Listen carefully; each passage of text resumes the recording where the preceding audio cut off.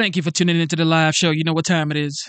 It is your boy Genesis. Welcome back to the live stream. All right, it is currently 2:33 a.m. and today's date is the 3rd of January 2025. It is the third day, y'all. We are here. The year has started. How do you feel right now? Are you feeling good? You feeling good? You feeling blessed? Okay, I know a lot has been going on. Okay, a lot has been going on just this past 2, 3 days of 2025. Most people are feeling like, God, we just started a new year with another tragedy. However, stay positive, okay? Stay positive. This has been happening from the beginning of time, okay? Bad news always come, but as well, if you look around, you can find the good as well, okay? So just focus on the good. I just try to bring you guys the updates around the nation. However, it's like there are other good things going on in the United States as well, okay? Um so don't feel like things are going bad and you can you cannot just catch a break. You know what? You can. Okay? So take a deep breath, relax, breathe, okay? This is why I titled my stream today Greatness is almost here, ladies and gentlemen. Greatness is almost here. Don't be discouraged. Don't feel down. Don't feel like you cannot catch a break. There's always light at the end of the tunnel. Don't forget that. Never ever forget that. Never stop going. Never stop pushing forward. Never stop believing in yourself. God got you, man. God got you in 2025. Okay. I just wanted to do a little spiel for you guys before we get started. And yeah, more situations, okay? More situations in the United States. More situations today. But yeah, let's get to it. Okay, here goes commander in chief for right now until 17 days. Okay, because we're gonna have a new commander in chief. Okay, new commander in chief is coming, and that's why I titled this stream "Greatness Will Soon Be Here." And by greatness will soon be here, I mean the next commander in chief, who everybody knows, goes by the name the 45th, now the 47th, the OG, the legendary, the Don, Donald J. Trump. Okay? It's coming in 17 days, so stay strong, stay focused, never quit. Okay? Never quit, never quit.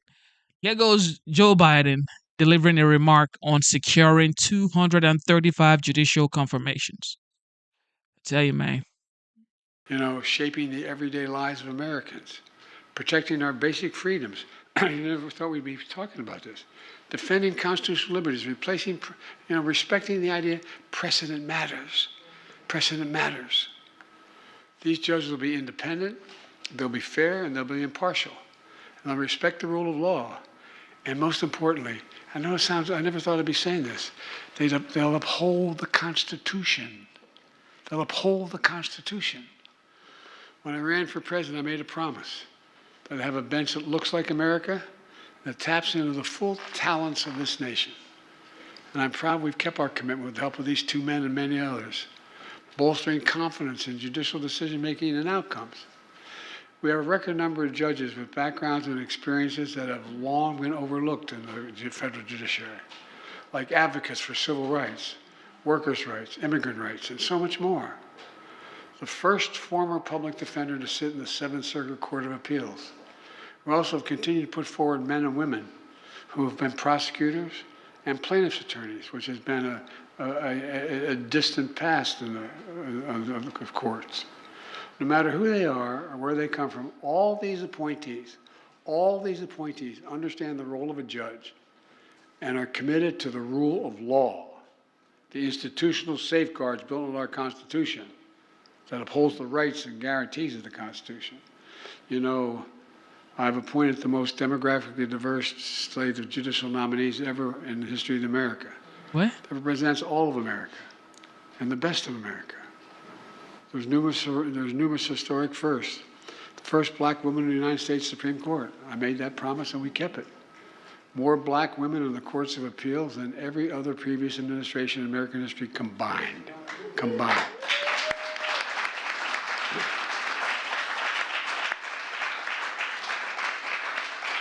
Other historic firsts, Hispanic Americans, Asian Americans, Muslim Americans. The list goes on.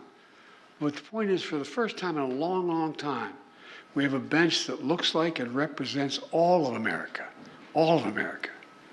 And a special thank again to Leader Schumer and Chair Durbin, working tirelessly to move these nominations through the committee and onto the Senate floor in a very, I think it's not an understatement, it's a very contentious political period in American history. Think about it, one vote majority. I mean, it's amazing what they did. Other senators, Democrats and Republicans alike, work with my administration to fill vacancies in their states. You know, I don't know, man.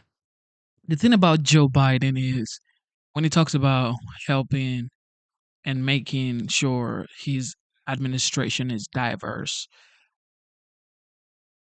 at this point, nobody cares, okay? It's about the goodness of your heart, which nobody actually cares about the goodness of your heart. It's what you actually do. That's what you are being judged by. What have you done? Okay. Look at your track record. All right. Doing things like appointing people to, um, into your administration or as a judge because they are from a different race or whatever makes you a good guy doesn't make you a good guy. Okay. That's like you're trying to clean all the dirt, but that won't work. It's about what you've done this 4 years. You haven't done something tangible that we would say, man, yeah, we would forever remember Joe Biden for doing this great thing. What has he done? Democrats are going to say, the CHIPS Act and infrastructure. That's all look. That's all they talk about. The CHIPS Act and infrastructure. Which what did that do? An Inflation Reduction Act. That's all they're going to talk about. Those three things, which is a disaster in my opinion. all these Republican senators, they weren't sending me Democratic nominees. They were sending Republican nominees. There you go. But we got sort of back to the basics, finding basic commitment to civil rights, civil liberties. Whether it was your counterpart and the leader of the Republican Party in Kentucky or wherever, we got people who understand the institutional limitations and safeguards in the Constitution. Man, this guy needed to go chill somewhere because at this point, nobody cares. All right, let me go to the chat. Where are my people in the chat? Let me see. Who do we have here? Let me see. All right, let me see. Shout out to Ellie. Shout out to Ellie. Thank you for joining the membership one more time, Ellie. You know what time it is. God bless you. All right. So, of course, I know you guys have heard about the tragedy going on across the United States. A lot is going on. I don't know if you guys have heard, but I know you guys have heard about New Orleans because we streamed yesterday about New Orleans.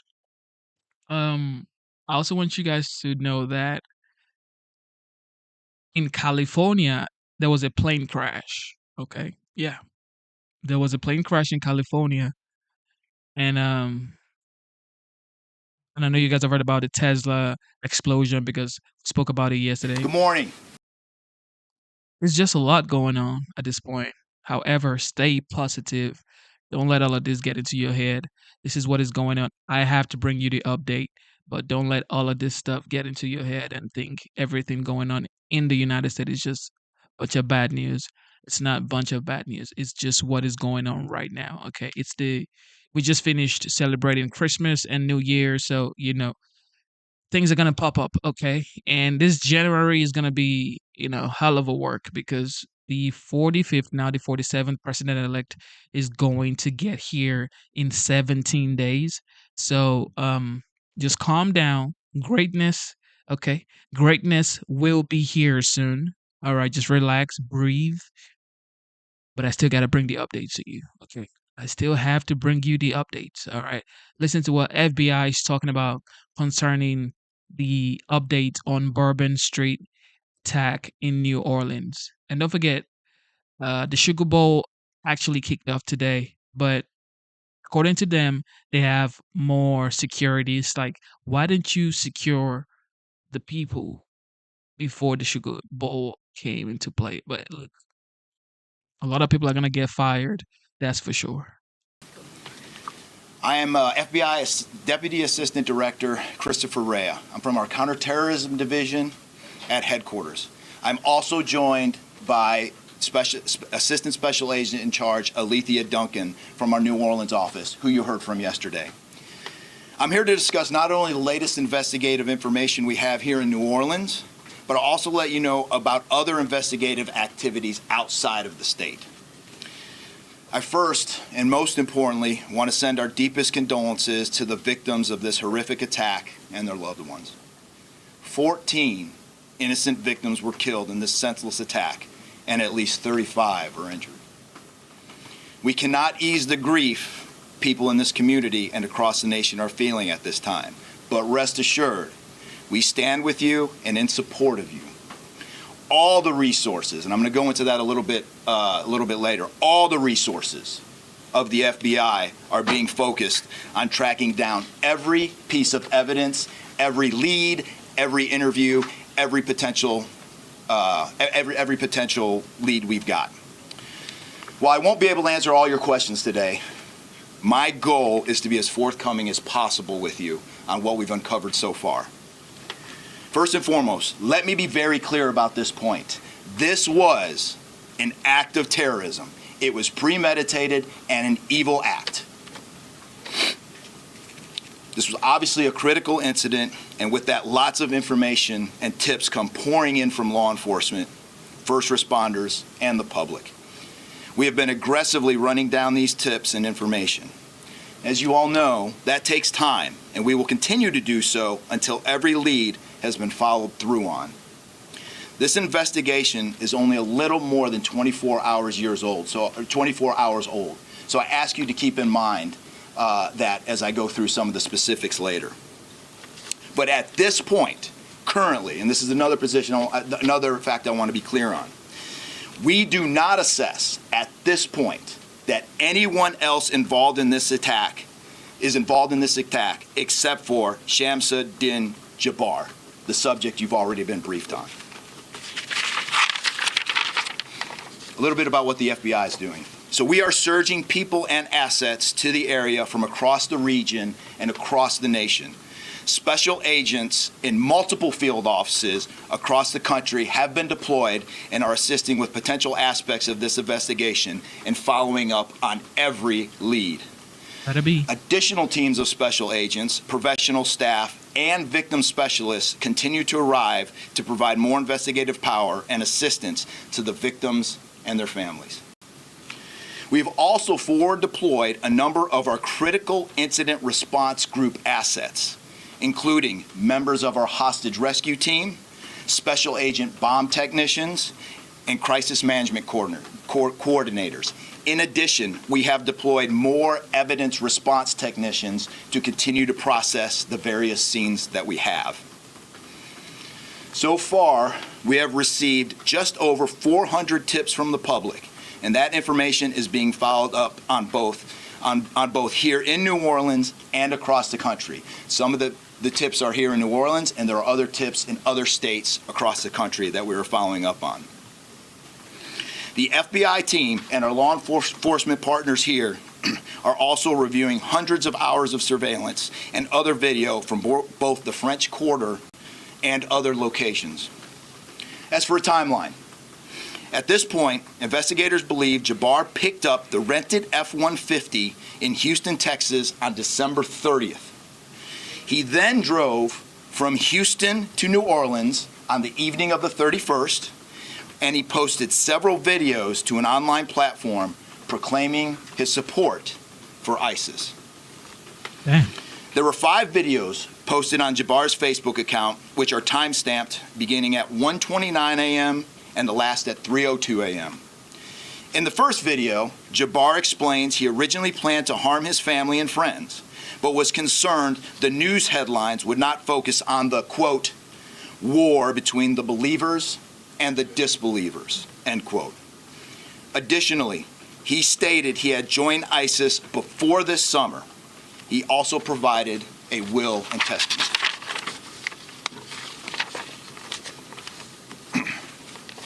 FBI and ATF. FBI, we have a couple different scenes at the location. We have released the scene at Bourbon Street. That scene has been released. Thank you for tuning into the live show. You know what time it is. All right, so if you're just tuning in, this right here is an update that is going on across the nation. If you guys haven't heard about the New Orleans terrorist attack, this guy Abdul Jabbar, who was shot on sight after he took about 15 people's lives and about 30 people injured, including law officers. And so this is Christopher Arai, FBI Deputy Assistant Director, giving the updates. But we're gonna go through a lot of topic today. It's just day 3 into the new year, and you already have New Orleans. You already have the Tesla explosion due to the fireworks that was inside, and both of these guys were military. Okay, United States military. All right, United States military, and they also got this car on a car rental app called Turo. Okay, so the Ford is probably a Ford F-150, I don't know, but it's a truck. The guy in New Orleans, he got the truck from Turo. I know some of you have rented cars on Turo. I have, and it's pretty affordable to rent cars on Turo. And yeah, the guy who exploded himself in the Cybertruck in front of Trump's store in Las Vegas also got his Cybertruck on Turo. So they're trying to see if it's correlated, but now it's like, okay, it's not correlated, but then you never know. They're both military guys, both got the cars on Turo, and the guy in New Orleans had IEDs in his truck, and the guy in the Tesla in Las Vegas also had explosives in his car. The difference is the Tesla actually exploded, but the truck in New Orleans just um, hit people, hit a lot of people, killed a lot of people, started shooting when he got out, but I guess he didn't get enough time to detonate the IEDs in his car, and they also found ISIS flag in the guy's car in New Orleans. So if you're just tuning in, this is what we're talking about. And also, don't forget, we're also going to cover the plane crash that just happened in California. In case you don't know, you're hearing it here first. A plane crash has happened in California. A lot of plane crash. Look, just stay positive, okay, while we do this, because I don't want you to think everything is going bad. This is just me giving you the updates, okay? But don't be negative. Just stay positive. Enjoy the show, and let's get it. We also have a scene off of Mandeville address where we're currently searching that scene right now. FBI and ATF agents have secured that. Shout out to Luke. Thank you for tuning in. Luke and Ellie, God bless you. Thank you for tuning in. That house, and that location is being searched for potential evidence. On New Year's morning, Jabbar opened fire after ramming through a blocked-off area of Bourbon Street, used his truck as a weapon to run over the victims. Teams of specially trained victim specialists, again, as I said, are on the ground here in New Orleans, assisting survivors of the attack and loved ones of the deceased. We do not believe the public is in any danger around any of these locations. Of course. 3 phones linked to Jabbar have been recovered, and digital media exploitation is a priority to see what is on the devices and determine if there are any other potential leads. Additionally, we have recovered 2 laptops and are currently reviewing them for any potential leads. Those laptops were recovered at the Mandeville address. Evidence technicians will also be going over the F-150 truck Jabbar was driving. As you know, we recovered an ISIS flag from the back of the vehicle. Jabbar declared his support for the terrorist group on social media, as I stated before, as he made his way to New Orleans. FBI bomb technicians also recovered 2 IEDs in coolers, one from the cross-section of Bourbon and Orleans Street, and the second at an intersection approximately 2 blocks away. There were multiple reports of other devices. Those reports turned out to be misinformation or not actual functioning devices. Those are the only 2 devices that we've been able to recover that were functional. Both devices were rendered safe on scene. We did obtain surveillance footage showing Jabbar placing the devices where they were found. Two other, as I said before, 2 other items of interest were. Okay, this is something I want to talk about, okay? Do you guys think that chat, okay, everybody in the chat, I want you to react. Do you guys think that both men being military has anything to do with this whatever chaos is going on with wokeness that is going on in the military? Do you think has anything to do with the wokeness going on in the military? Because both of these guys, the guy in the Tesla who actually, the news, according to the updates we're getting right now, is he actually shot himself before the Tesla exploded in front of Trump's store in Las Vegas. Active military guy. Now the guy in New Orleans is like a military veteran. So what is going on exactly? Both men being military. What does this say about the United States military? I'm just asking, what does this say? Determined not to be IEDs. A little bit about Jabbar. Jabbar himself was born in the United States and is a U.S. military veteran. We are looking in everything in his life. While we have interviewed many people who know Jabbar, we still need to talk to others. Whether you know Jabbar personally, worked with him, served in the military, or saw him in New Orleans or Texas, we need to talk to you. You may not think you have relevant information, but what you know could tie in to one of our investigative leads. Specifically, we want to talk to anyone who was in the French Quarter on New Year's Eve or early on New Year's Day. That includes people spotted near one of the 2 IEDs on Bourbon Street. The IED was inside a cooler, and many people stopped and looked at the cooler and then continued on their way. Let's be clear, again, we do not believe at this point these people are involved in this incident in any way. We want to speak to them as witnesses and want to know what they saw and when. I went down to the crime scene last night. It is very hard to put into words what it looked like and how difficult it was to see. Anyone with information can call us at 1-800-CALL-FBI or send digital tips to fbi.gov/Bourbon Street attack.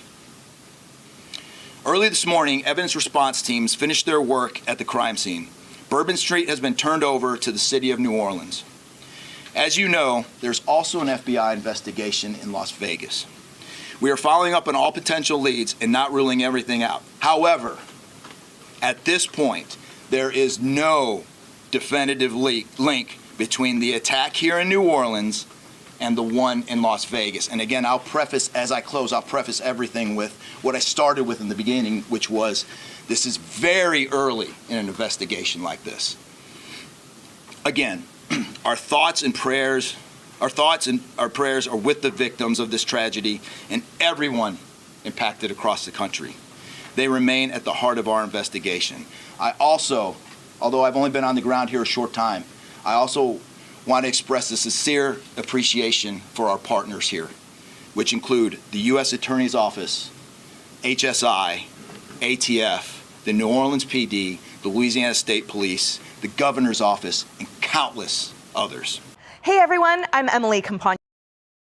Well, there you have it. I think that was a really detailed whatever press conference he was giving. But we're going to check more information right here. So this is more update on the Cybertruck explosion. We're still going to go back to New Orleans. We do have national security analyst Al Kemper. He's standing by as well.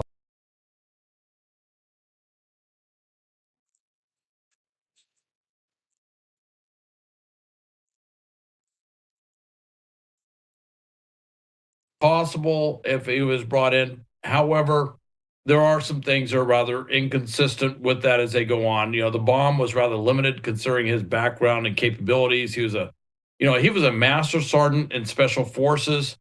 Certainly he knows a lot about. All right. Let's check out the similarities between both guys, the New Orleans guys and the Las Vegas guys. News alert, top of the hour to Las Vegas now, where police are updating on the Cybertruck explosion there. Let's listen. Investigation involving the FBI, the ATF, the Las Vegas Metropolitan Police Department, and these folks worked through the night and found a lot of stuff that is very useful for this investigation.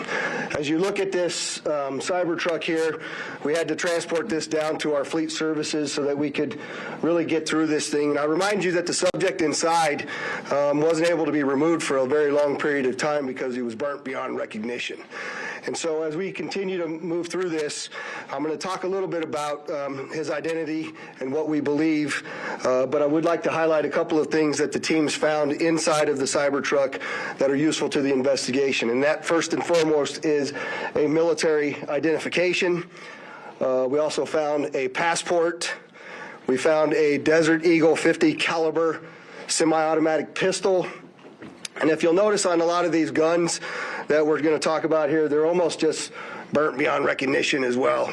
There's an SLR model B30 semi-automatic firearm, number of fireworks that were still in the vehicle that had to be removed. Notably, we found an iPhone and a smartwatch, and then several credit cards were. Of course, the explosion in Las Vegas in front of Trump's store, obviously that's like a shade to Elon Musk and Trump. Whoever put this together, I don't know if it's just this guy in the Tesla Cybertruck who shot himself allegedly and then exploded the Cybertruck. I don't know if it's just the one doing this. He may have people working with him. Nobody knows at this point. However, it's like this incident in front of Trump's store is basically straight up a shade to Elon Musk and Donald Trump. Because it's like, I mean, what is this? Only reason why a Cybertruck would be parked in front of a Trump hotel and then explodes. They're trying to divide and conquer.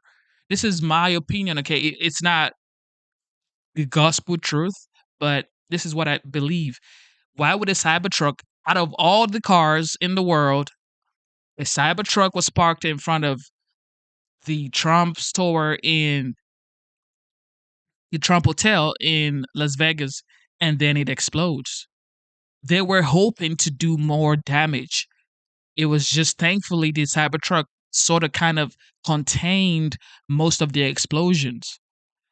So they're trying to divide Elon Musk from Donald Trump because Elon is not just the wealthiest man alive. He is a very smart person, common sense guy. He wants the best for the United States. He's helping the environment, saving astronauts from space that NASA could not save. The United States needs Elon Musk as much as Elon is an asset to the United States. Okay? Trump, the people gave Trump a mandate. Okay, the people gave Trump a mandate, and then most people don't want to see that mandate fulfilled. They want distractions. They want him to be swayed. They want him to not be focused. This is why all of this is going on. And this is a prediction, okay? I know greatness is ahead. This is what I see for a fact, but a lot of stupid things like this will come to play. All right, it would happen. All of this kind of stuff will definitely happen, but hopefully, hopefully, after January 20, there is increased measure of security around the United States because this has to stop. Also, in the name of our subject. Our subject is 37-year-old Matthew Livelsberger. He's of Colorado Springs, Colorado, born July 22nd of 1987. Now, as you'll see here on a picture of his driver's license, let's see, the question really still remains. Shout out to, yes. Shout out to DeLeon Fire. DeLeon Fire. Is it DeLion or DeLeon? Okay. I don't want to mispronounce your name. DeLion or DeLeon Fire. God bless you. Thank you for the super chat. Yes, sir. Everybody, thank you so much for tuning in. Also, we now have membership. So if you want to join the membership of this channel, the link is in the description below. It is only $4.99. So shout out to Ellie. Shout out to Luke. These are the two members on the stream right now. God bless you, both of y'all. And the Leon Fire, God bless you for the super chat. God bless you.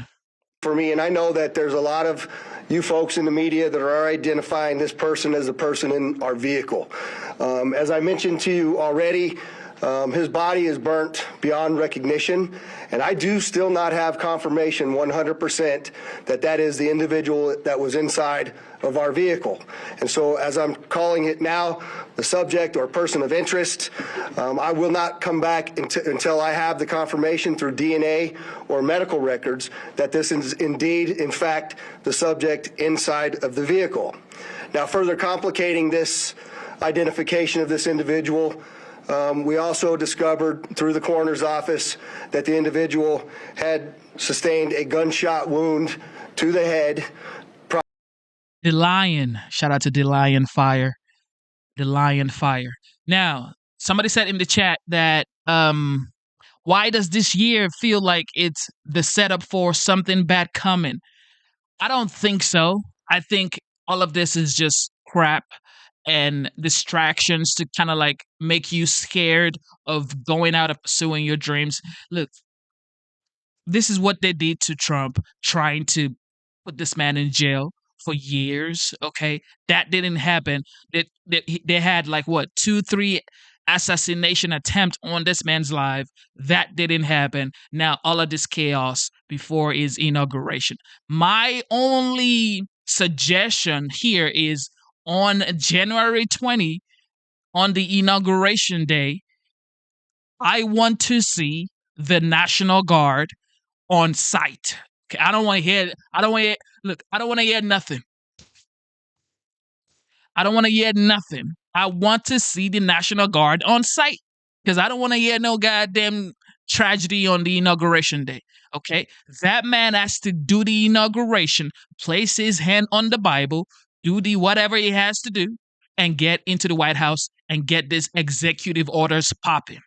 Because that's the only thing that I'm thinking about, the inauguration day. All of this stuff is just, distractions. The inauguration day is the main issue, all right? Because now he has invited Xi Jinping and most leaders around the world. That day must be the most secured day in America. Probably ever. Prior to the detonation of the vehicle. One of the handguns was found at his feet inside of the vehicle. Obviously, in how we're trying to identify him, and I'm feeling comfortable to give you this information, is a tremendous amount of substantial evidence to include he rented the Turo vehicle. There are 2 tattoos, one of which was on the stomach and one of which is on the arm, that we can see bits and pieces of it as in comparison to what it is that we now know he had on his body. That has given us a lot of confidence that this is, in fact, the same person, as well as the clearly obvious, which is the credit cards, the military identification, the passport. And then furthermore, as you'll see here in just a very short period of time, we tracked his movements from Colorado to Las Vegas. Shout out to Luke. Luke says the managerial class is freaking out. Absolutely, because this man is coming here changing the whole landscape of politics in the United States.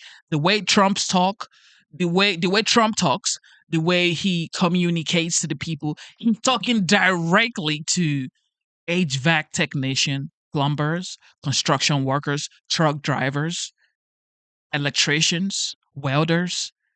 He's talking directly to these people, single moms, like directly to these people. And these managerial class, this elite, the super elite are like, they're looking at this man saying, you know what?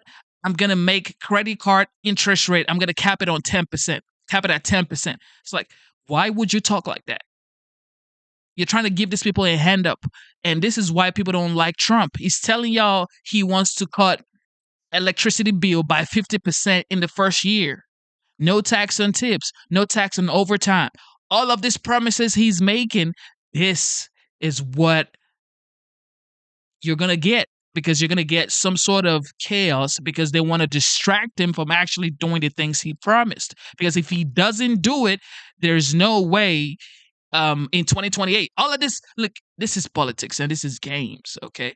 In 2028, somebody has to win, okay? The Democrat or the Republicans. As much as you say you love the United States, there's some people who actually think this is a game and they want to see Trump fail. They don't mind if the United States actually fails. They just want to see Trump fail so bad that they don't care what happens. As long as Trump is failing, as long as his administration is failing, that's all they care about. However, it's like, wouldn't you say it's country first? It has to be your country first. It has to be the United States first. Who cares about goddamn Trump? We care about the United States. He just happens to love the United States. And that's why 76 million people voted for him. You think it's about Trump? No, it's about the United States. People want to see Trump fail so bad that they don't even know that you're going to see the United States fail, because if Trump fails, the United States has failed. A lot of people want to see Trump fail. And guess what? A lot more people want to see America fall, especially foreign power, okay?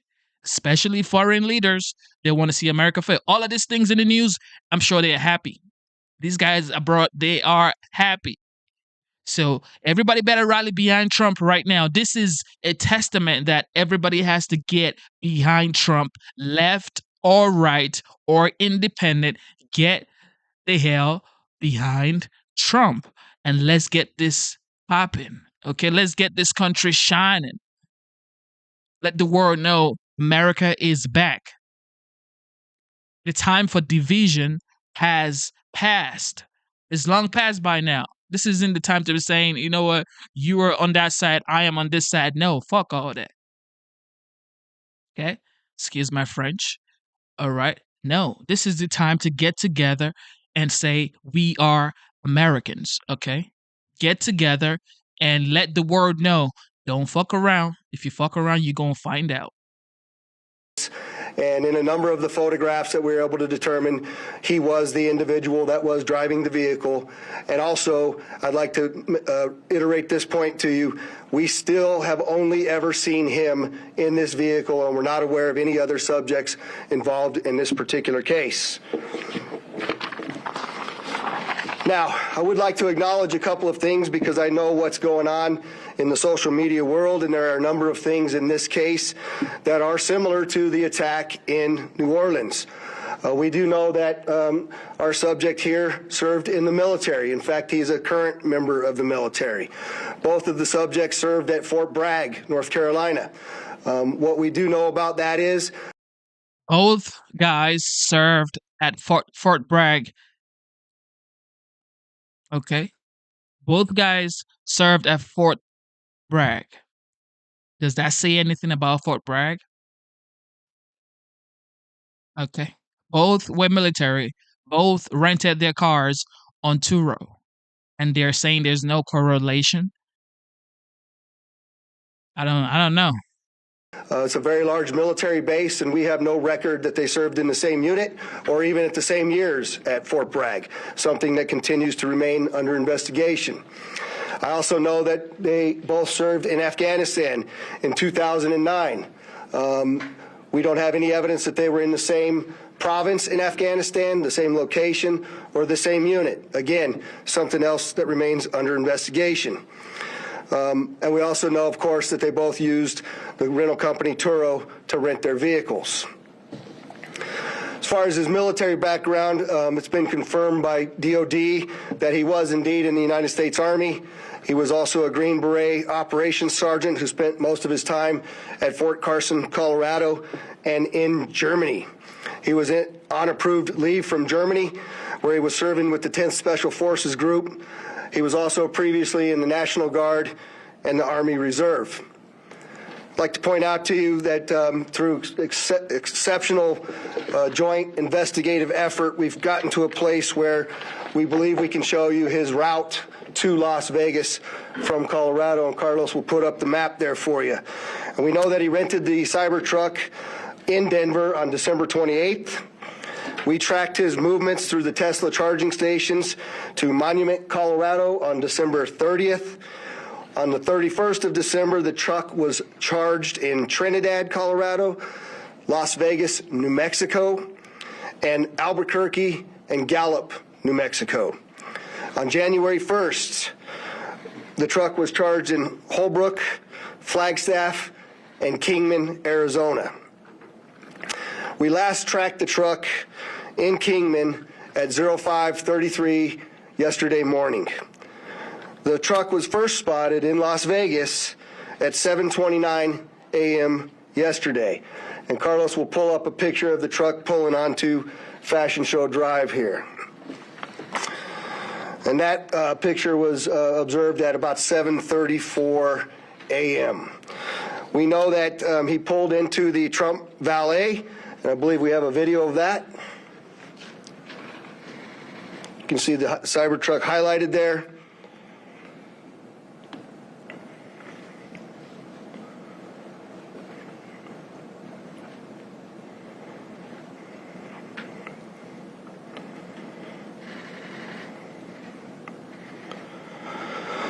So through extensive surveillance video, we were able to track him leaving there, and we know that he went to several different places along Las Vegas Boulevard, and he spent some time in a parking lot of a business near Flamingo and Las Vegas Boulevard. We didn't have a video of the truck pulling back onto Las Vegas Boulevard from the Sands.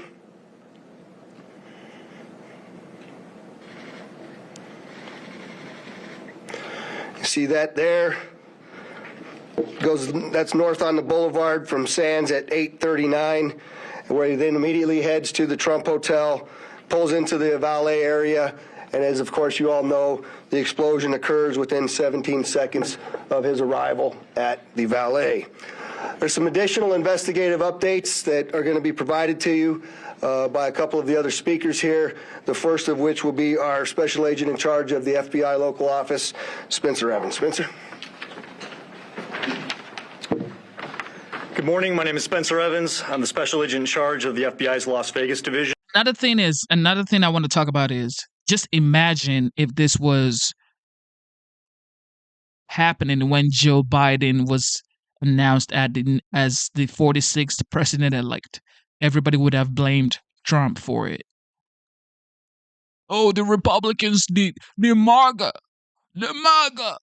That's what they're doing. Look at them. But it's funny how nobody's saying that. Why did all of this start literally going, like the United States started going bonkers since Trump was announced as the 47th president-elect? Okay. When Joe Biden was announced as the 46th president-elect, we didn't have all of this explosion, did we? No, we didn't. But now, before he became the 47th, he already had 2 assassination attempts on his life. Now, he is the 47th president-elect. All of a sudden, people like setting people ablaze on New York subway. People are shooting people. United Healthcare CEO guy. Explosions. Like ISIS flag. Like planes crashing. Like, what is going on, y'all? My own is on January 20, I want to see the National Guard in droves. Okay. I want to see the National Guard in their thousands. I don't care what the media says. He's using National Guard. Who cares? Nobody cares. Secure Trump by any means necessary. National Guard. As the sheriff mentioned, we've been working through the night with our partners, the Las Vegas Metropolitan Police Department and other agencies, to gather all the facts and determine a motive to what was initially reported to the FBI as a bombing incident, to which our Special Agent bomb techs and others responded.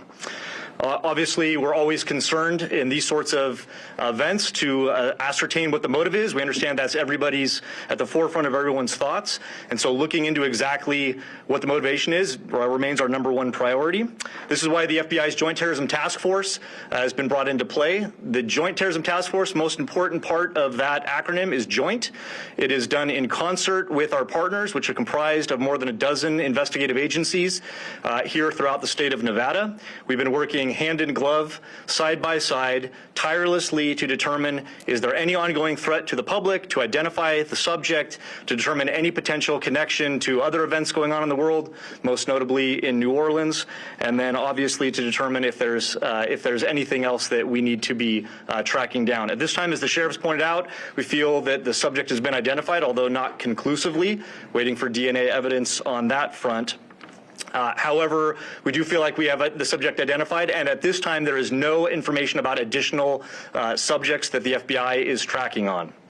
Our resources, as I mentioned, that have been deployed in support of this event include Special Agent bomb techs, our evidence response team, which is processing crime scenes, side by side with the forensics folks from Las Vegas Metropolitan Police Department, our investigators, our intelligence analysts, and then outside of the FBI Las Vegas field office, we have investigative leads that are being conducted by FBI field offices, both internationally and domestically as well. As always, when the FBI is involved with any sort of case like this, we ask for help for the public. Anyone with information related to this incident, we encourage you to please call 1-800-CALL-FBI, or you can submit a tip online at tips.fbi.gov. We've already received thousands of tips related to this incident. The challenge that we face moving forward is to separate those that are pertinent and relevant and those that can be verified for those from those that have not. For example, one of the tips that we received just today relates to information alluding to this subject's personal experiences related to his time and activity in the military. Again, that's unverified and uncorroborated, but one of many tips and leads that we will be following up in the days that come. If you have any additional information, again, encourage everyone, 1-800-CALL-FBI or submit it online, tips.fbi. But isn't it just amazing that the Cybertruck actually did not like explode all the way? It's sort of kind of unique, isn't it? The Cybertruck is bulletproof. Everybody knows that. However, it's like even the bomb could not like dismantle, like scatter up the Cybertruck. So we can say that the Cybertruck actually contained the explosion. And this right here, I said yesterday, this right here could be a Cybertruck commercial. This right here could be a Cybertruck commercial, straight up. Like, no matter what you do, you can never explode in a Cybertruck. Like, did you see the car? The doors were still intact. The side doors still intact. Yeah, shout out to Elon Musk, man. We will tirelessly work to exhaust all investigative leads and conclusively determine what the nature of this particular incident was, what the motivation was, and to the extent possible, share all that information as we obtain it. I'll now turn some time over to the Assistant Special Agent in charge from the ATF, Kenny Cooper.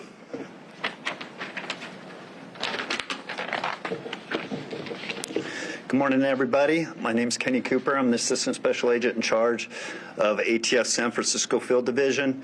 ATF is bringing our expertise in post-blast investigations and our crime gun intelligence to specifically assist in this investigation.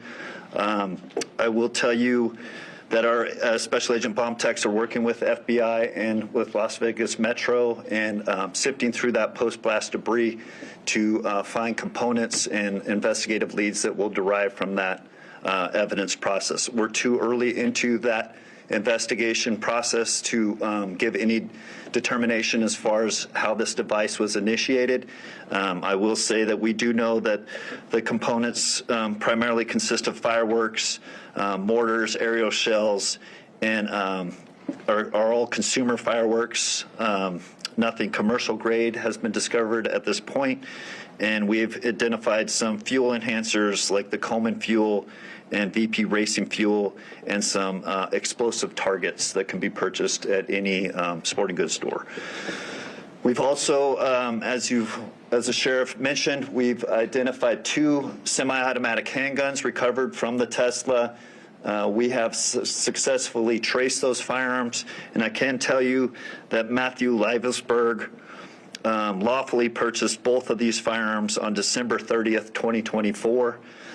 We have agents following up those investigative leads. We know exactly where those firearms were purchased, and we will share any developments from those leads as they come in. Thank you.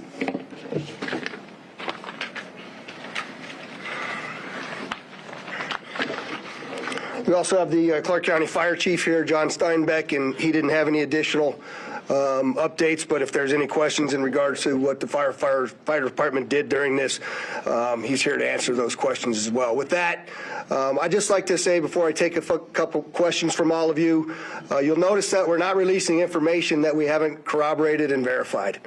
We're very well aware of all of the things that are going around on social media.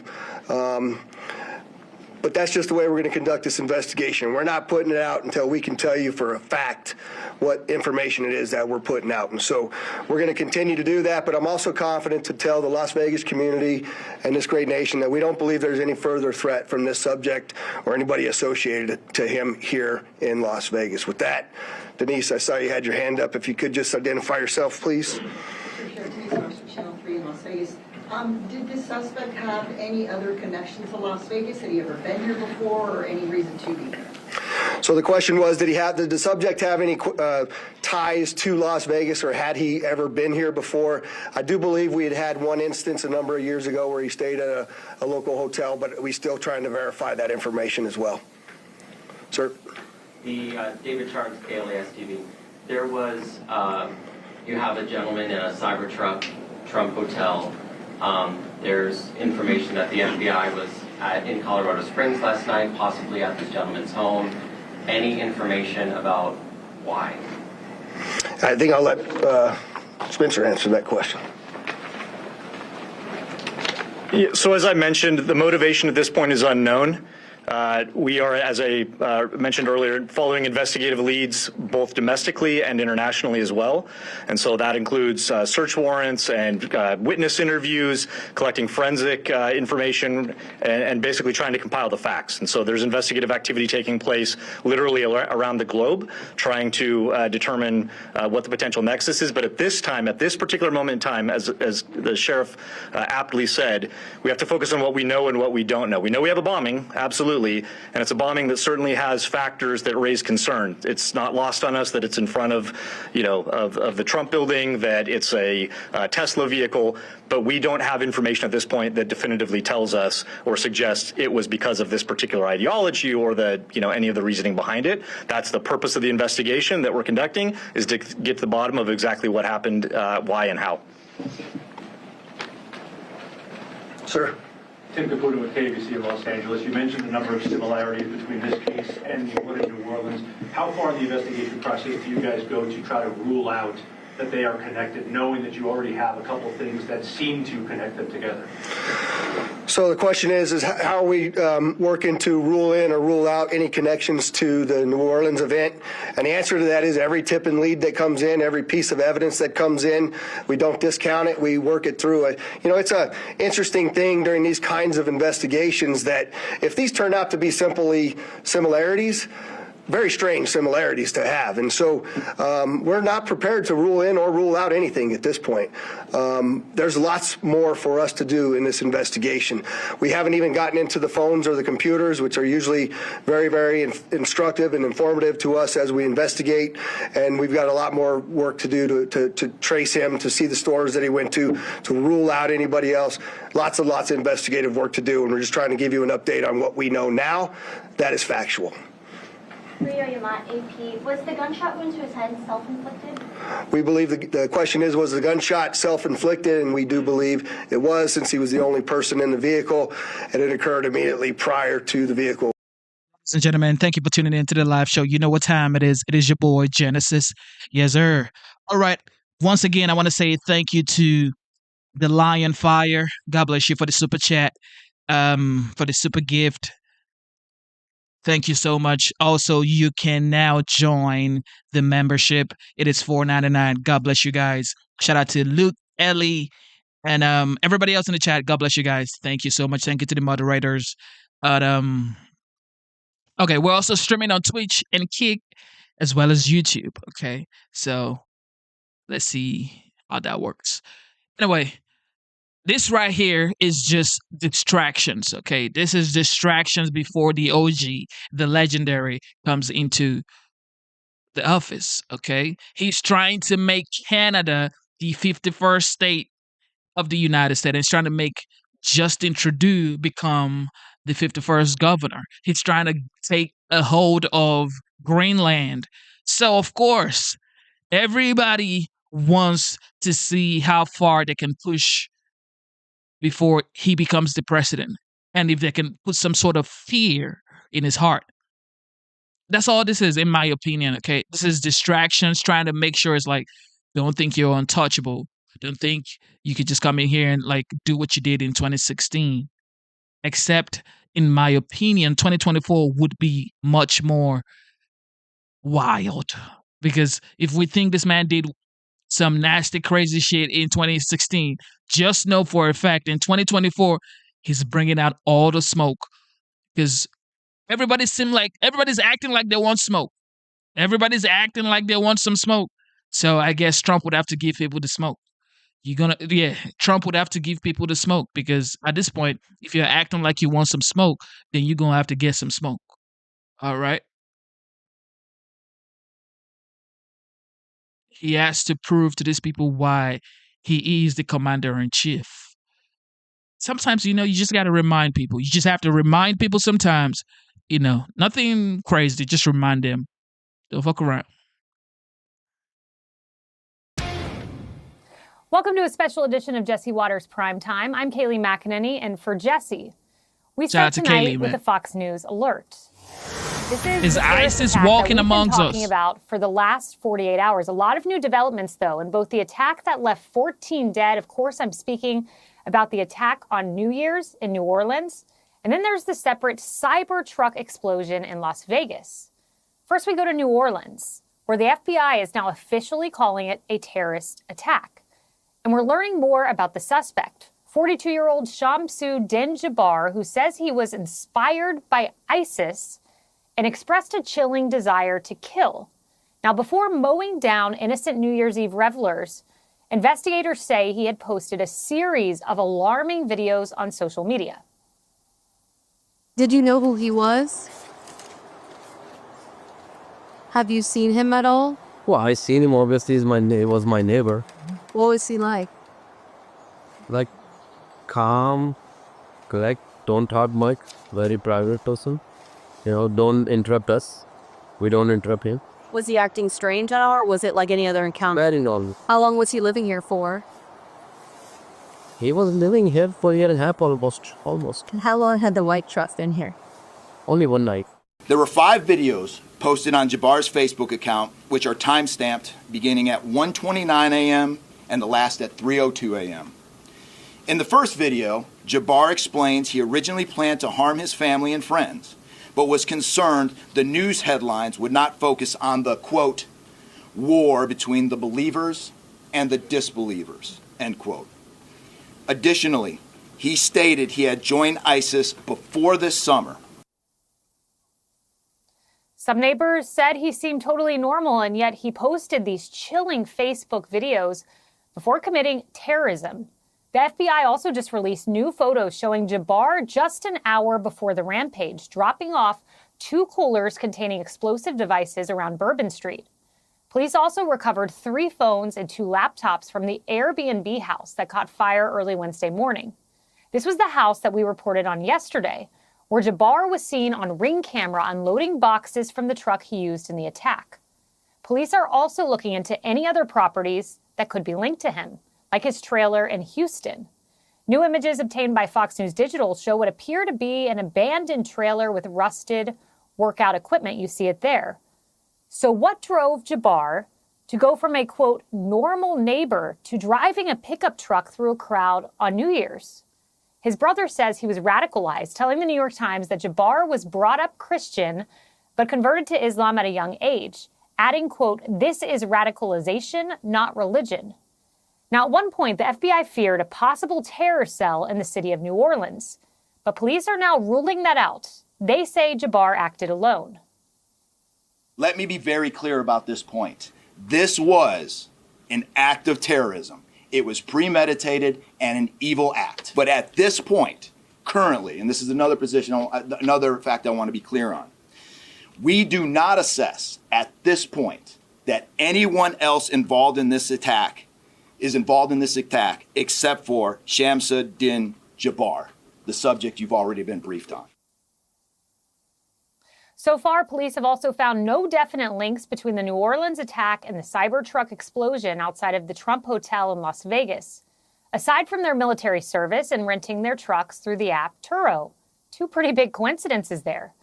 Investigators have ID'd the driver of the Tesla Cybertruck as 37-year-old Matthew Livelsberger, an Army veteran who served as a Green Beret, with deployments overseas to Afghanistan and Ukraine. They were able to identify. And the fact is, both guys served in Afghanistan. So the Abdul Jabbar guy and this man right here, Matthew, they both served in Afghanistan. They both were at Fort Bragg. Both military guy. This one was active military guy. The other guy, the New Orleans guy, was a military veteran. Both got their cars, a rental car, on Turo. Now, is that some sort of coincidence? Is this like coincidental? Or we may have to look into it. Because there's no way both of them served in Afghanistan. It may be in different times, okay? Because according to these guys, they're saying they served in different times, but the same... they were both in Fort Bragg, but different times. But the fact is, they were both at Fort Bragg and also served in Afghanistan. Also got their cars on Turo. I mean, man, come on. I don't know. There has to be some sort of relationship. Him through multiple IDs that they found in the truck, and that wasn't all that they found. First and foremost is a military identification. We also found a passport. We found a Desert Eagle 50 caliber semi-automatic pistol. And if you'll notice on a lot of these guns that we're going to talk about here, they're almost just burnt beyond recognition as well. There's a SLR model B30 semi-automatic firearm, number of fireworks that were still in the vehicle that had to be removed. Notably, we found an iPhone and a smartwatch and then several credit cards were also in the name of our subject. We also learned that he had a self-inflicted gunshot wound to the head. Now, further complicating this identification of this individual, we also discovered through the coroner's office that the individual had sustained a gunshot wound to the head prior to the detonation of the vehicle. One of the handguns was found at his feet inside of the vehicle. People wondering, everybody just tuning in right now, this right here is a Cybertruck guy. He was in the U.S. military, active member. He rented a 2-row Cybertruck, and then according to the FBI and the information that we are getting is he shot himself before the explosion of the Cybertruck.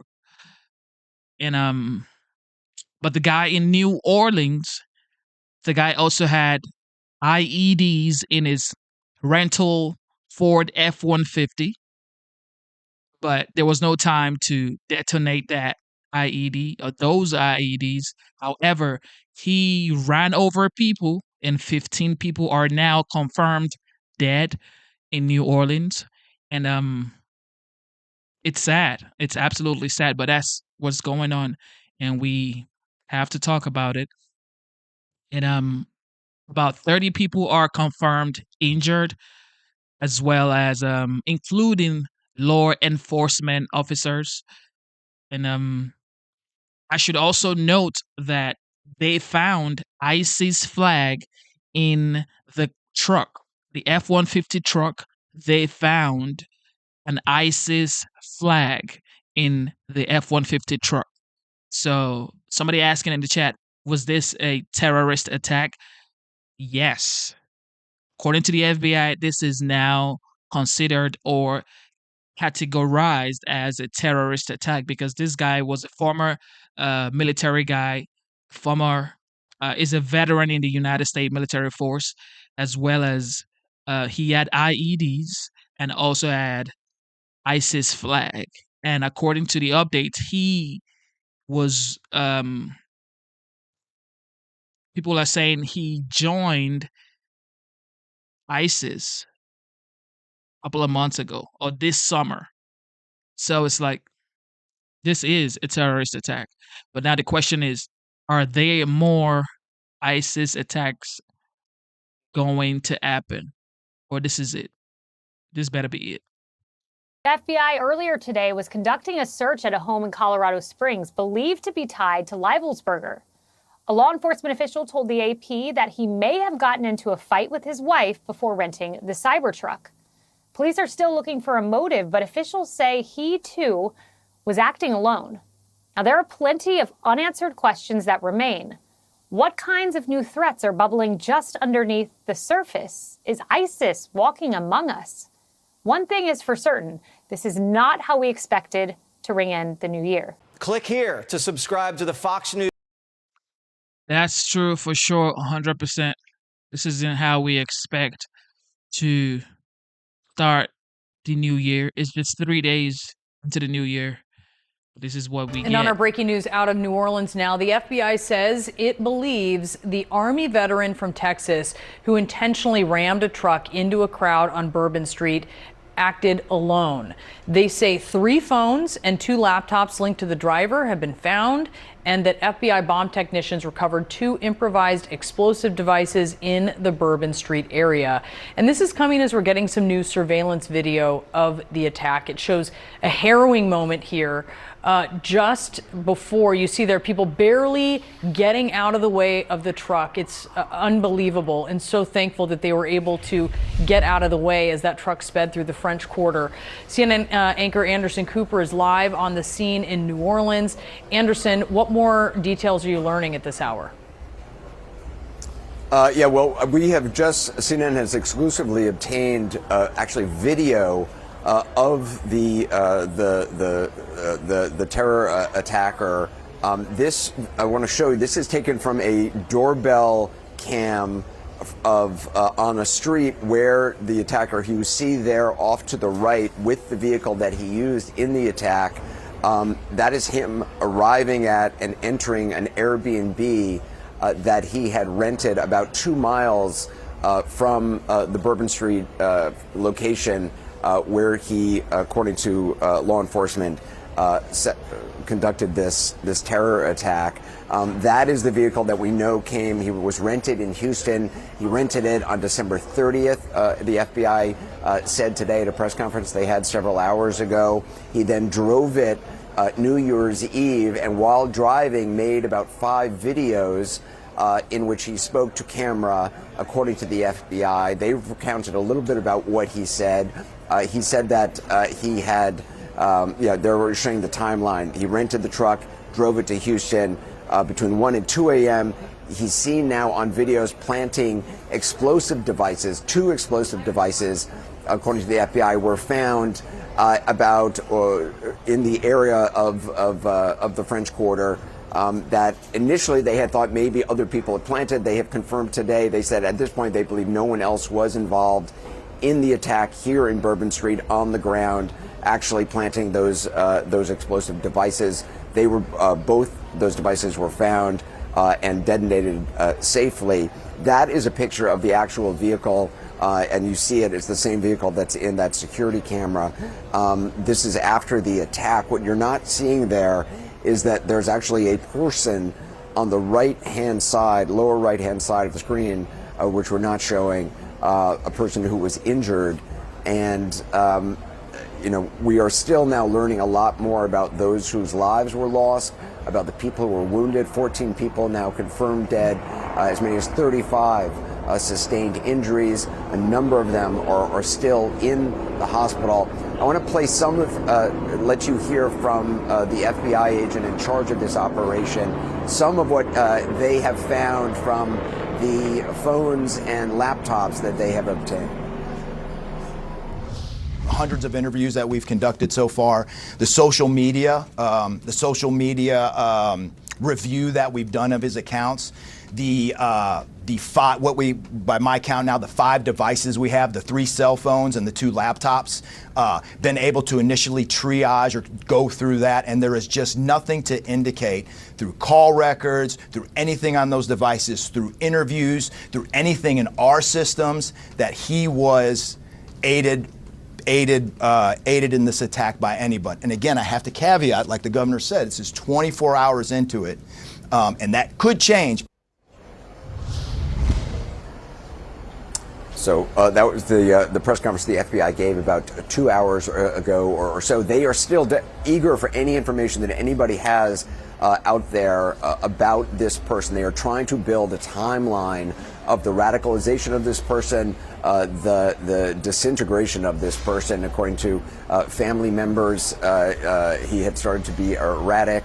And according to the FBI, Brianna, he had pledged allegiance or joined to, if one can actually join in some physical way, ISIS, or at least pledged allegiance earlier before the summer. And Anderson, what a different scene behind you now. I'm just struck by that. There are so many people. There's just the din of the French Quarter with the reopening. Yeah, it's interesting. About an hour ago, an hour and a half ago, a first-line band came down the street with city officials playing music. We ran out and watched it. It was actually a very moving scene, this extraordinary band playing music. The officials in the city wanted first to open Bourbon Street to religious leaders. So they've also had a lot of preachers here doing prayer circles. We've seen saying prayers and also music, which obviously is such a key part of New Orleans. Then they closed the street down a little bit. It's all cleaned up. And now they've opened it to the public. And as you see, it's not obviously incredibly crowded, but there are dozens and dozens of people wandering, walking up and down, just wanting to come here. Businesses have opened, bars have opened. There's some music playing in a couple of bars down the street. The frozen drinks that are like purple and pink, they are in the slushy machines going around. So It is very important for city officials. I talked to the superintendent of police just a short time ago. We ran into her on the street to get this street back up and running, not from a business standpoint so much as just a statement about this city and the spirit of this city and the desire to have the city not be, on bended knee. This city has gone through so much with Katrina. I was here, it's crazy, Brianna, I was here almost 20 years ago when Bourbon Street first reopened after Hurricane Katrina. I remember it. City officials walked down the street, making it the official opening of it, and I remember the first bar that opened. So it's very strange to be back here 19 years later and see Bourbon Street once again reopening after a tragedy. Yeah, wanting to come back from a tragedy. And we heard that from people at the Superdome as they're getting ready for the Sugar Bowl. They don't want to let terrorism win here. They're dedicated to showing up for the game as well. Anderson, thank you so much for sharing that with us. We do appreciate it. Thank you for tuning into the live show. You know what time it is. It is your boy Genesis. We are bringing you the updates across the nation. It is tragic. However, I just want you guys to listen to this updates with an open heart. Don't feel down or depressed or some sort of anxiety because we're sharing this news with you. This is just for you to know that, you know what, this is what is going on in the country right now. So relax, calm down, don't get too over the top, okay? Bad things has been happening for a long time, and you're still here. I am still here. God is in control. Never, ever, ever feel like nothing is gonna work out for you. Okay, stay strong, stay hopeful. God is still in control. Never forget that. All right. Shout out to the super chatter. Shout out to Brian. Thank you for the super chat. God bless you. Or is that a gift? I don't know, but I think it's a super chat. But anyway, Brian, thank you so much for the gift or super chat. And shout out to the Lion Fire one more time. Thank you for the super chat. God bless you, brother. And he says, Jesus Christ is Lord. Prayers to us all. Okay, I'm going to read that one more time. Jesus Christ is Lord, and prayers to us all. Okay, yes. Thank you, thank you, thank you. And shout out to our members, Ellie, Luke, and everybody else on the chat. God bless you so much. Thank you for tuning in. And yeah, man, stay strong. Don't let this news get in your head and then you think life ain't worth living. Life is worth living. God is still in control. The devil does what he's going to do, but God is in control, okay? Stay positive. I'm just sharing this news because this is what I do. I have to bring you the updates across the nation, but don't think this is the only thing happening. There are a lot of people having a good time in the country. Babies are being born. People are getting married. People are getting engaged. People just got contracted. People just got a job. Okay, people just converted and got their life saved. So good things are going on, but this is what the mainstream media is showing us. So just for us to know what's going on across the nation. Okay, so don't feel some type of way. All right. We're just having a good time and seeing what's going on. It's sad news, but I don't want you to think that everything happening around the United States is sad, okay? All right, let's get it. Joining us now is Chris Poisson. He went to school with the suspect from the New Orleans attack. Chris, thank you for being with us. Just tell us a little bit about your experience with Shams Sadine. You called him Sham in middle school and high school, is that right? Right, yeah, Shamsuddin, his friends called him Sham. Okay, so you went to middle school and high school with him. When he went off to the Army, you went off to the Air Force, and I know you kind of lost touch, but then you'd gotten back in touch a few years ago on social media. Tell us first what he was like in middle school and high school. Back then, he was really reserved. He kept to himself. He didn't say too much. He was very smart, very good in school. He wasn't like a troublemaker or anything like that. He was just he was the model student really. We met in 8th grade, and then we just happened to move to the same town in 9th grade, went to the same high school. So our friendship just continued on until high school, until he joined the Army, and like you said, I joined the Air Force. So when you touched base with him a few years back on social media, I think it was 5 or so years ago, and got back in touch with him. What were those exchanges like, and had he changed? Well, yeah, we had lost touch because whenever we graduated, social media wasn't a thing yet. So whenever Facebook came along, we reconnected. And then we kept in touch for several years, actually, through Facebook, just messaging back and forth, just checking on one another. And then up until the last, few times I had spoke with him, he had become really, enthralled in his faith. And pretty much every conversation we had or post that he was making at that time, in some way, shape, or form, it all, resorted back to his Muslim faith. Okay, so he talked a lot about Islam. Did you get the sense he was radicalized? Or I understand you are a Christian and you were talking with him about religion. Were you having, respectful exchanges? It was very respectful, and it wasn't anything like he was upset or mad at anybody. Every post and every conversation I ever had with him, he was never mad at anything. He never talked about overthrowing the government or being mad at a particular race or religion or anything like that. He was always very respectful and very positive. His message that I got from him after every conversation was that he was very positive. And it's just that what happened yesterday just came by complete surprise. I never would have seen this coming. Yeah, you were shocked. And we've learned from our reporting that I think since about that time you would have re-engaged with him on social media. He has been suffering financial problems. He has obviously his family, his place in his family has certainly fallen apart. Did you talk to him about any of that? No, we didn't get that deep into it. Whenever we had messaged each other back and forth, it was just more so checking on one another. Because like I said, we met in middle school back in 1996. Yeah. And so whenever we did talk, it was just, how are you doing? How are things, on your neck in your neck of the woods, and just, keeping it pretty superficial. We never got into anything really deep, with family issues or anything like that. So I didn't know he had any of that stuff going on, until the news report started coming out after the fact, since yesterday. So, you were shocked by this, and you also have an interesting perspective because you have a military background. You served in an anti-terrorism unit.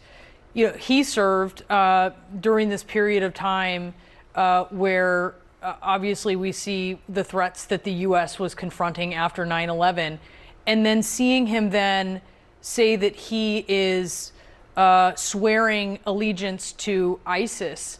What do you think of that? Complete disbelief, utter shock. One of our classmates actually messaged me yesterday morning and asked me if I had seen the news, because that's when they had identified Sham in the attacks, and I told him, I don't believe that. That's probably just false reporting, a mistaken identity. And the more I looked into it, more credible reports started coming in, and it was him. And he never gave any tips or clues to me personally whenever I was speaking with him that he was on the verge of doing something like this. It's just tragic, and I never saw this coming. What questions do you have about how he made this change? And you just never know. You never know who you're sitting beside. You never know who you're talking to, who you're conversing with. You just never know. So just be kind, okay? Just be kind to everybody that you talk to, and be prepared, okay? Be prepared. Look around you. Be very vigilant, and also just focus, okay? Focus. Don't be out here not focused, okay? Because anything can happen at any time. That's something that we've seen time and time and time again. So just be outside. Don't lock yourself inside because things are going on in the United States.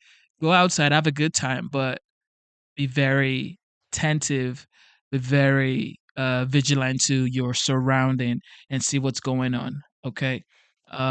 Yeah. All right. Ladies and gentlemen, thank you for tuning into the live stream. You know what time it is. It is your boy Genesis. Shout out to Rob B. Thank you for the super chat. And one more time, thank you to the Lion Fire. God bless you. And thank you for being here, everybody. God bless you. Thank you.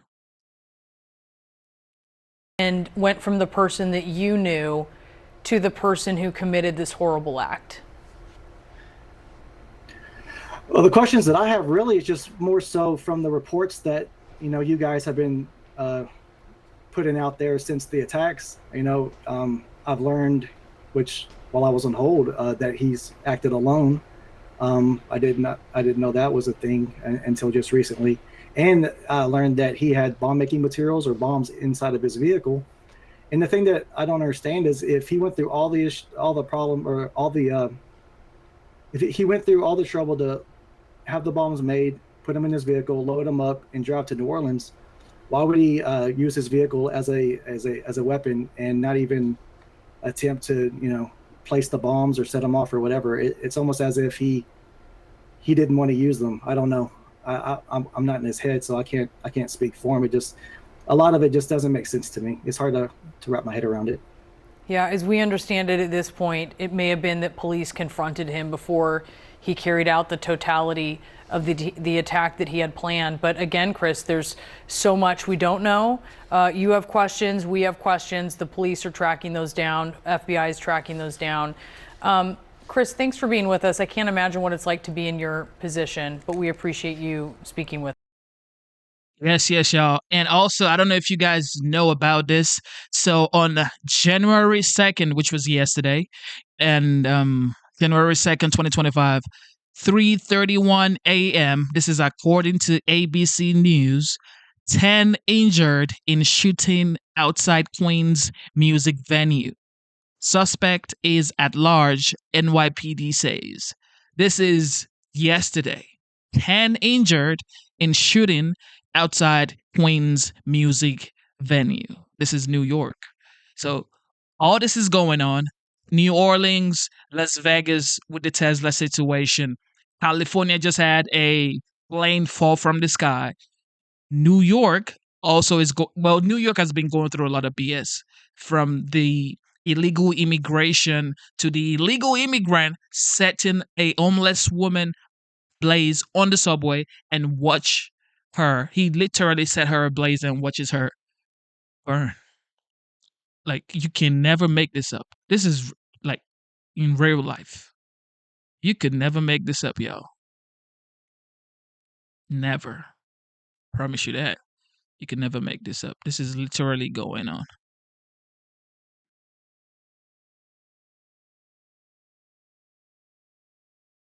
We have new video just in of a Tesla Cybertruck that police say was intentionally detonated outside of the Trump International Hotel in Las Vegas.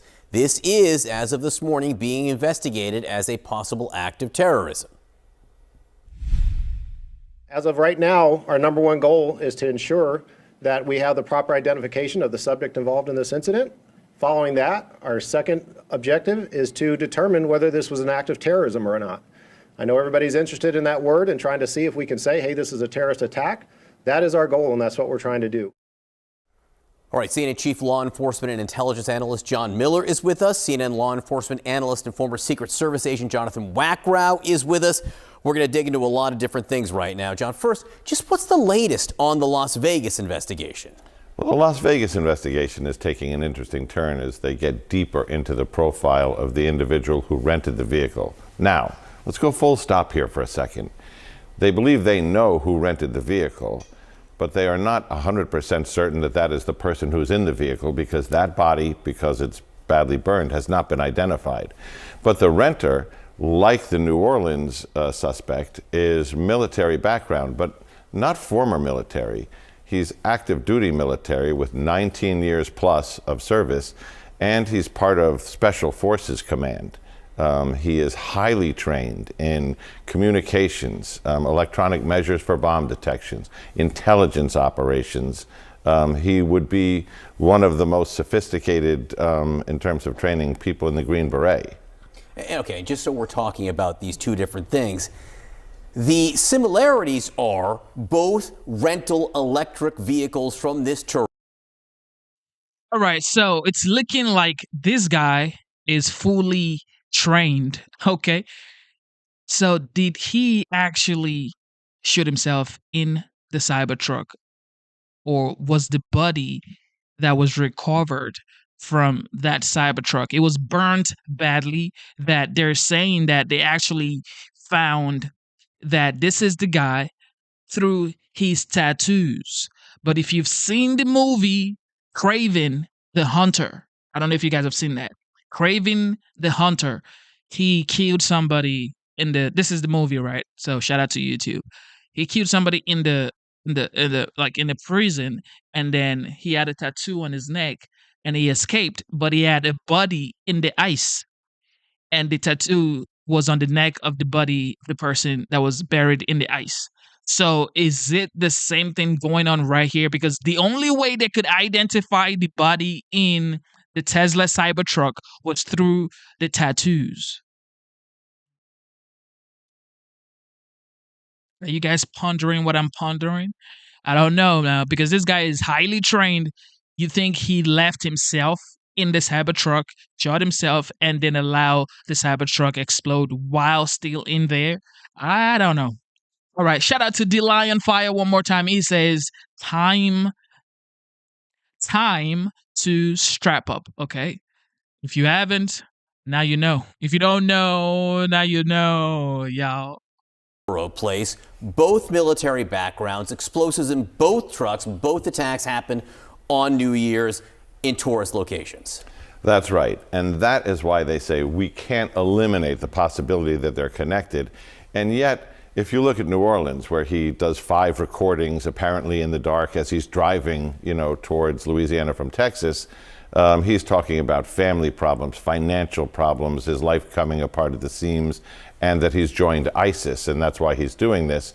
If you look at Las Vegas, so far, it appears that they don't have communications or a clear motive from the individual who's in that truck.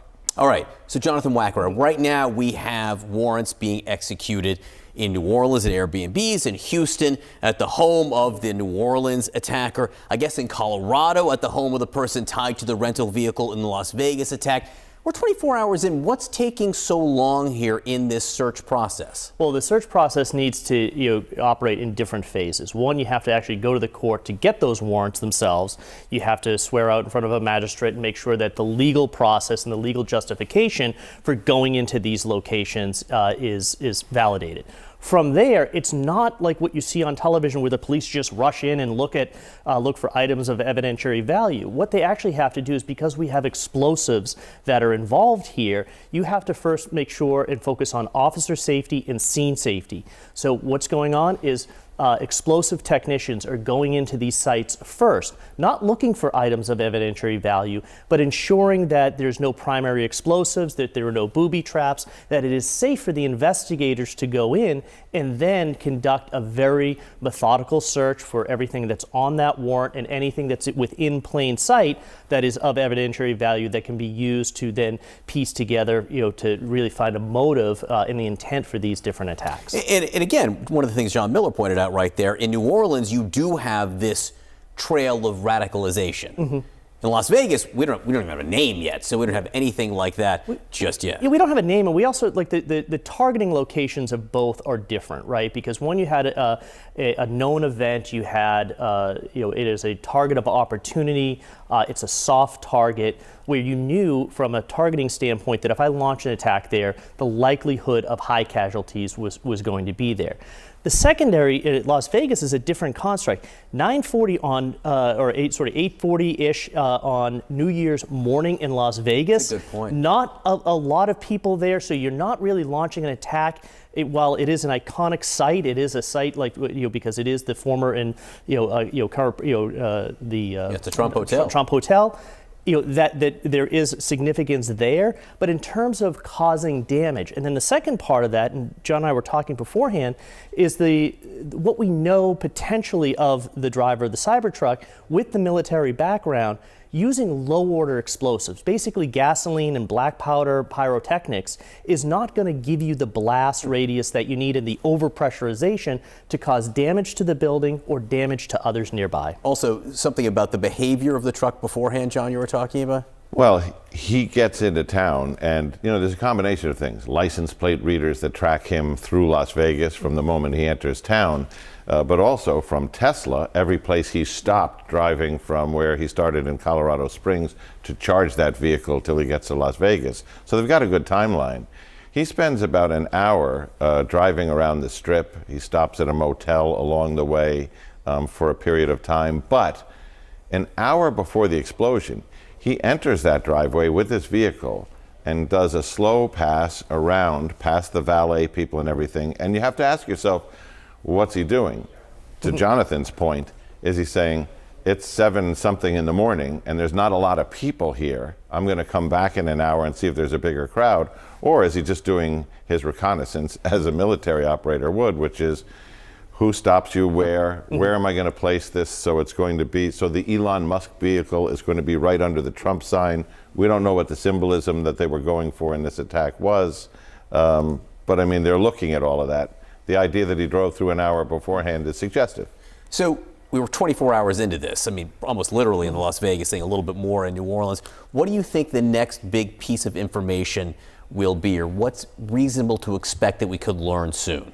Well, we're going to start getting information from these search warrants, right? And we're going to start understanding, from the localities of, both attackers, their residences in Houston and other locations, what can we garner from that, right? And I think, we have more information, more direction with the New Orleans attacker as opposed to Las Vegas right now. But that will change once we, identify the body, once we get these items of evidentiary value, we start piecing together, and trying to, figure out what is the motive here, what is driving both of these attacks, and are they connected? We have some threads here of connectivity, but again, the way that these attacks were launched, to me, signals some sort of differentiator. I mean, how long could it take in Las Vegas to get some kind of confirmation one way or the other of ISIS ties, which I think would be hugely significant? Well, if ISIS is going by its own playbook, they would have, if they recruited these people online, they would have obtained martyrdom videos from one or both of them.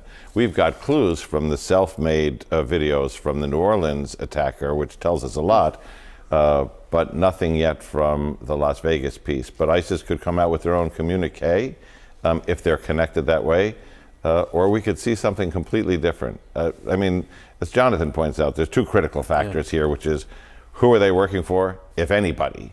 How were they recruited? The second factor is, who else might have been involved? We're seeing signs of that in Las Vegas. In New Orleans. We're not seeing signs of that yet in Las Vegas. I got to say, this was a great discussion. Leaving it with more questions in some ways than answers, and perhaps bigger unknowns than I anticipated. We'll check back in with you throughout the day. Obviously, a lot more to learn here. Yep. So, for both guys to be military, something is just utterly wrong. And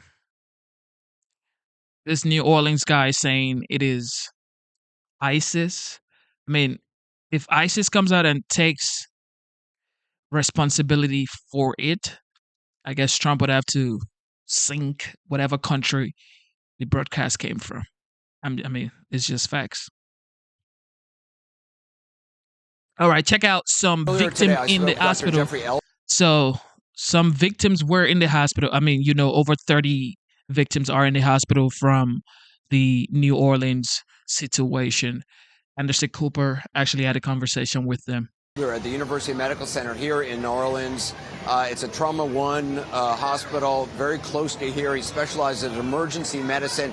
He had been on work all day long, went back home, was then called back in after the attack.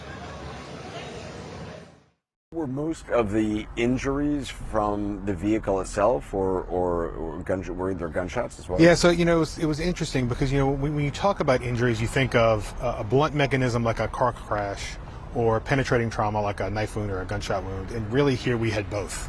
Most of our patients were unfortunately suffering blunt trauma, so they'd been hit by the vehicle and had injuries to the abdomen, the chest, the head, and a lot of broken bones. We had a few patients, really the minority, that had gunshot wounds that were here.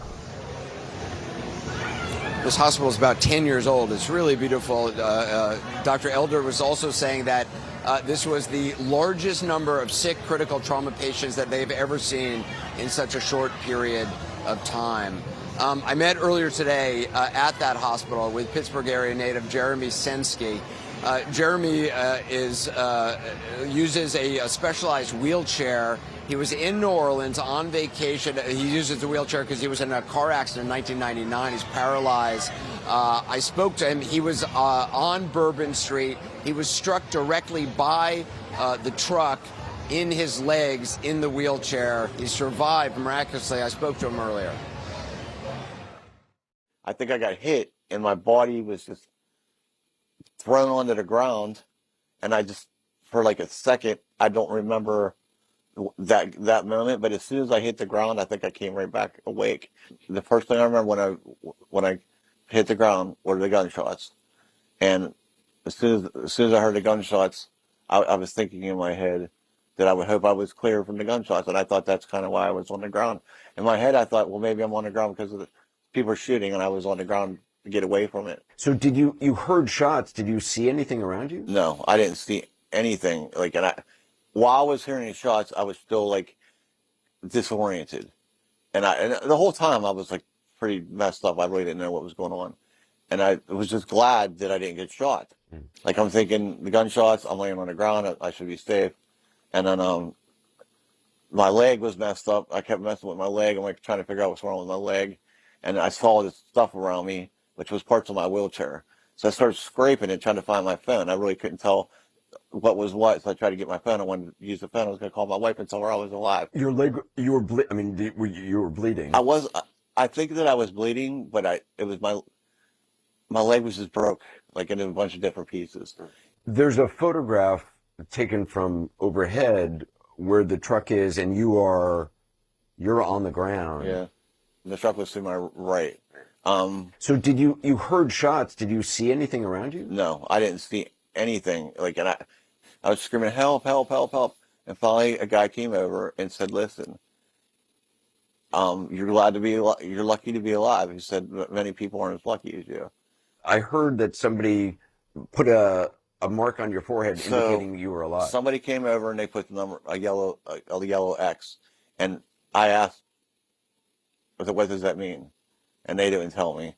But later on, I found what it meant, because whenever they care, what they did is, after a while, I'm not sure how long it was. The time was like forever. I mean, I felt like I was there forever. I was laying on my back, and there was a guy named Patrick. He was one of the cops that was dressed up in like the army fatigue color, and eventually he just stayed with me. After I told me I couldn't walk, and I was paralyzed, he stayed with me. And I asked him what had happened. He said, we don't know. We're still trying to figure it out. And I said, was it just a drunk driver or something? Did someone blow up something? Because I didn't know. I still hadn't put two and two together that the truck had done anything really. And even though I had seen the truck, I never even thought that that's what had happened, because I was so out of it. When did you learn that it was this person in a terror attack? Today. They were talking about it, something about someone shooting a cop or something. I heard someone got shot by a cop, but no one called it a terror attack. And I kept asking people, like the nurses and doctors that were with me that night, and no one said it was a terror attack. And today I found out that it was a terror attack. Does it make you angry? Me personally, I'm going to have a hard time probably coming back to Bourbon Street for a while. But I mean, I might. But I'm not. My whole thing was, you should feel safe there. And hopefully, there was definitely things that were wrong. They didn't put up the stupid thing at the end of the road that I had to drive over my wheelchair. That's supposed to stop the cars. Wasn't up. So that was definitely a problem. Like, that thing that was supposed to be up. And this is what most people are talking about. Most people are saying the incompetence, okay? At the end of the day, the incompetence has been mind-blowing. If you watched the assassination attempt on the 47th president-elect in Pennsylvania, and you saw the woman, the FBI lady or the Secret Service lady, she couldn't even put her gun back in the holster. Like, ma'am, really? Is this how you're supposed to be protecting the 47th? So this administration has just camped a lot of incompetent people, and a lot of people would have to be fired. I'm sorry, but a lot of people would have to be fired moving forward. Forget about the DEI situation, okay? This has to be, if you're not capable of doing the job, there's no point having the job. Let capable hands, capable people do their job. And people say Trump has nothing to do with this. Yeah, you could say that, but everybody knows in 17 days he is going to be inaugurated into the White House. So, yeah, he has something to do with this. It's all about games and message and politics. Was down. I drove over it. I didn't get pushed over it, but it was only this tall, like 5 inches tall. Something like Yeah, they said it needed to be repaired or something. Yeah, well, they should have repaired it before New Year's Eve. Is there anything else you want people to know? I don't want to take up too much of your time. I'm just happy to be alive, man. I don't want people to be afraid to go out and do things. I really don't. I mean, this could happen anytime, anywhere, but what are you going to do? Stop living your life? Exactly. Go out, live your life, stay vigilant, look around you, but anything can happen at any time. We're going to come back here to the New Orleans situation, but I also want to show you what just happened in Fullerton, California. Plane crash actually happened about 4 or 5 hours ago. I'm telling you, it's getting spicy. 2025 is getting spicy, and it's just the third day. It's barely the third day, okay? Plane crash in California. It's wild. Approaching 200 knots. So. And again, will you just say the type of this kit? Yeah, it's a Vans aircraft RV-10. So Romeo Victor 10. Yeah, Vans aircraft Victor Alpha November. All right, let's go to the beginning. Let's see what's going on. So if you're just tuning in, this is a plane crash update in California. Just happened 5 hours ago. Okay, this is sad to see, sad to hear, but it is currently happening. A lot of people are saying, well, what does this have to do with Trump? I mean, all of this happening. We've had 4 years of Joe Biden, which everybody was in total shambles, okay? Gas prices all-time high, groceries was all-time high, inflation all-time high. Everything was just all-time high. The border was in chaos, okay? Bunch of illegal immigration has been going on. However, the 47th was just announced in November 5, on November 5, and all of a sudden Bitcoin goes all the way to the top and chaos starts going rampage. I think it has to do with Trump as well. Okay, all of this going on right here. It has never been this intense for the past 4 years. It's just getting to this level of intensity after Trump was announced as the 47th president-elect. This is my opinion, okay? Like I said, it's not the gospel truth, but this is what I believe. After he was announced, like Luke said in the chat, it said something about the elites getting wild and trying to cause some BS to happen, but this is it. Built Vans aircraft RV-10, registration number November 8757 Romeo. It was construction was completed in 2011. It's a 4-seat, single-engine aluminum airplane, and it was based out of Fullerton Airport. So the airplane departed from runway 24 at Fullerton about 2 p.m. this afternoon, climbed straight ahead to about 900 feet, and a short time later, the pilot called for an immediate return to the airport. The tower controller then cleared the pilot to land on any runway. The airplane then appeared to make a 180-degree left turn and flew the left downwind for runway 24, and ultimately crashed about 1,000 feet short of runway 24. Struck a furniture building and immediately caught fire. And so far we have 2 confirmed fatalities, but we don't have any names or IDs. The coroner will be able to provide that at some point in the future. The plan is to continue the on-scene investigation tomorrow within the facility, and then have the airplane recovered probably tomorrow evening or late afternoon. And then the investigation will continue at a remote storage facility throughout the weekend. Yes, the word. Thank you, Luke. Thank you for putting that comment back on the chat.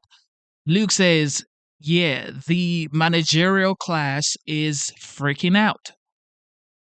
That's the word. Managerial class. They're freaking out. And if anybody says this isn't politics, I don't know.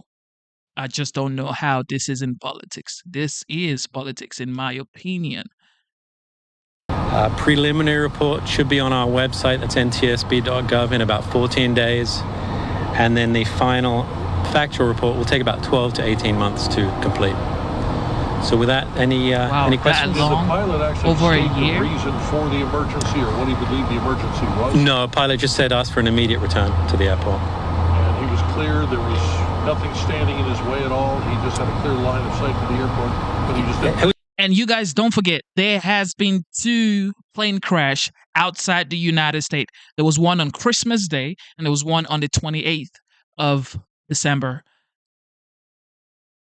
I think one was in South Korea, and the other one was in I think Abidjan or something like that. I can't remember. But the one in South Korea had 175 or 79 people dead. Okay, like almost 200 people got killed in the one in South Korea. This just happened like 4 or 5 days ago. Now, the one in California has 2 dead, 18 people hurt after plane crash. This is California on the United States soil. It's getting close to home, y'all. It's getting close to home. This is politics, in my opinion. It was at 900 feet, so this would have been about traffic pattern altitude, so you can presume that it was clear. If he lost power, would he be able to have made it all the way in, do you think? Or It's a little bit too early to make those kind of assumptions based on the data we have. 2 souls on board, pilot and... Well, all we can say right now is 2 fatalities. We don't have any IDs, so we can't confirm. We don't know how many people were on board of the plane? Both on board the plane? We're not sure yet. So because we don't have IDs, we can't really confirm whether they were. On board or... And this is what I don't get. If you don't have the information, don't be coming out to talk to the press. Go back inside, okay? Go back, get the information, and come back outside. Don't be coming outside saying we don't have the information yet. What are you doing talking to us? This is what I call incompetence, okay? I'm sorry, I know it's working hard, but if you don't have the information and you're supposed to be the professional that is having this conversation with the press and you're saying, we don't know, we're sorry, for right now, we don't know, please go back and know and come back outside. Can you do that, sir? Thank you. We don't know because we haven't been able to ID them yet. Do the noise regulations on the airport, just like in Santa Monica, have anything? Aircraft RV10, registration number. I see. It would be, I would say no at this point, but it's a little too early to make any kind of judgment along those lines or compare it to Santa Monica. So the plane didn't have an airworthiness certificate. What does that mean? Oh, it did. No, so it's a kit-built airplane. It's a very popular airplane. There's about 1,100 of them have been built, and about 11,000 Vans aircraft have been built. So it's a pretty popular kit-built airplane. Because on what we pulled up, it said the airworthiness certificate that. So is that just? It would be an experimental airplane, so we'd have to look into that in a little bit more detail. But it's a pretty standard airplane, and it's been flying for a long time. Can you explain what is a kit airplane for some of us that are not experts in aviation? Yeah, so it's basically, it is what it is. It's actually a kit airplane that the owner of the airplane can build and maintain themselves. Provided they built it, they can continue to maintain it. It's just a kit airplane. The FAA, once it's been built, it's then inspected by either an FAA inspector or someone who's designated to work on behalf of the FAA. And then it's approved for flying, yeah. It's pretty common. Very common. It's about 11,000 of these type of airplanes, 11,000 Vans aircraft flying, and about 1,100 RV-10 airplanes flying. So, yeah, in the world. So it's very common. Do they have a good safety record for the most part? It's not really the place to talk about this company's safety record at this point. From a reliability standpoint of airworthiness, we had. Again, it's a little early to be talking about reliability and airworthiness, I think, for this briefing. Thousands, as many you said, how many of them have crashed? Oh, I don't know the number off the top of my head. But airplanes been around? Kit-built airplanes? Since the beginning of aviation, essentially, yeah. Do you know if this particular plane had issues before? I don't. Not at this point. No. We're gonna locate the maintenance records, confirm that the airplane was current for its maintenance, and we'll really take it from there. I may have misheard, but someone asked. So what can you actually tell us? Nothing. Absolutely nothing. This is what I mean by incompetence, y'all. I get it. He's working hard. Okay, he's a professional expert, but you don't have the maintenance record. How do you come out to have press conference about a plane crash and you don't have the maintenance record? So what do you have?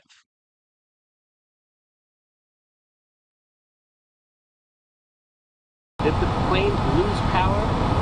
We're not. That's what we'll be looking into. The pilot simply said that he needed to return to the airport. What did the flight plan say? Where were they headed? So it's visual flight rules. There's no requirement to have a flight plan. So we don't know where the airplane was flying to at this point. Total amount of time from takeoff to the point to where we had, unfortunately, the crash. What was it?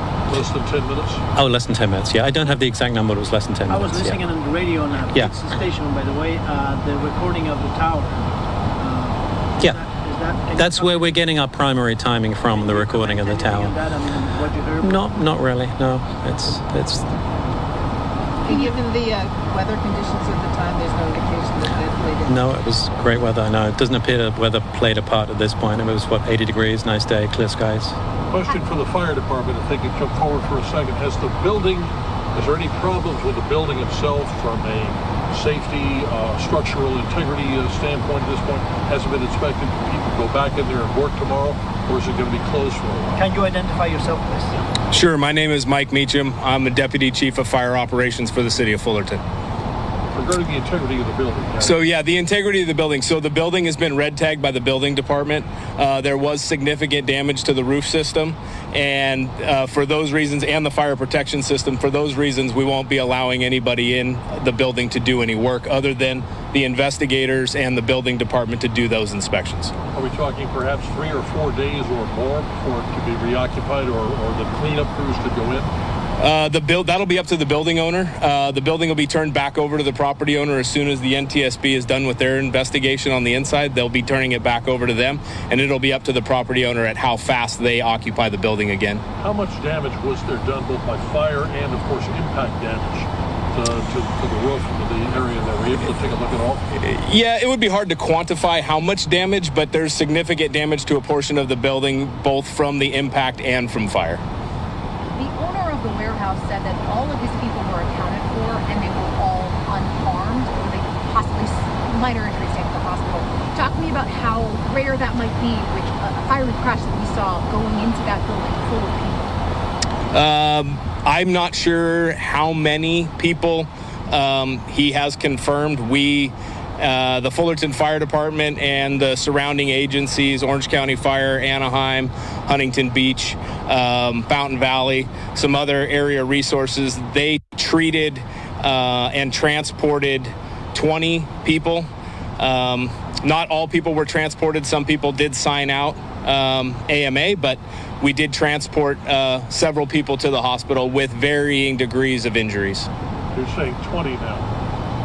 Earlier we had 18, 10 hospitalized, 8 signed out basically. Yeah, our numbers right now are 20. And of those, 10 in the hospital, 10 signed out? I don't know what the breakdown is of how many. It's too early for me to go back through that paperwork. Total of 20 injuries though? 20 people were treated. And sir, a worker had described inside that when the plane crashed, they ran out and they saw some other co-workers dousing fellow co-workers with fire extinguishers. Is that your understanding? I wasn't here at that time when that happened. I don't know what those first eyewitness accounts were. And were the 2 fatalities, were they pronounced dead here at the scene, or were they trapped? That's information that we're not releasing yet. So can you just confirm, the 20 people, does that include the 2 people who passed away? That does not. Okay. So it's 20 and 2? Yes. To the best of my knowledge, we're at 20 and 2 at this moment. And just to confirm with the NTSB, we're not saying we don't know how many people were in the plane. Or we're not. No, we don't know. We can't because we don't have any identifications. Can you talk at all about whether or not this plane had been flown before, if it was built in 2011 and then just... I'll let the NTSB have. Oh yeah, no, it's built in 2011, and the owner is based in Fullerton. So yeah, I don't have the exact time. We'll know when we look at the maintenance logbooks, but it has flown before. Yes. Is this type of aircraft one that you only the person that built it can fly it? Oh no, anyone can fly it. Any pilot. Anyone can fly it. Yeah. Because there's unofficial reports that the pilot is in the hospital. Do we know anything about that? I've not heard about that. No. It was at 900 feet. Talk at all about whether or not this plane had been flown before, if it was built in 2011 and then just... I'll let the NTSB have. Oh yeah, no, it's built in 2011, and the owner is based in Fullerton. So yeah, I don't have the exact time. We'll know when we look at the maintenance logbooks, but it has flown before. Yes. Is this type of aircraft one that you only the person that built it can fly it? Oh no, anyone can fly it. Any pilot. Anyone can fly it. Yeah. Because there's unofficial reports that the pilot is in the hospital. Do we know anything about that? I've not heard about that. No. What is the range of this kit-built aircraft? It could fly, off the top of my head, this is time range. It could probably fly to 5 to 6 hours at approaching 200 knots. So. And again, will you just say the type of this kit? Yeah, it's a Vans aircraft RV-10.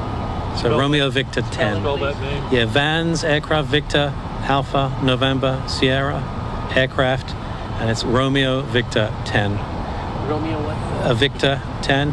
And you have the registration number. You can look it up on the FAA database, and that'll give you the exact more details.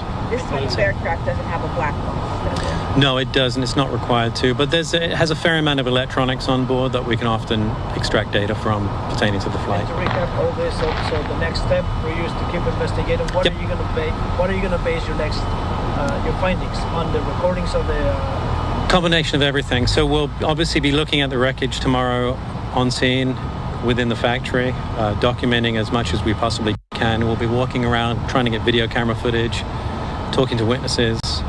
We'll be extracting the electronic data that's on board. And then from there, we'll remove it and we'll do a far more forensic investigation in a remote facility. Those are really the basic steps. Just to be clear, when the pilot said they needed to return, immediately after flying, the air tower said, this area is clear to land. Yeah, immediately presumed there was an emergency. I actually stated the tower said immediate return. Yes, confirmed that they could immediately land any runway. The tower clearly knew there was a problem. The tower controller. Well, there you have it. Plane crash in California. But while all of this is going on, okay, don't forget, we have a commander-in-chief as of now, President Joe Biden. While this stuff is going on, take a look at what the president is doing. He is giving Medal of Honor. While all of this is going on, this is what the president is doing. The title in American is not president, but citizen. It's we the people. All right, These are the words of the rock upon which this entire nation has been built, not hyperbole. It's fitting that we gather here in the East Room next to the portrait of Teddy Roosevelt, a reformer, a soldier, a governor, a president. He promoted the cause of active citizenship. Despite his rugged individualism, he believed in forging common ground. To paraphrase him, he once said, and I quote, "Grave perils are yet to be encountered in the stormy course of a republic, but there's no reason we should fear them or doubt our capacity to overcome them. If we each endeavor to live so as to deserve the high praise of being called a good American citizen." That's who you all are, good American citizens. That's the story of our nation, carried forward by heart, hard work, and the American people. For those who were here before our founding, those born generations later who immigrated here seeking the blessings of America, is the story of yet another great president we miss, Jimmy Carter. May we all strive to measure up to his highest standard of active citizenship in our time, and to the highest standard set by women and men we celebrate here today. You know, for the final time as president, I have the privilege of bestowing the Presidential Citizens Medal, one of our nation's highest honors, on an extraordinary, and I mean an extraordinary, group of Americans. The Citizens Medal recognizes, quote, citizens of the United States of America who performed exemplary deeds of service to their country and to their fellow citizens. Over 50 years, presidents of both parties have awarded this medal to Americans who have met that high calling. Diplomats and doctors, conservationists, community organizers, philanthropists, faith leaders. You know, I've been honored to present law enforcement officers who defended our Capitol on January 6th, and the state and local election officials, elected leaders who defended the free and fair election of 2020. Today, we celebrate a new group of Americans who dedicated their careers to serving our democracy in other essential ways. Some of you I've known and worked for a long time, none longer than Ted Kaufman. Others I've admired your character from afar. You're all, and I mean this sincerely, you're all incredible, incredible. You're activists who turned pain into purpose, forced open the doors of equality and justice, attorneys who changed not just the laws but society and brought America closer to our highest stated ideals. You are elected officials who served in difficult times with honor, decency, and ensure our democracy delivers. Storytellers who have shown light in darkness, and educators who have kindled new flames of imagination. You are veterans who revolutionized trauma care, won recognition for women, and built new foundations for peace. Together, you embody, and I mean this from the bottom of my heart, the essential truth. We're a great nation. We're a great nation because we're a good people. A good people. I've said it before. Our democracy begins and will be preserved in the habits of our heart and our character and our optimism that tested yet endures, and our courage that digs deep, real deep when we need it as a nation, and our empathy that fuels our common project of our willingness to see each other not as enemies, but as fellow Americans. I think it's pretty damn simple. Our democracy begins and ends with the duties of citizenship. That's our work for the ages. That's what all of you, and I mean this, all of you embody. It's now my honor to award the Presidential Citizens Medal. I'm going to ask the military aide to read each recipient's name as I welcome them to the stage and they receive their medal. Thank you for being here, and thank you to all the families, because all these awards are being given today are in no small part because of all the support you gave them. Thank you, thank you.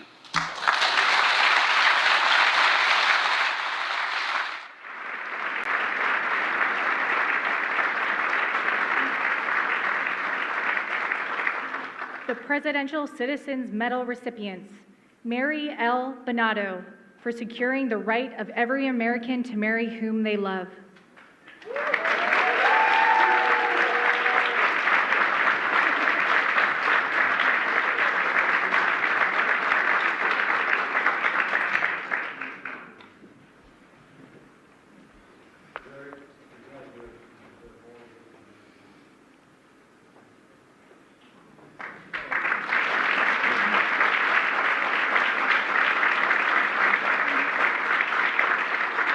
Bill Bradley, for bringing the values of the game to a life of public service.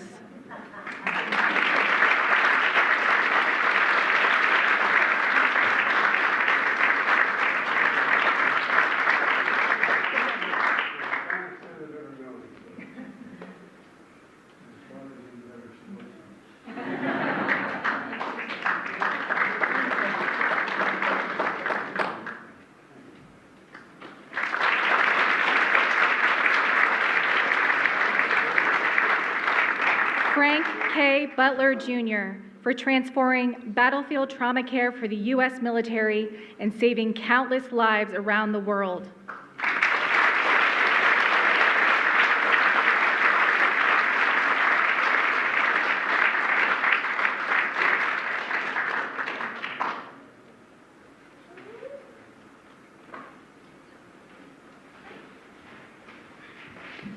Elizabeth L. Cheney for putting the American people over party.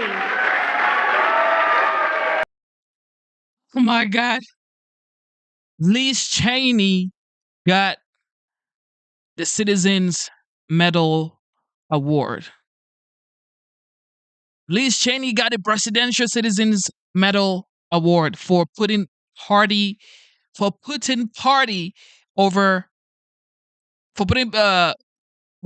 people over party. What is that? For putting people over party. I mean, what is going on here?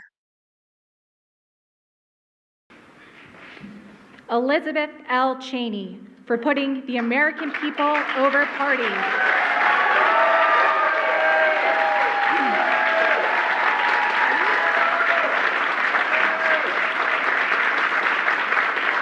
So she's getting an award for supporting Kamala Harris and opposing Trump. Basically, this is what this award is about. Liz Cheney's award is about supporting Kamala and opposing Trump. Because the announcer just said, Liz Cheney for putting the American people first over party. What does that mean? It means she put the people first for saying don't vote for Trump. So because she said don't vote for Trump, he's a bad person, vote for Kamala, she gets an award. This, you can never make this up, y'all. You can never make this up. She gets a Presidential Citizens Medal Award for saying vote for Kamala Harris and don't vote for Trump. And Trump signed, it brought together leaders of the world and signed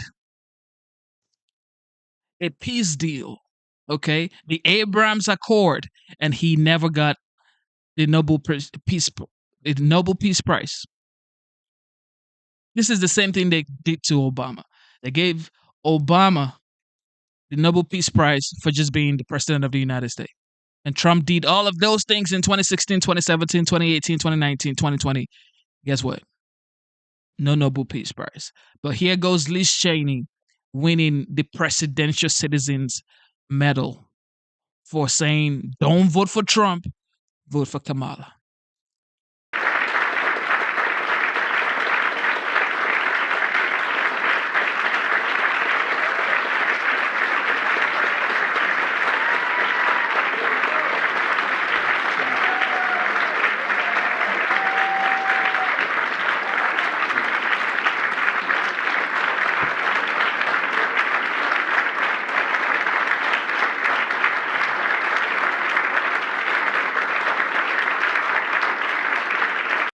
What is this? What is going on?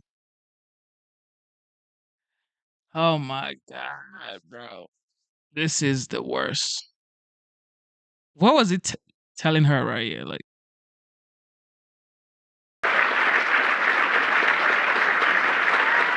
you could tell she's like, come on, let my hand go. Look at her face right here.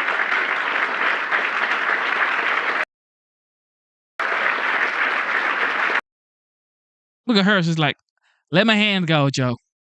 Let my hands go, Joe. I gotta go, Joe. Come on, Joe.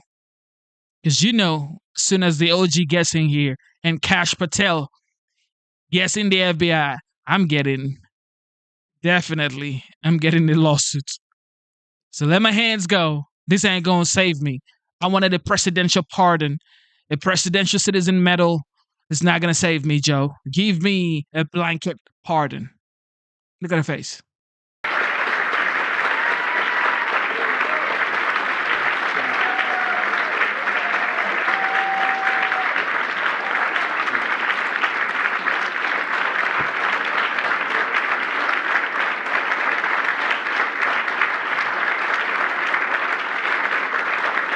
And somebody said Time magazine gave Trump Man of the Year 2024. Of course. I mean, who was matter of fact, he should have been getting Man of the Year since 2016 because he's been saying the facts. So Time giving him Man of the Year. Who the hell is Time? Okay, Time magazine. That's the magazine. Don't forget that. This is the president of the free world. This is the commander in chief of the United States Army. This is the president of the greatest nation on earth. He is giving a person the highest citizens award for saying, don't vote for Trump, vote for Kamala. And you're comparing that to Times Magazine? No, I don't think so. Christopher J. Dodd for carrying the torch of public service.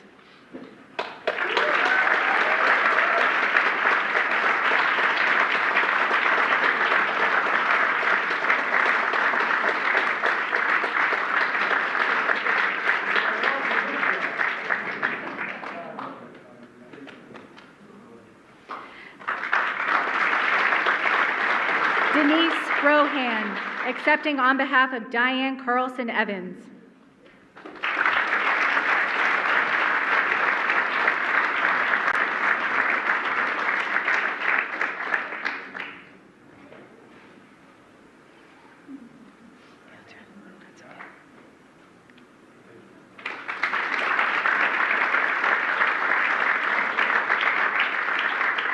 Gracie Galloway, accepting on behalf of Joseph L. Galloway, for his patriotism and service as a renowned war correspondent. Yeah, it's way too many people. Bunch of BS. There we go. I mean, I gotta play back Liz Cheney, y'all. I gotta play back Liz Cheney. Where Liz Cheney at?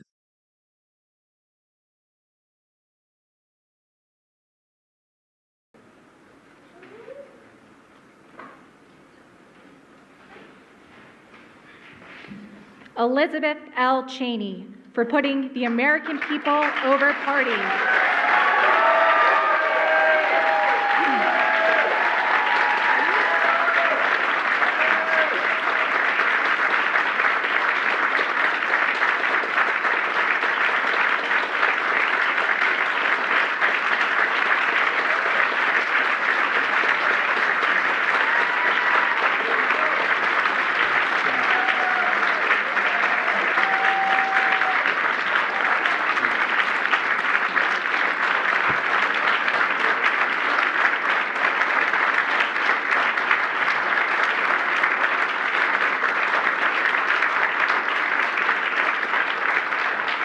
Christopher J. Dodd. Okay.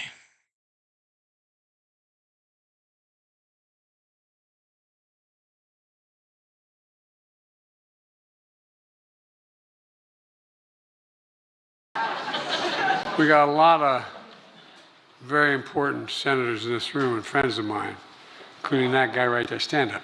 Come on. Come on, Matthew, stand up. I'm not, you stand up, man.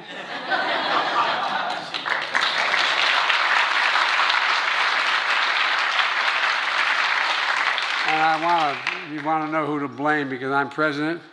Jim, stand up. South Carolina.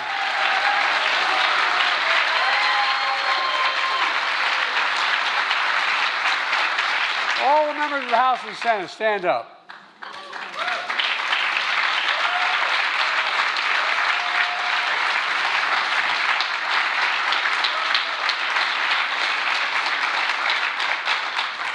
And the guy who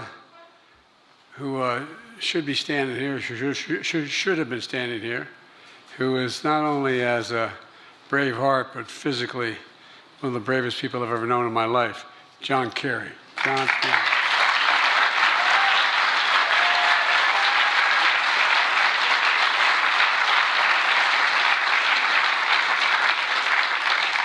Look, I want to thank you all again and to your families for your service to the nation. And by the way, it's not hyperbole to suggest that you, the families, have had such an incredible impact on all that they've done and all that the country's done.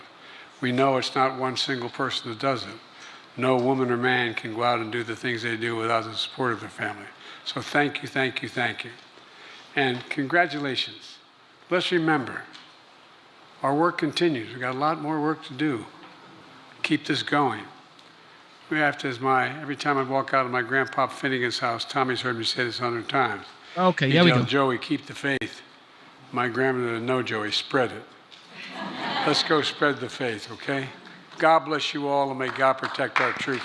Enjoy the reception. Thank you. Guys, don't forget, this is while New Orleans is going bonkers. This is while a Tesla just exploded due to fireworks in it with some explosives in front of Trump's tower. Don't forget, this is while a plane crash happened in California. This is while all of this is going on. Our president, Joe Biden, is giving out the Presidential Citizens Medal Award and having the Presidential Citizens Medal ceremony. It's giving Liz Cheney an award for saying, don't vote for Trump, vote for Kamala. Awesome. All right.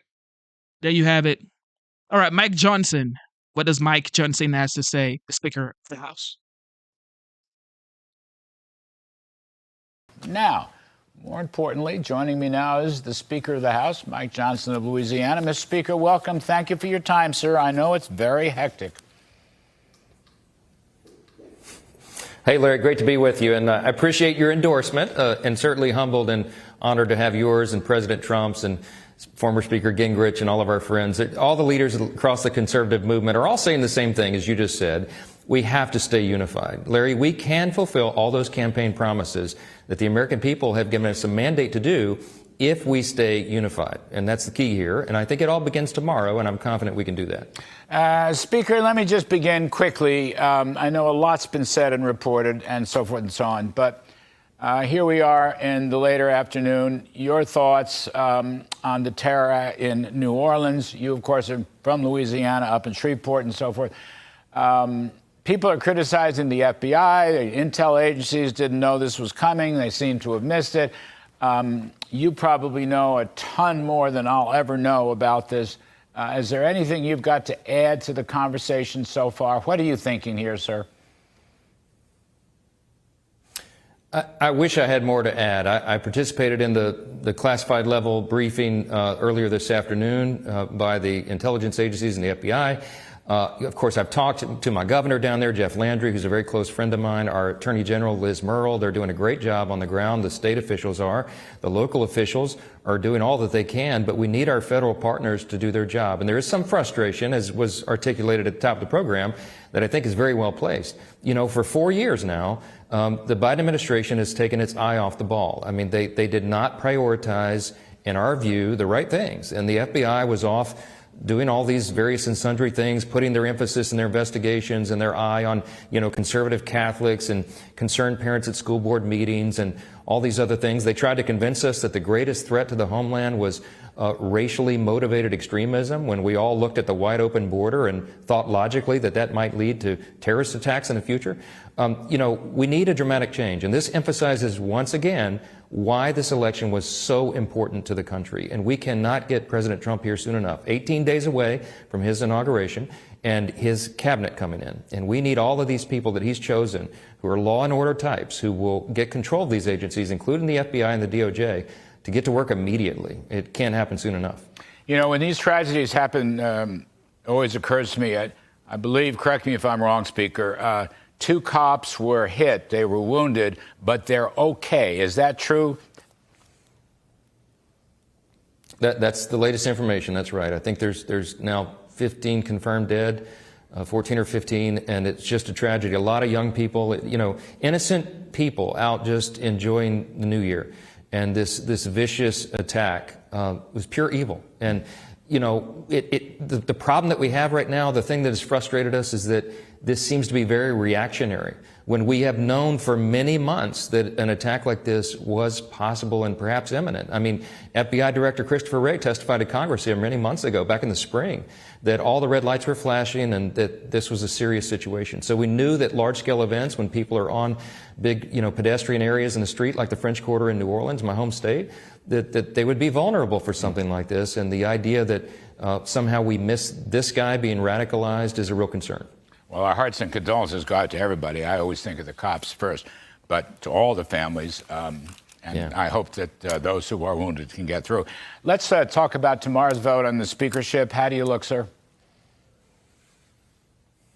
I think it's going to be okay, Larry. We'll have maybe one no vote, I think. I think we get it done on the first round. Certainly hopeful for that because, as we noted, we've got to stick together. We'll be operating with the smallest margin in U.S. history for much of the first 100 days of the Congress, and perhaps longer into the year.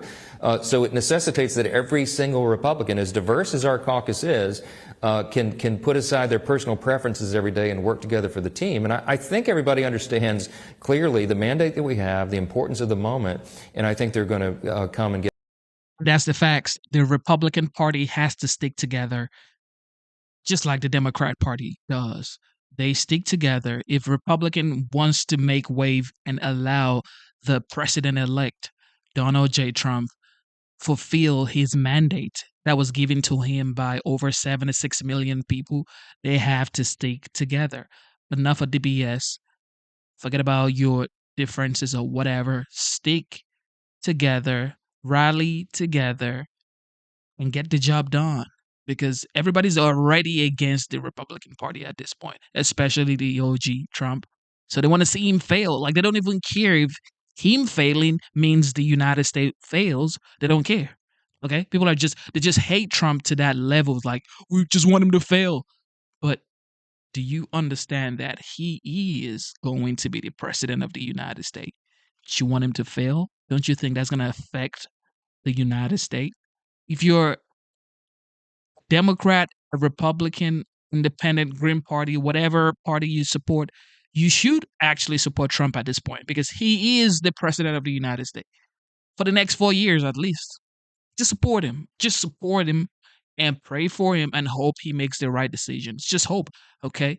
He's already said everything he was going to do during the rally, during the roundtable conversation, during the campaign trails.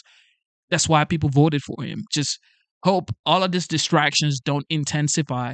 Let him focus on what he's supposed to do. Everybody should be on that vibe right now. I mean, Jesus. Get along. Look, I'm a proven fighter. I'm a MAGA conservative, but I'm also someone who can get everyone in that broad array that we have in the House GOP to work together. And that's what's necessary in the days ahead. And that's how we're going to deliver on the America First agenda for the people. So we can't wait to get started. Is President Trump making calls for you, Speaker? I was with him yesterday at Mar-a-Lago. He and I and J.D. Vance and the Vice President-elect, his senior team. We talked about the legislative strategy and all of that, and he said, "Who do I need to call?" I don't think he's calling this afternoon because I haven't identified anybody that he needs to lean on. My conversations with my colleagues have gone great, and a lot of members have come in very thoughtfully, in good faith, you know, with process improvements and things they'd like to see differently. The good news is, Larry, we're shifting into a brand new paradigm. We are going to have unified government. We'll have control of the White House, the Senate, and the House. 60% of the House Republicans have never experienced that before. So it's a totally different environment, totally different existence when we're actually in a lawmaking exercise every day. So we should have a lot more fun. We get to run our agenda instead of playing defense every day, and we're looking forward to that. So as I said earlier, there's no time for dawdling. You've got a certification process January 6th, which is Monday. So tomorrow's January 3rd, Friday. Yeah. So some's got to give. Correct me if I'm wrong, but procedurally, if we don't have a speaker, we don't have a House, we don't have a certification, then we don't conceivably go to January 20th and have a President Trump. Yeah, we would have ourselves a constitutional crisis, I would argue. You have to have a speaker to begin and commence the Congress itself. And this happens every 2 years. We've been doing this for hundreds of years now. I think we'll do it again tomorrow. We'll get the 119th Congress going, historic as it will be. And I've said, and I said on the campaign trail all year, I genuinely believe, Larry, we could be the most consequential Congress of the modern era, because I believe President Trump will be the most consequential president, because very frankly, as you and I have discussed many times, we actually have to fix everything. And that has to begin on day one. So we don't have any time to waste. Exactly. And I think that everybody recognizes that here. Well, speaking of fixing everything, and speaking of blue-collar booms and safety at the border and maybe stopping these terrorists and so forth, how about it? Some people are close to Mr. Trump are reporting that he is talking about one big, beautiful reconciliation bill. One big, beautiful bill, Speaker. What do you make about one big, beautiful bill? Does your reimagining one big, beautiful bill, and how might that work in the Senate side at the same time? Well, look, I think the Senate will get it done, and I think, all this begins in the House. I believe that we'll be able to build the coalition to do that. One big, beautiful bill will have a lot of components if that's ultimately the play call. There's a lot of merit to it because we've got to get tax done and energy policy and the border and everything you've said all in one big shot. But the clock will be ticking. We'll have a lot of pressure on us on time because the American people are going to want to see results. Some of those negotiations by design take a long time because you got to get it right. And but I tell you what, everybody here is ready to roll their sleeves up and get the job done. We're going to put in processes and procedures to make that collaboration happen on a very quick timetable, and we'll be required to do that. But I think we're going to be able to get this ball over the goal line for the people, and it's going to be a huge thing for the country. Well, I don't want to obsess about it, but you'll permit me to obsess slightly about it, a moderate obsessing about it. But it's going to be awful hard to get 2 bites out of the apple. You're going to have a tight majority in the House, a very tight majority in the House. The discussion on the continuing resolution, to a large extent, shows that. People who think that you can get a quick reconciliation bill, there's going to have to be offsets to any border spending anyway. Plus, there's going to be defense increases. I mean, I just think, Mr. Speaker, I think one big, beautiful bill is the way to go. And I do think, Mr. Trump got a mandate for change, an enormous mandate for change from his working class coalition, and the prospects of assuring or reassuring people, batten your wallets, you'll get the tax cuts Mr. Trump promised, the blue-collar boom can begin right away, along with closing the border and so forth. I just think you owe it to your new majority to do one big, beautiful bill.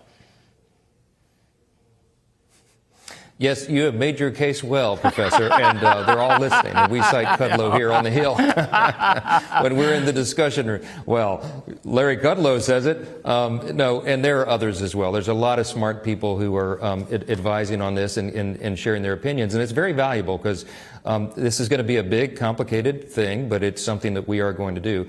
And look, always, me personally, I appreciate your insight on that and others. I was talking to our incoming Treasury Secretary, Scott Bessent, about this, and many others, our friends, Stephen Moore and Art Laffer and the rest. And they make a very compelling case about the one bill strategy. And I think a lot of people are listening, Larry. We want to ensure success. This is about measuring the probabilities of passage. And we've got to take the best shot that we can to get it all done. And we have no margin for error. So it's going to be a delicate dance here, but we're going to get that delivered for the people. So I appreciate all your influence on it. Well, I don't know if I have any influence, but I do have a point of view, and many share that. You just mentioned a bunch of people that share that point of view. I think I know where your heart lies. But I think what I mentioned about the president in his own language, one big, beautiful bill, he's been pretty steady on that. I've had reports from U.S. senators and senior staff and others, yourself included, that this first surfaced at the Army-Navy game, which was whatever it was. Some people say Trump didn't get a mandate. What do you mean he didn't get a mandate? He had over 76 million people vote for him, majority vote. He got all swing states. He won all the swing state electoral college. So when last did a Republican win the majority vote? When last? Probably in year 2000. Probably. But this man he got the majority vote. He got the electoral college. He got the swing states, all swing states. So like it was flawless victory. Was a month ago or so. I don't think he's moved on that. And I think you have to deliver. I mean, I think it's promises made, promises kept. You don't want to make the mistakes of 2017 when quixotically Republicans went after, Obamacare and this and that, and almost didn't get the tax cut through in late 2017. This time it's Russian roulette with a $4 or $5 trillion tax hike. So again, I don't want to obsess about it, at least not over. Yes, it is what it is. A lot of people say Mike Johnson is a snake. That's what a lot of people are saying, even Republicans. However, to me, this man is articulate, a very skillful communicator. He knows what he's talking about. He helped Trump win the presidential election. Anybody can have their own opinion. However, this man helped Trump win the election, as well as Elon Musk, Marjorie Taylor Greene, J.D. Vance, a lot of people, okay, Joe Rogan, a lot of people helped Trump win the election. However, Mike Johnson was part of these people. All right. With that being said, Alejandro Mayorkas gives an update on the deadly terror attack that happened in New Orleans and just everything bubbling up in the United States right now. See what he has to say. Of course, Mayorkas sometimes says some bunch of BS, but let's listen.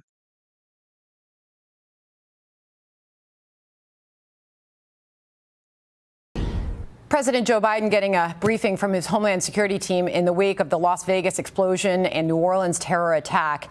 DHS Secretary Alejandro Mayorkas joins us now. Every time they show us a picture like this, every single time they show us a picture like this of Joe Biden with a bunch of people, serious looking, and have water and papers in front of their table, acting like, they're working.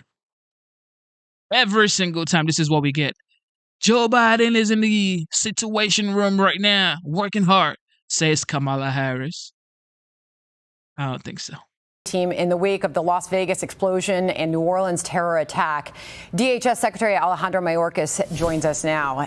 Thank you very much, Mr. Secretary, for being here. Please do give us an update at the very top here on what you have learned, especially as we got an update from Las Vegas where officials there say they have not been able to make a connection between these two attacks, but they haven't ruled anything out or in on that yet. What update can you give us, sir? Well, thank you very much for having me. The first and foremost, our hearts break for the families and the loved ones of the individuals who lost their lives in New Orleans yesterday. Indeed, the Federal Bureau of Investigation that is leading the investigation both in New Orleans and in Las Vegas, Nevada, has not found any connection between those two incidents. The most important development in the yet still preliminary investigation in New Orleans is the FBI's reassessment that, in fact, this individual, born in the United States, a U.S. citizen, appears to have been acting alone and not in concert with other individuals. But indeed, the FBI has confirmed that that was 100% an ISIS-inspired attack. So what assurances can you give us that there are not more of these terrorists on the homeland today? So this does appear to be an individual, a U.S. citizen, radicalized to violence by a foreign terrorist ideology, specifically the ISIS ideology.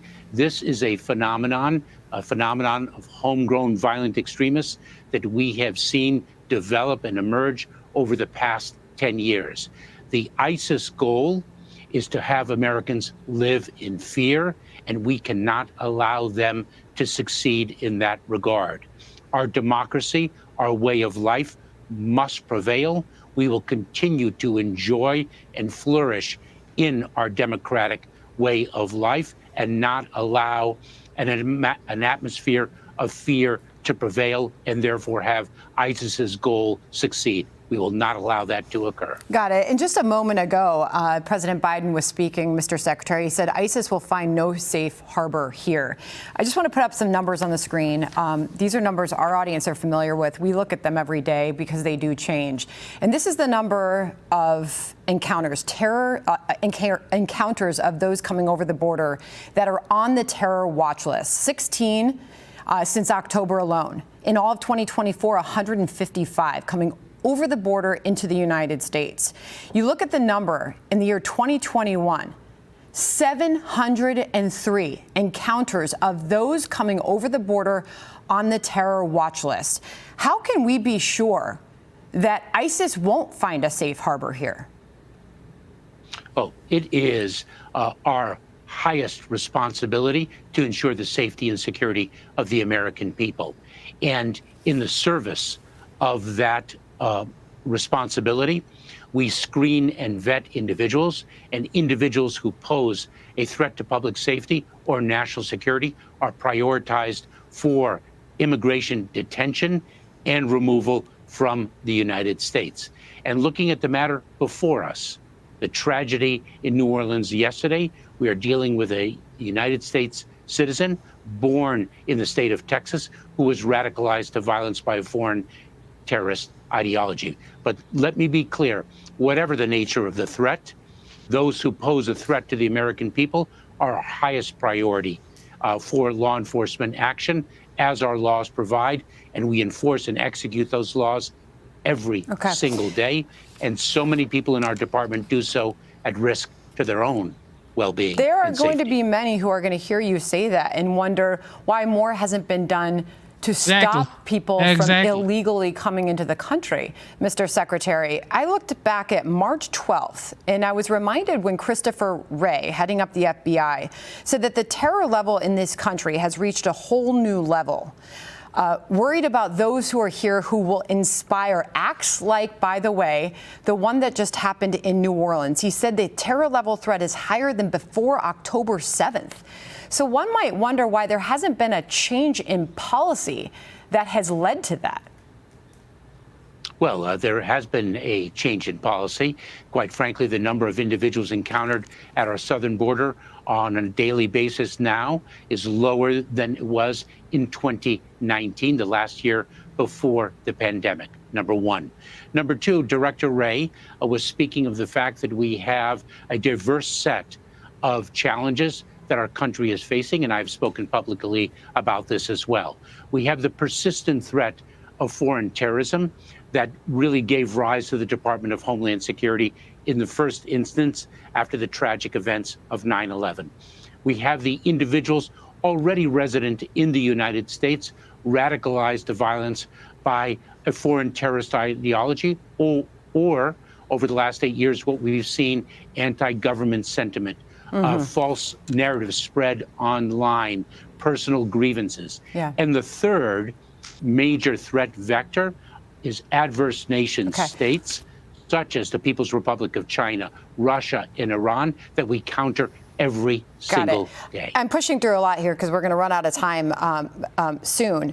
But as far as what you can reveal to the American public you are doing, I mean, in case in point, in New Orleans, this particular terrorist was pledging his allegiance to ISIS on social media. We have yet to hear about how those videos were eventually taken down, whether that was through the social media network or the federal government. Perhaps you can give us more information on that. No, he can't. No, he can't. Yeah, he cannot give you any information. Let me just tell y'all right now.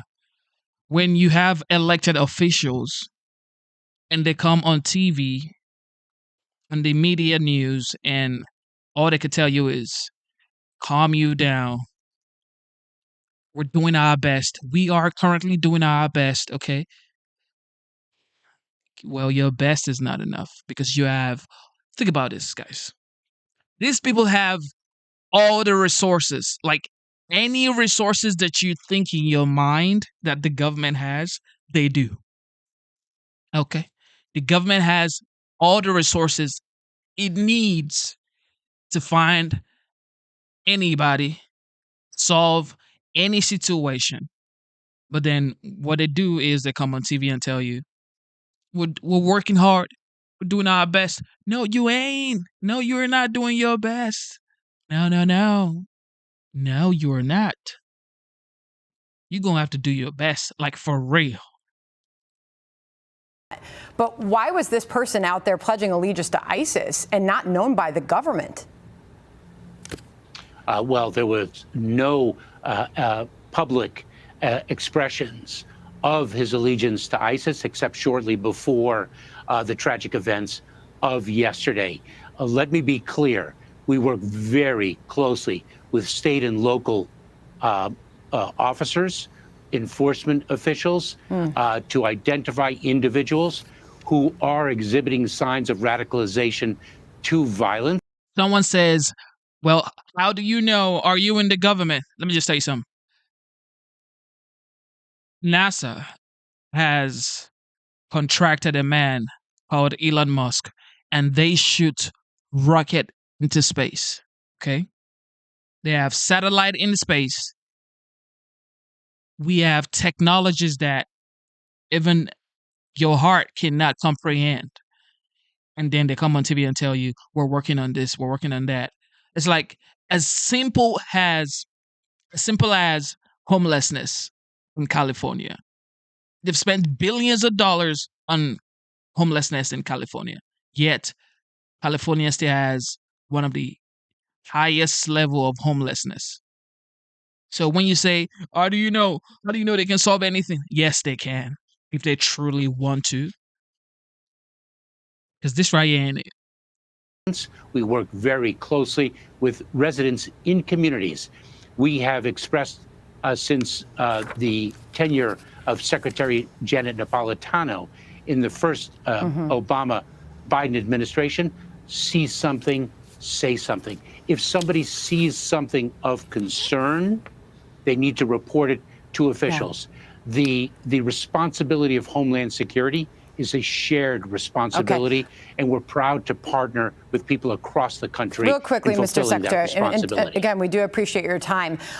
We just had the incoming National Security Advisor, Michael Waltz, on this network saying that he believes that these two events will have a big impact on Trump's confirmation process of his national security picks.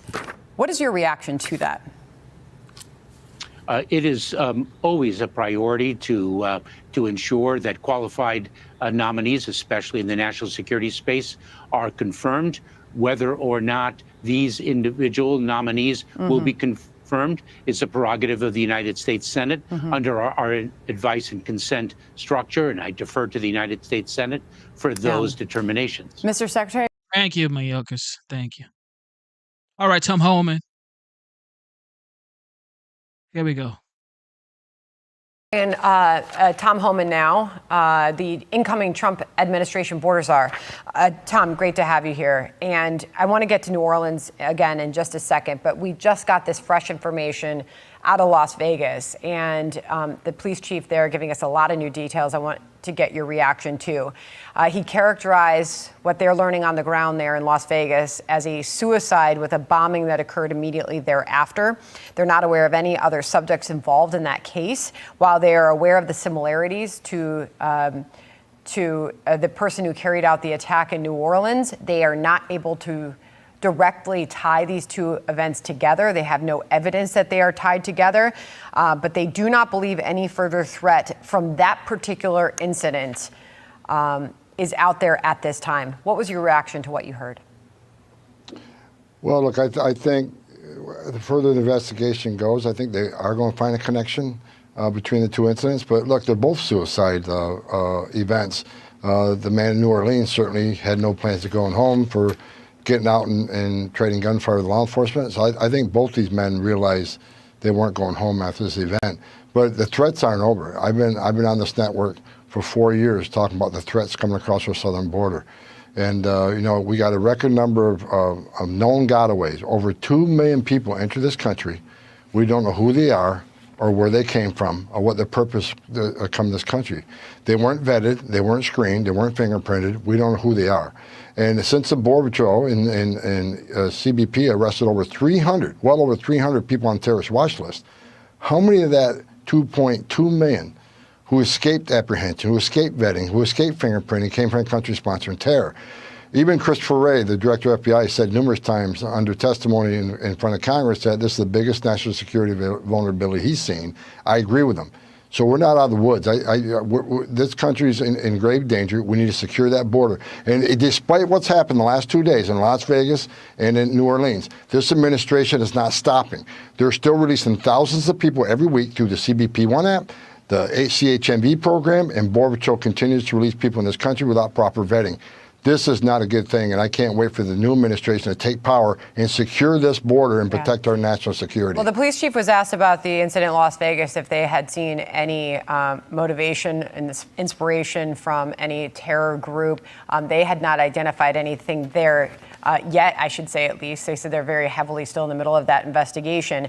But to the point in New Orleans and the FBI update that we all just got a short time ago, the FBI confirmed that the suspect in New Orleans posted videos online Tuesday night claiming that he had joined ISIS before the summer and provided a will and testament. So they did confirm that he was indeed inspired by that terror group to carry out that vicious, violent, heinous act and attack there in New Orleans. Well, that brings another issue. I think the incoming administration needs to look at insider threat. I mean, insider threat analysis has been put in the back seat by this administration. If we got 2 people who served in the military that were that committed these terrorist acts. We need to really dig down into insider threat in our military, in our federal service, whether it's the FBI, whether it's other agencies, whether it's the military. Insider threat's a big issue, especially in our industry that has infrastructure responsibilities. We need to drill down and find out about this inspiration and what insider threat is currently in the United States government, military, and in the United States government service, and address them right away. We got to address insider threat. We have to. We can't let this go on any further. Tom, just to circle back there, you said earlier, and you just referenced again a terrorist connection there in Las Vegas. The police chief said they haven't identified that, but to your point, you said you believed as this investigation carries out in Las Vegas that I believe you just said you believe they will find a connection. Do you have any other information, or have you been privy to any other information other than what we just directly heard from the police there in Las Vegas? No, I don't. This is a gut feeling. I've done this for 3.5 decades. I just think there's too many similarities, too much coincidence. I think something down the road they're going to show there's some sort of connection, whether it's they got whether it's some same network or where they got the tools to pull these terrorist attacks off. I just feel like there's going to be something down the road, and I could be wrong. It's just a gut feeling I have. Got it. I support Tom Homan. Straight up support Tom Homan. People say his face looks like the border wall. More on Tom Homan. Let's go. Joining us now with more on how to improve our national security. There's so much. Incoming Czar Tom, border czar, czar in general. Tom, I'll make you the czar of everything. Tom Homan is with us. You've got a lot on your plate. Everyone we know is praying for New Orleans. They're praying for you, President Trump, everyone coming in, Marco Rubio. It's a whole team of people who now are going to have this country's back, thank God. But when you see this, and Biden's statement, 3 minutes long, not really encouraging, very strange kind of statements about who he was and that he was an American, like that. It's very strange because now we have millions of people, we don't know who they are, hundreds of people regarding the terrorist watch list, people who are dangerous, who are roaming about. What do you think this says? Is this going to be... Thank you for tuning into the live show. If you're just tuning in, thank you. It is your boy, Genesis. So somebody here says, heard they all served at Fort Bragg. Yes, the guy that shot himself in the Tesla before the explosion happened in front of Trump's hotel in Las Vegas was an active military guy. He served at Fort Bragg. He was also deployed to Afghanistan, as well as the Army veteran that did the chaos in New Orleans. He also served in Fort Bragg and was also deployed to Afghanistan. So that may be a correlation as well. But according to the FBI and the law enforcement, they're saying there is no correlation at this point. Okay. But just according to what the information we're getting is, if they both served at Fort Bragg different times, also was deployed or were deployed to Afghanistan at different times, and also both got the car on the same car app called Turo. Man, seem like it's a lot of similarities to me. A normal occurrence, or is this just the burst of a couple of rogue terrorists or coincidences? What's your take so far today? No, more is coming. I think both these incidents, Las Vegas and New Orleans, they're both going to be U.S. citizens. They're both going to have recent foreign travel. They're both on a suicide mission. Neither one thought they're going to go home. And I think you're going to see ISIS affiliation on both of them.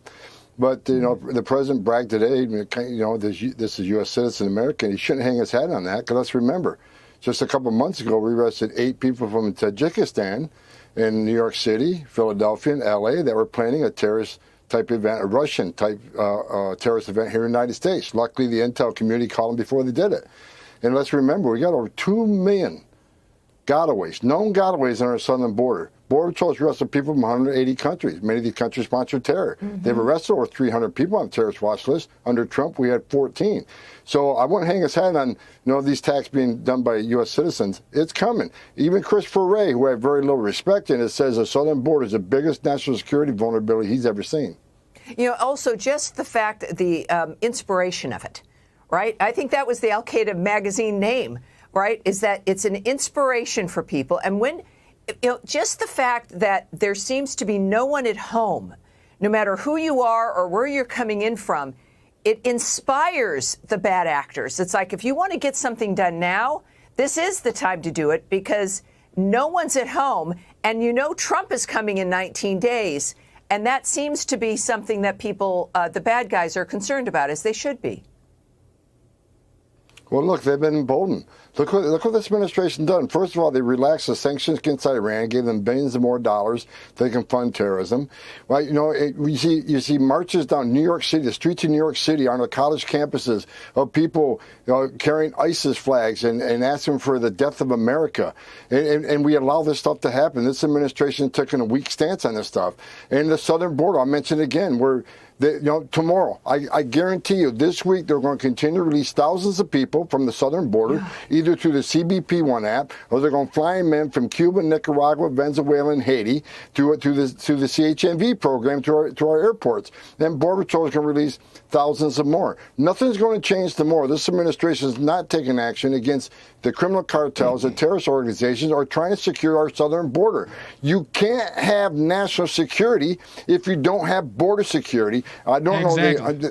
I don't understand why they don't get that. I mean, it's common sense. And this is, people are thinking about, the nature of who comes across the borders. You've mentioned, there's dozens of other countries other than Mexicans, the OTMs as they call them, from China, from Tajikistan, right, Cuba, and we're flying them in. It's a remarkable statement without any vetting at this point.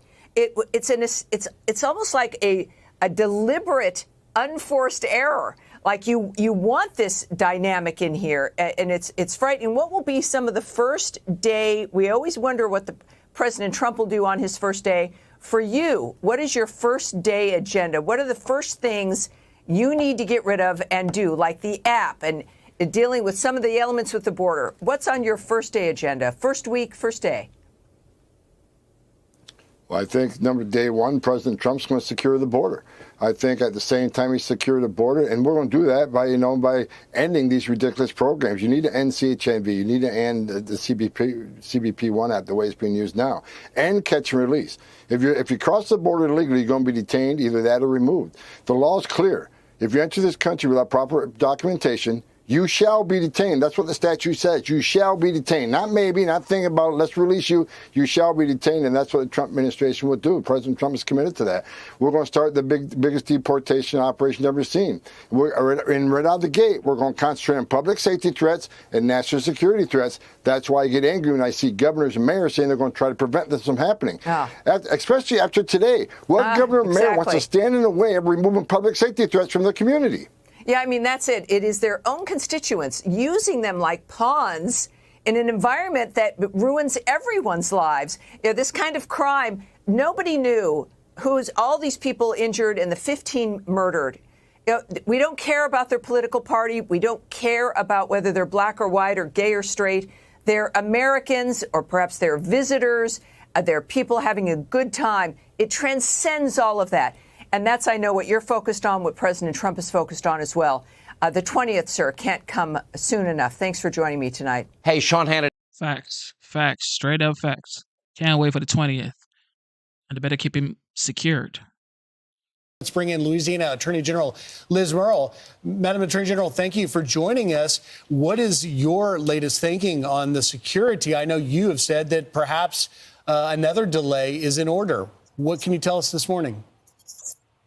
Well, obviously, our first priority today is the safety of everybody in New Orleans while we kind of carry out and go through with this game. I did express some concern about that. I think that, you know, yesterday there were discussions about whether to have the game last night, which I frankly thought was absurd. We still had bodies that had to be removed from the ground and an open investigation to secure the crime scene. And so, you know, it seemed to me that that was not a hard decision to make, even if the logistics of it might have been more complicated. You know, Madam Attorney General, the latest that we heard was there were more suspects that helped this gentleman carry out this plot. How do you have a game? How do you have any type of mass event when you have people potentially that contributed to this event that are still within the city or in greater Louisiana?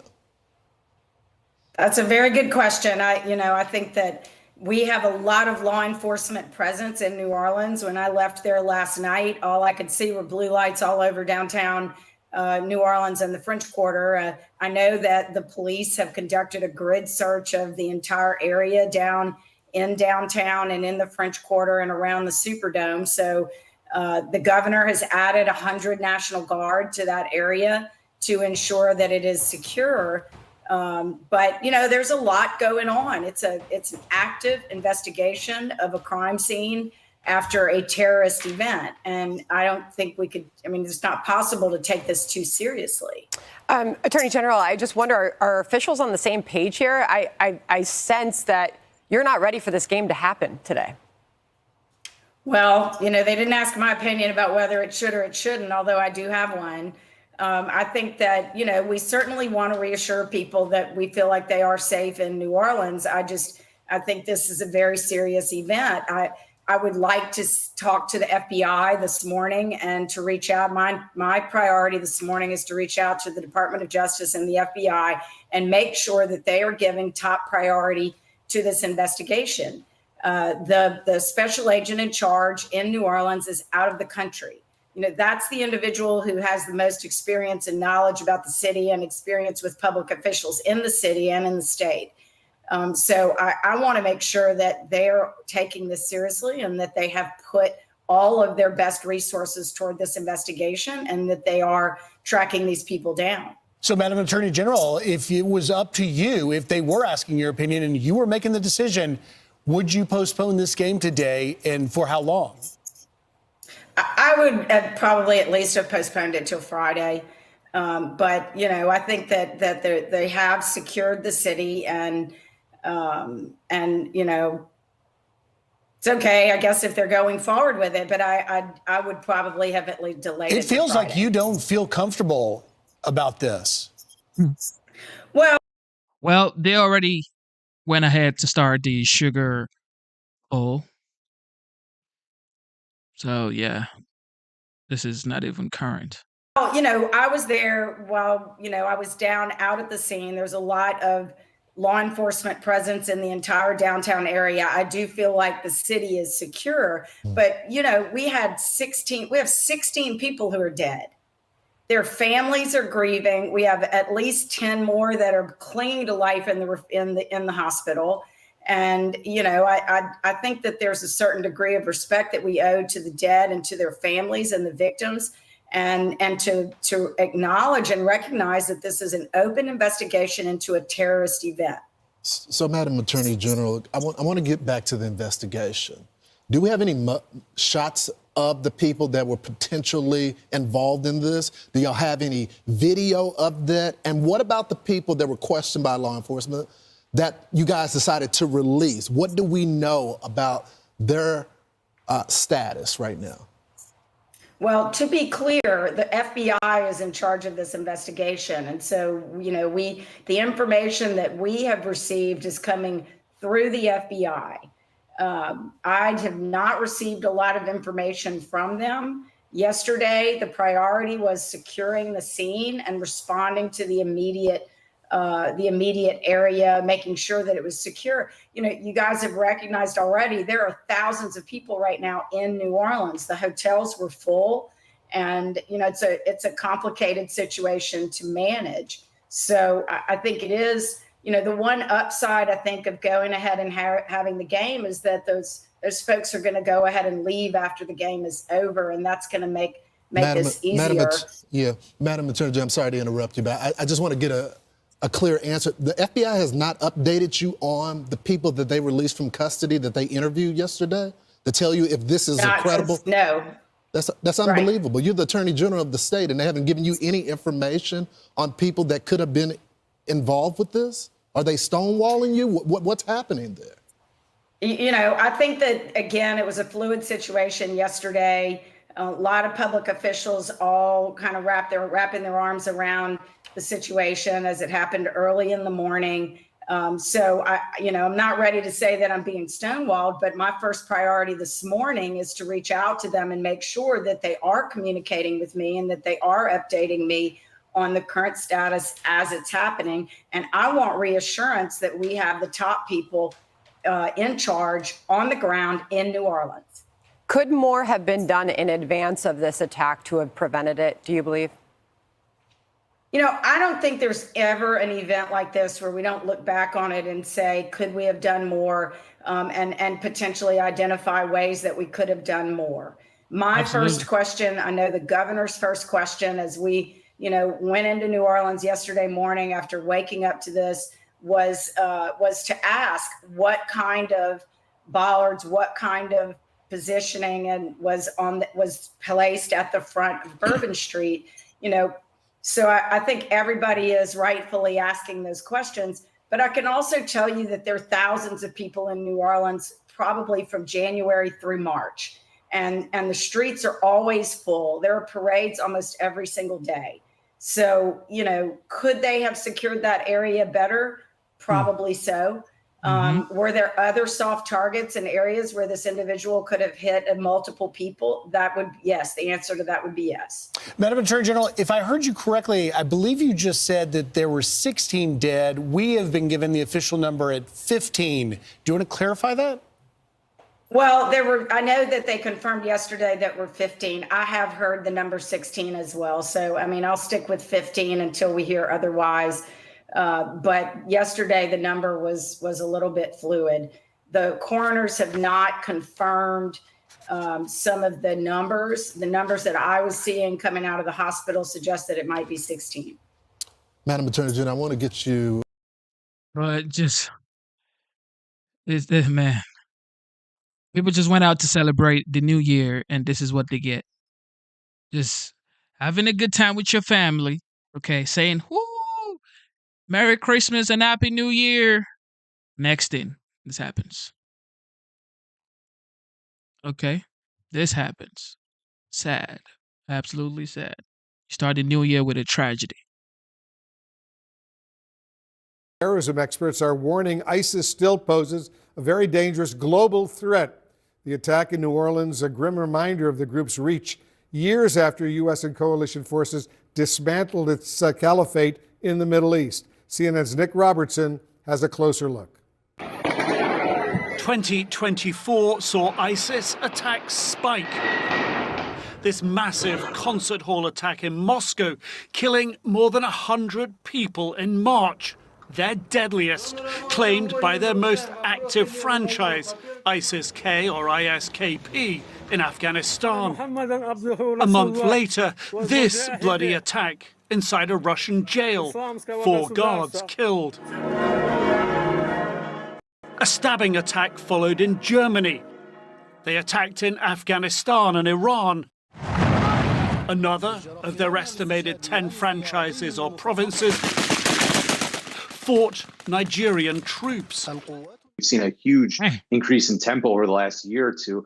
In 2024, there were like 14 or 15 arrests related to the Islamic State in the U.S. It's a far cry from 5 years ago, when ISIS appeared to be on the back foot. Their short-lived Iraq and Syrian caliphate beaten by US and coalition partners into a seeming surrender. But not anymore, according to MI5's intelligence chief. After a few years of being pinned well back, they've resumed efforts to export terrorism. We and many European partners are detecting IS-connected activity in our homelands, which we're moving early to disrupt. Taylor Swift. Please. An ISIS-inspired plot forcing her to call off her show. What has changed, Zelin says, is that ISIS is centralizing, learning from its mistakes in Syria. They integrated a lot of their provinces together under this general directorate of provinces. So there's a bit more coordination on the global level within its network. In the Mideast, the ISIS brand is apparently still attracting supporters, like these 3 Omanis in one of many such ISIS propaganda videos the terror group posts. Their bloody bounce back began several years ago, gaining temporary global attention, killing 13 US troops as coalition forces pulled out of Afghanistan in 2021.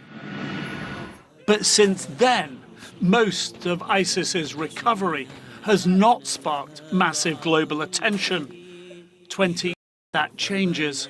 Do it, they'll do it, because for them it's a global war. And a success for ISIS in this context could be as simple as an attacker like Shamsuddin Jabbar claiming, as he has done, to have acted in ISIS's name, even when he may not have had any physical support from them, Wolf. Our thanks to CNN's Nick Robertson for that report. Nick, thank you very, very much. I want to bring in retired U.S. Army General Wesley Clark, the former NATO Supreme Allied Commander. He's a CNN military analyst. General Clark, thanks so much for joining us. Jabbar, as you well know, and all of us know by now, was a U.S. citizen, a military veteran. How is ISIS ideology attractive to someone like him? You know, he's a man who got out of the military. He had a really troubled personal life. He was failing in his marriage. He tried businesses. Businesses failed. I think he was looking for anything to hold on to. And so unlike a young person who would be looking for some way to latch onto something for his identity, this guy was sliding downhill quickly. He would take anything at this point, I suppose. And somehow he was on the ISIS websites. And Wolf, what it says to me is we've got to do a better job of policing the websites, knowing who's on them, knowing who's back and forth in the correspondence and answering. This is difficult to do. It takes a lot of manpower, and ISIS is learning and has learned how to elude U.S. surveillance and efforts. And so this is part of their resurgence. We're just going to have to do a better job on this. It's absolutely true. We've seen several instances, General, as you well know, of ISIS-inspired incidents around the world in recent months. How is this terrorist organization still able to inspire these sorts of terror attacks? I think there are always going to be people in a globalized economy. One thing I do not want is Trump administration to linger this way. Okay, this isn't what we bargained for, okay? Everybody who voted for Trump I know Trump is not the president right now. He is the 47th president-elect. The president today is President Joe Biden, okay? And this is happening during President Joe Biden. But if this lingers till after January 20, it's going to be going into Trump's administration. So this isn't what we want on the news during Trump's administration. We want to see prosperity, stock market rising, inflation going down, affordability coming to America again. The border should be secured. Foreign policy should be Gucci. And, just everyday Americans getting a break because everybody have been going through a lot this past 4 years.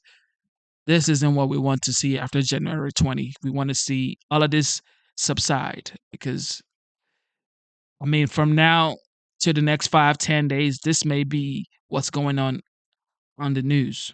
Who either don't feel significant and are looking for some way to put meaning in their lives. That would be a young person who was alienated in school and early job, or someone in midlife, like this terrorist in New Orleans who has failed and is looking for anything and any support. He can be manipulated online by some clever leadership by ISIS. And this is really the danger. Maybe he didn't go online with the intent of killing a bunch of people and committing suicide, but then he's groomed into it. And that's what we really have to be careful of. Really, this is it's a whole of society approach. It's people who are friends and relatives looking out for each other. That's where it starts. And then it's an effective government surveillance program of these websites. And then it's neighbors and police and state security organizations who are clued in to the people who are at risk in their areas.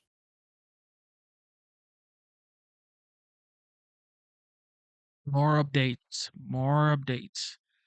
Okay. More updates. We're praying for peace, man. In Jesus' Begin name. with the breaking news on the deadly truck ramming attack in New Orleans. New information is now emerging about the driver, as authorities now believe he acted alone. CNN's Omar Jimenez is joining us live from New Orleans right now, where Bourbon Street just reopened. Omar, what are you seeing there, and what are you hearing from investigators? Yeah, Wolf. Well, for starters, yes, Bourbon Street is now reopened for the first time since. General Liz Murrell. Attorney General, thank you so much for joining us on this very, very busy day for you. It's been roughly, as you know, about 36 hours since the attack. Bourbon Street is reopened. The Sugar Bowl is underway. Are you confident New Orleans is now secure and safe?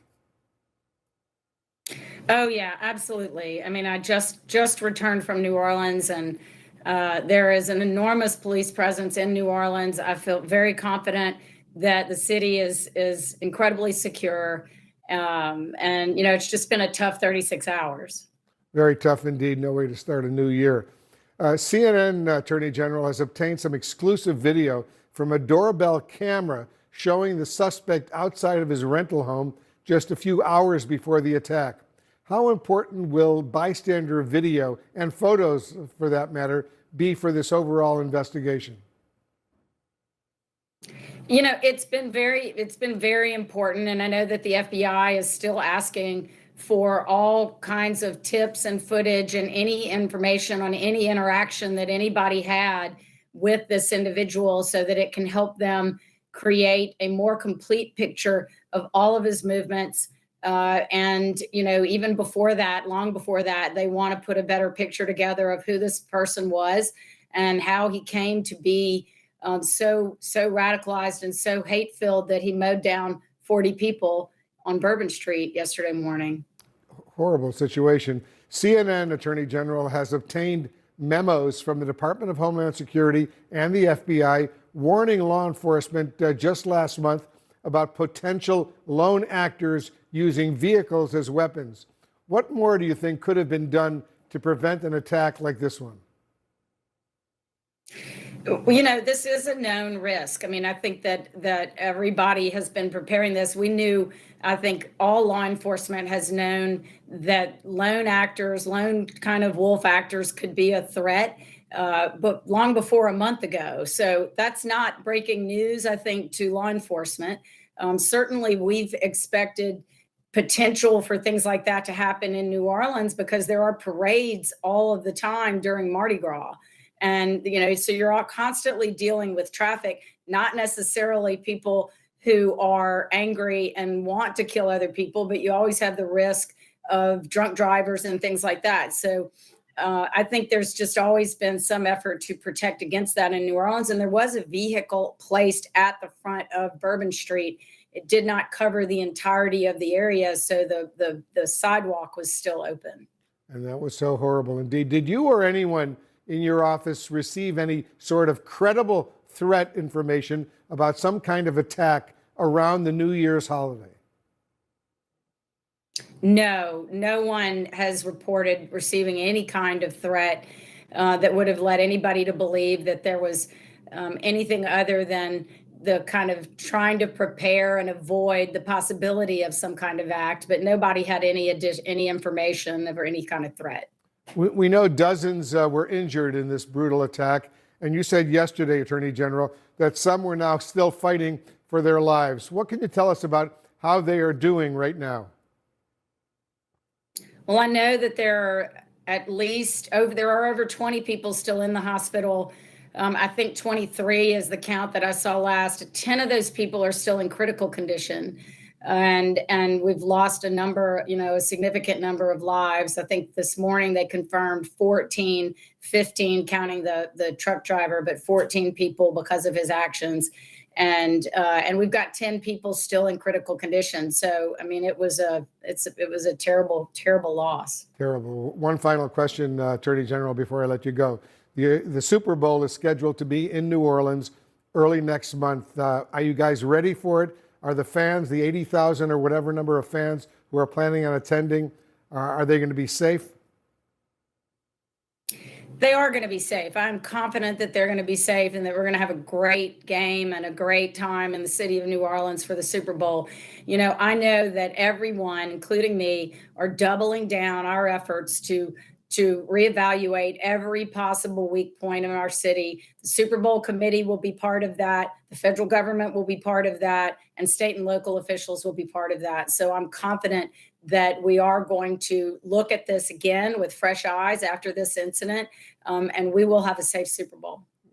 Breaking news, the family of Shamsuddin Jabbar speaking out for the first time, telling CNN that the man that they knew is completely different from the man who drove a pickup truck into a crowd, purposely killing 14, trying to kill countless more. His brother, just moments ago, telling CNN, quote, he was very well-tempered, slow to anger, kind, soft-spoken. That's why it was so unbelievable that he would be capable of something like this. Something screwed him up. He's not this type of person. Someone or something fogged his mind. His brother says that he never had any conversation with him about ISIS. Ed Lavandera is out front tonight in Houston, and that is where Jabbar lived. Investigators continue trying to unravel the mystery of how 42-year-old Shamsuddin Jabbar became a radicalized ISIS sympathizer. The Texas-born U.S. Army veteran served in Afghanistan and lived in Houston. Before he was killed in a shootout with police, the FBI says Jabbar had proclaimed his support for ISIS in a series of videos posted online. There were 5 videos posted on Jabbar's Facebook account, which are time-stamped beginning at 1:29 a.m. and the last at 3:02 a.m. In the first video, Jabbar explains he originally planned to harm his family and friends. A childhood friend who had kept in touch with Jabbar on Facebook said he was called Sham in high school and had since become very religious. Pretty much every conversation we had or post that he was making at that time, in some way, shape, or form, it all, resorted back to his Muslim faith. An Army spokesperson says Jabbar served in the Army and Army Reserve for more than a decade, part of that time as an information technology specialist. Sean Keenan was a student journalist in 2015 when Jabbar attended Georgia State University. He interviewed Jabbar about the struggles of returning to civilian life after the military. I remember a very calm, collected guy. Certainly no red flags. He did come across as a leader and a helper. And exactly what went wrong after that, remains mysterious to me.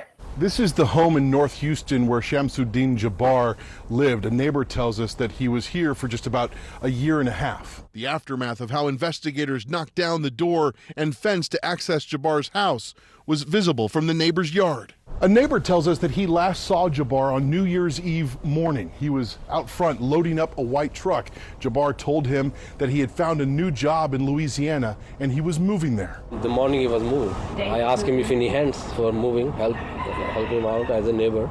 Do you need any help for moving things around? He said, I'm okay. Mumtaz Bashir lived next door to Jabbar, and he said they only spoke briefly on Tuesday morning while Jabbar was loading what he described as light items into a white pickup truck. He asked Jabbar about his new job. He said the same thing what he was doing related to the same thing. I think what he mentioned me was it was in IT. Bashir says he only saw the truck there one night and was stunned to learn Jabbar drove a white truck in the terror attack on New Year's Day. We still don't believe it that's the person. We just, no way. Can't be like that. And Aaron, Boy the said, FBI no, has I don't want to released be on the several news. new pictures tonight of Jabbar, taken about an hour and 15 minutes before the attack there in the French Quarter. Jabbar is walking around. They're urging the public to look at those photos if they saw someone like him walking around the French Quarter to reach out to them. They also released a picture of a cooler that contained an IED device. Investigators want to hear from people who might have witnessed any of this. And really, the staggering news tonight is the news from Jabbar's brother and father, who tell CNN that they never saw any indication that Jabbar had become radicalized in recent months or years, and that he had become an ISIS sympathizer. Aaron? All right, Ed, thank you very much. I want to get some more on these breaking stories right now. Joining us, the U.S. Homeland Security Secretary Alejandro Mayorkas. Mr. Secretary, thanks so much for joining us. I know you have a lot going on. We really appreciate it. So this investigation and what happened in New Orleans is now in its second day. Where do things go from here? What do you still need to know? Well, the FBI is leading the investigation, Wolf. As you know, of course, 14 innocent lives were lost in that tragic event, and our hearts break for the families and loved ones. And we pray for those who suffered injuries for their swift recovery. There's still a great deal of investigation underway. The FBI has, of course, captured videos, as the reporter indicated. We have located phones and laptops. Residences are being searched. There's a great deal of investigation still underway. The conclusion has been reached. This is an event that was inspired by a foreign terrorist ideology. This individual ascribed to the heinous beliefs of ISIS. With respect to the Las Vegas incident, no motive has yet to be determined. Both investigations are at an early stage. Yeah, that's what I keep hearing. It's very interesting. You're the Secretary of Homeland Security. CNN has obtained a joint bulletin from the Department of Homeland Security warning of lone offender attacks coming up, specifically mentioning the potential use of vehicle ramming. That bulletin came out and was sent around the country to cities and states, warning of this potential danger. Did New Orleans screw up, basically, not pay attention to that warning? I don't think that's fair to say. Of course, he's supposed to say, I don't think that's fair. But if a warning was given that there may be cars trying to ram into crowds, isn't that supposed to be a precaution?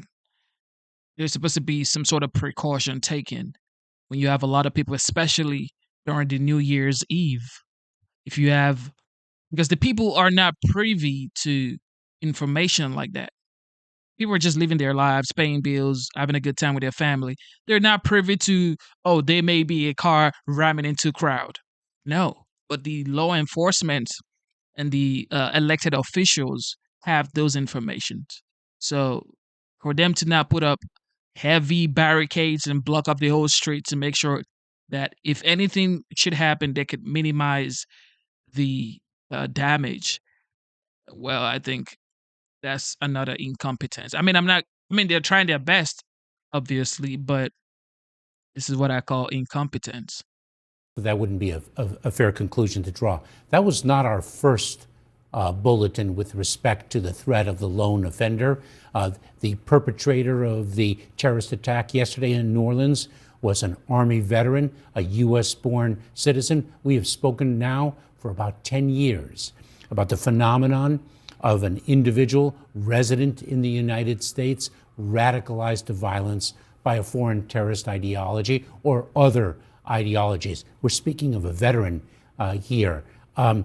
Local officials do the best they can in securing the well-being of their residents. We work very closely with our state and local partners. The FBI says this New Orleans attacker was, quote, 100% inspired by ISIS. What can you say about how his connection to ISIS emerged? Well, that is still a subject to investigation. That is one of the key elements of the investigation. The motive has been identified.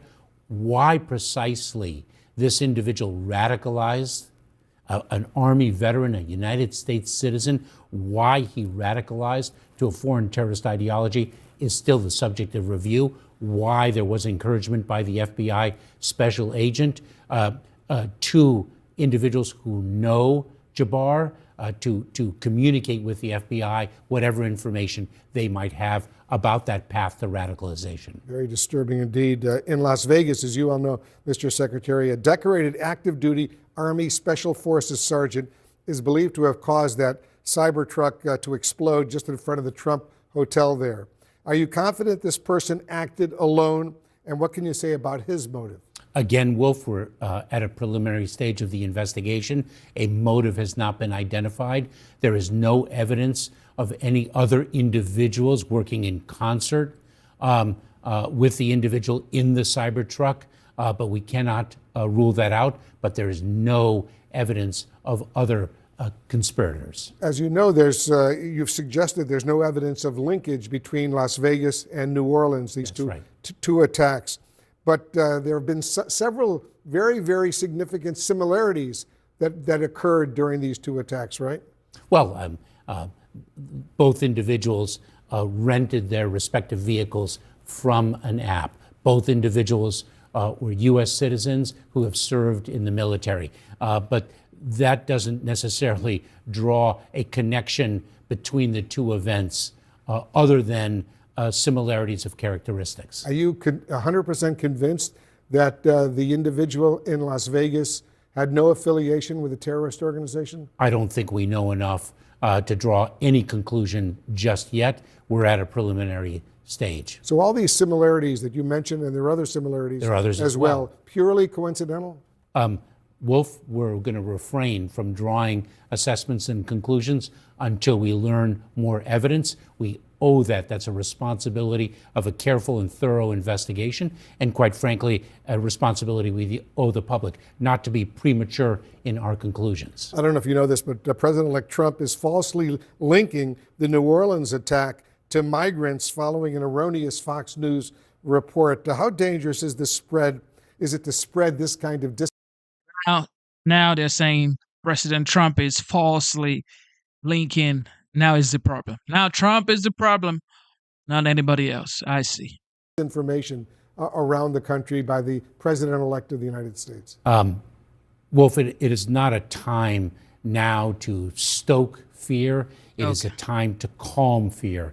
It is a time to draw conclusions based on evidence. Okay, now they're saying, God, you can never make this up. Now they're saying that this is not a time to fearmonger, right? This is not a time to say everybody be afraid. Remember when Trump was trying to calm people down in 2020? What did Biden say? Biden said the American people can handle the truth. The American people can handle the truth. In 2020, when Trump was saying, you know what, y'all calm down. This ain't all that. Look, it's going to come and pass. And people were like, Trump isn't telling us the truth. Now they're saying, you know what? This is the time to calm people down. Oh, for real? Oh, I see. Adduced in an investigation. This is not the time for politics. This is the time for national unity. Oh, this for is real? not a time to inflame individuals. It is a time to grieve for lives lost, to pray for those who are suffering. And this is exactly what Trump was doing in 2020 when the Democrat Party, aka Joe Biden, said, the American people can handle the truth.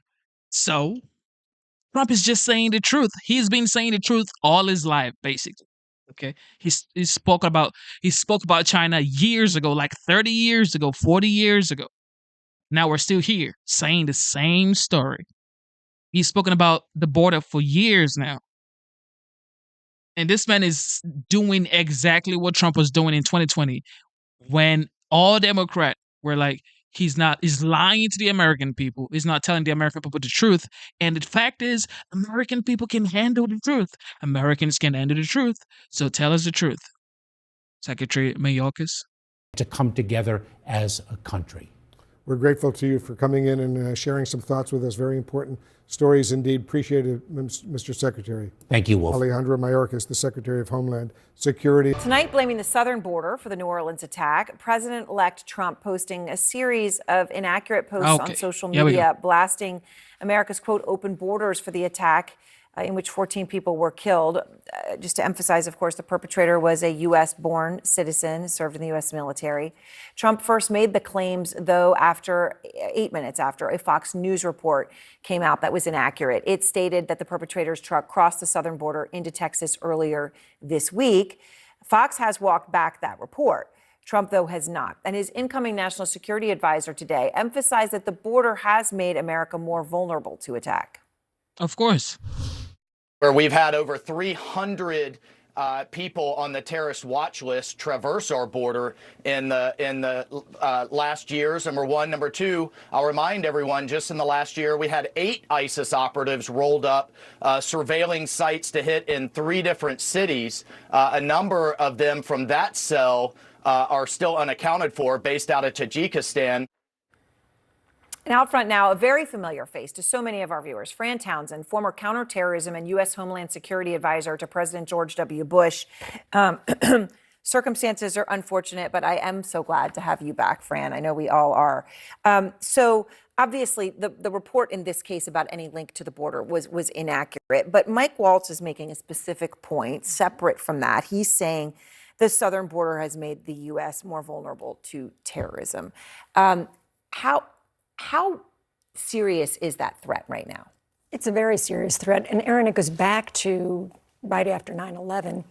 President Bush was so worried about this that during the course of his presidency, he assigned National Guardsmen to go down there and sort of back up and assist Border Patrol. I mean, this has been an ongoing problem. The sheer numbers that we've seen during this presidency just present a vulnerability for people to get through.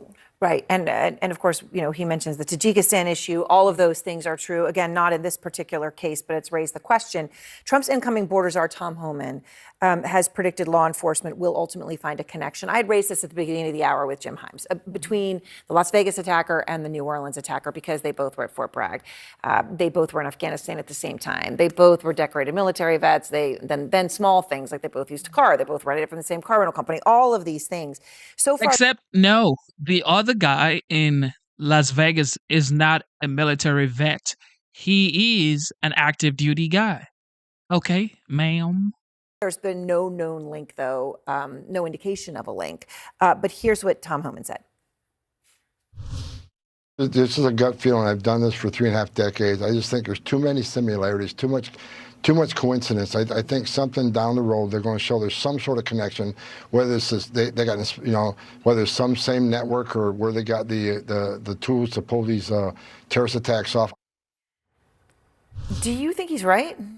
Look, I think what we know so far is that there were 3 phones and 2 computers for the attacker in New Orleans. Yeah. The FBI hasn't gone through all that material, and so we'll know the answer to what his assertion is when they get through all that. They don't believe yet that there is a connection, and I think that's right. Look, what we know about the Las Vegas event is that was a former Army Ranger who was suffering from post-traumatic stress.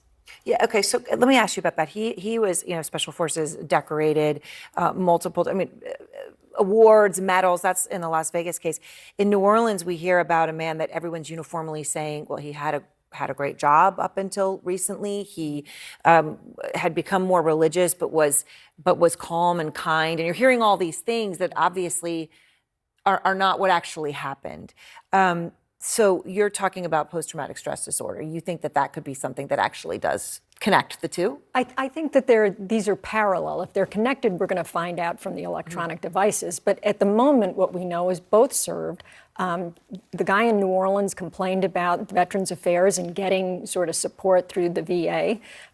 We know from the FBI that the guy in Las Vegas was suffering from post-traumatic stress, and they believe it was a suicide. And I think there's just, look, it doesn't excuse the tragedy in New Orleans, but we have to understand the rate of military suicides is skyrocketing. There's a huge amount of post-traumatic stress, and it's... Okay, so it is PTSD, but this guy, he knew to get a Tesla and to get that Tesla to the front of a Trump tower. But it's PTSD. Okay, I see.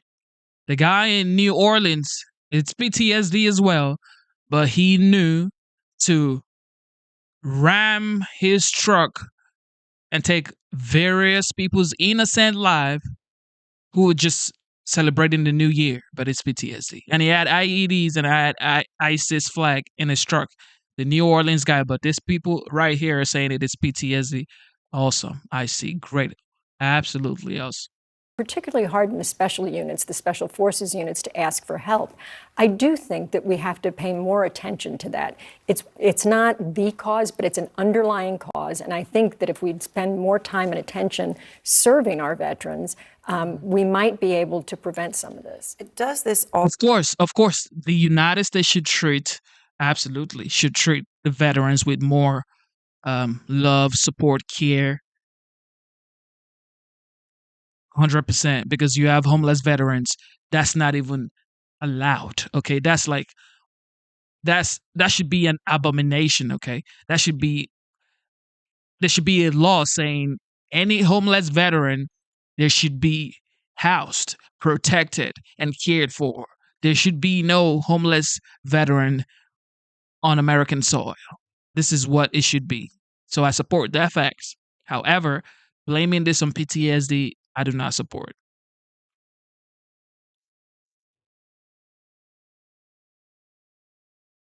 Just hours after the deadly New Year's Eve truck attack in New Orleans, when confirmed information was scarce, President-elect Trump was quick to suggest falsely that the suspect was an immigrant. And this is the thing, right? Now, the news has changed from that to this.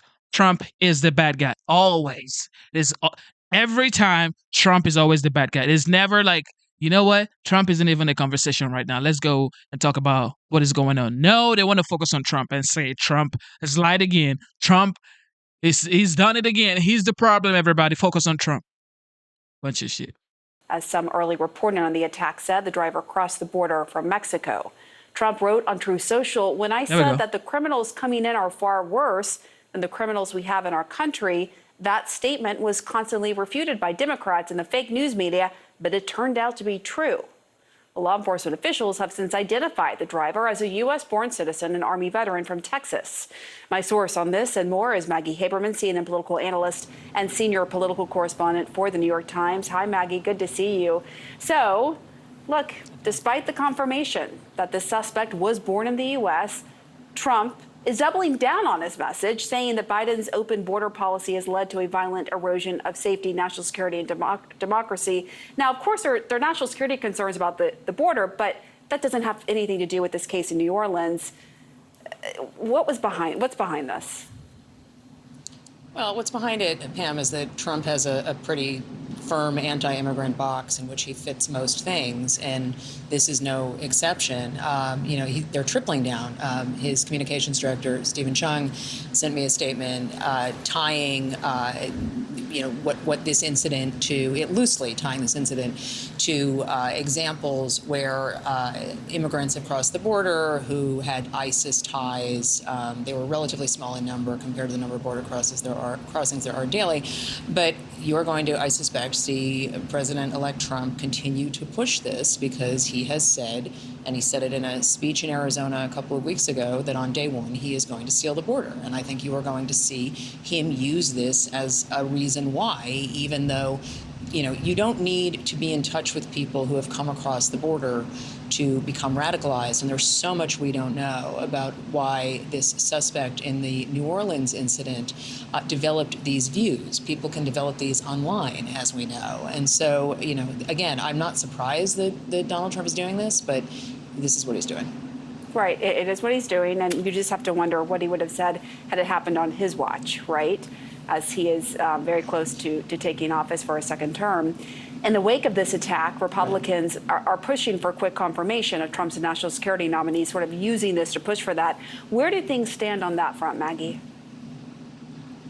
I mean, that's an important point here, too, Pam. That's not a surprise that is, where their focus is. There are some nominees who are controversial, not all of them, but some of them certainly are, and they want to move as quickly as they can through these hearings and apply as much pressure as they can on senators who are weighing decisions. The Trump team is feeling good, they say, about most of the nominees, but not all of them. There are two in particular who are facing questions from some senators. One is Tulsi Gabbard, one is Robert F. Kennedy Jr. Robert F. Kennedy Jr. obviously has nothing, or not nothing. He does have some to do with the border, but he is not really a national security figure. Kash Patel, the FBI director, is somebody who Trump is very focused on. Trump's team is feeling pretty good about that one, but they are digging in as hard as they can, knowing that there are uncertainties that come up at hearings. So we'll see what it looks like. What about Pete Hegseth? Do they feel like they know the full universe of what could come out with him? They are hopeful that they know the full universe, and they want to wait and see what happens at the hearings, but they insist that they believe that he will get through, and they have been pretty consistent on that. Yeah, I just wonder, because they were initially caught off guard with the sexual assault allegation in California. So I wonder if they feel like they have their arms around what could come out and what could be a bruising hearing for him and potentially others. We'll have to wait and see. As we know, Trump has endorsed Mike Johnson to stay on as House Speaker.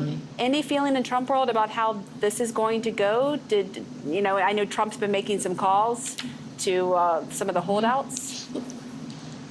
Look, they know that, that there is extremely little room for error here in terms of getting Mike Johnson over the line. They have an incredibly narrow margin in the House, and Trump helped erode Johnson's standing a couple of weeks ago by, helping sink this bipartisan budget agreement that Johnson had worked out with House Democrats. They claim that they think that they can get him over the line. I do think that's likelier than not. But these speaker votes, as you know, can get dicey. So we'll see. We just had a Republican lawmaker on. They better just confirm Mike Johnson, because they can't keep doing this. The Republican Party cannot keep doing this division and stuff. If the Democrat is trying to divide, let them do what they do. But the Republican Party has to stick together and figure this SHIT out.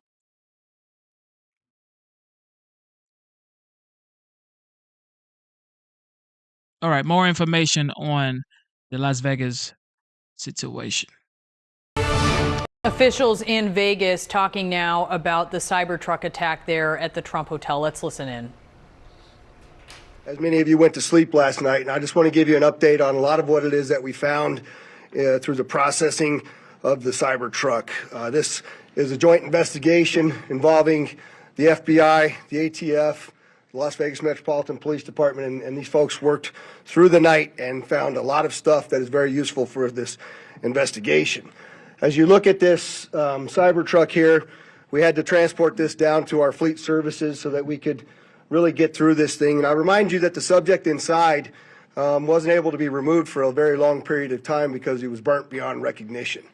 And so as we continue to move through this, I'm going to talk a little bit about his identity and what we believe, but I would like to highlight a couple of things that the teams found inside of the Cybertruck that are useful to the investigation. And that, first and foremost, is a military identification. We also found a passport. We found a Desert Eagle 50 caliber semi-automatic pistol. And if you'll notice on a lot of these guns that we're going to talk about here, they're almost just burnt beyond recognition as well. There's a SLR model B30 semi-automatic firearm, number of fireworks that were still in the vehicle that had to be removed. Notably, we found an iPhone and a smartwatch, and then several credit cards were also in the name of our subject. Our subject is 37-year-old Matthew Livelsberger. He's of Colorado Springs, Colorado, born July 22nd of 1987. Now, as you'll see here on a picture of his driver's license, let's see, the question really still remains for me, and I know that there's a lot of you folks in the media that are identifying this person as the person in our vehicle. As I mentioned to you already, his body is burnt beyond recognition, and I do still not have confirmation 100% that that is the individual that was inside of our vehicle. And so as I'm calling it now, the subject or person of interest, I will not come back until I have the confirmation through DNA or medical records that this is indeed, in fact, the subject inside of the vehicle. Now, further complicating this identification of this individual, we also discovered through the coroner's office that the individual had sustained a gunshot wound to the head prior to the detonation of the vehicle. One of the handguns was found at his feet inside of the vehicle. Obviously, in how we're trying to identify him, and I'm feeling comfortable to give you this information, is a tremendous amount of substantial evidence to include he rented the Turo vehicle. There are 2 tattoos, one of which was on the stomach and one of which is on the arm, that we can see bits and pieces of it as in comparison to what it is that we now know he had on his body. That has given us a lot of confidence that this is, in fact, the same person, as well as the clearly obvious, which is the credit cards, the military identification, the passport. And then furthermore, as you'll see here in just a very short period of time, we tracked his movements from Colorado to Las Vegas, and in a number of the photographs that we were able to determine, he was the individual that was driving the vehicle. And also, I'd like to iterate this point to you. We still have only ever seen him in this vehicle, and we're not aware of any other subjects involved in this particular case. Now, I would like to acknowledge a couple of things because I know what's going on in the social media world, and there are a number of things in this case that are similar to the attack in New Orleans. We do know that our subject here served in the military. In fact, he's a current member of the military. Both of the subjects served at Fort Bragg, North Carolina. What we do know about that is it's a very large military base, and we have no record that they served in the same unit or even at the same years at Fort Bragg, something that continues to remain under investigation. I also know that they both served in Afghanistan in 2009. We don't have any evidence that they were in the same province in Afghanistan, the same location, or the same unit. Again, something else that remains under investigation. And we also know, of course, that they both used the rental company Turo to rent their vehicles. As far as his military background, it's been confirmed by DOD that he was indeed in the United States Army. He was also a Green Beret operations sergeant who spent most of his time at Fort Carson, Colorado, and in Germany. He was on approved leave from Germany, where he was serving with the 10th Special Forces Group. He was also previously in the National Guard and the Army Reserve. I'd like to point out to you that through exceptional joint investigative effort, we've gotten to a place where we believe we can show you his route to Las Vegas from Colorado, and Carlos will put up the map there for you. And we know that he rented the Cybertruck in Denver on December 28th. We tracked his movements through the Tesla charging stations to Monument, Colorado on December 30th. On the 31st of December, the truck was charged in Trinidad, Colorado, Las Vegas, New Mexico, and Albuquerque and Gallup, New Mexico. On January 1st, the truck was charged in Holbrook, Flagstaff, and Kingman, Arizona. We last tracked the truck in Kingman at 05:33 yesterday morning. The truck was first spotted in Las Vegas at 7:29 a.m. yesterday. And Carlos will pull up a picture of the truck pulling onto Fashion Show Drive here. And that picture was observed at about 7:34 a.m. We know that he pulled into the Trump valet, and I believe we have a video of that. You can see the Cybertruck highlighted there.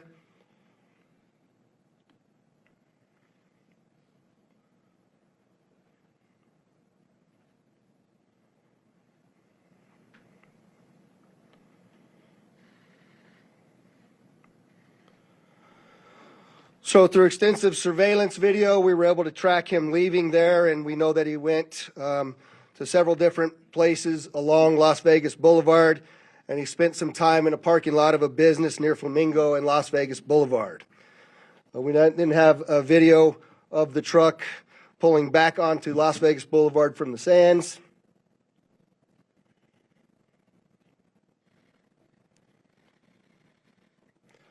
See that there?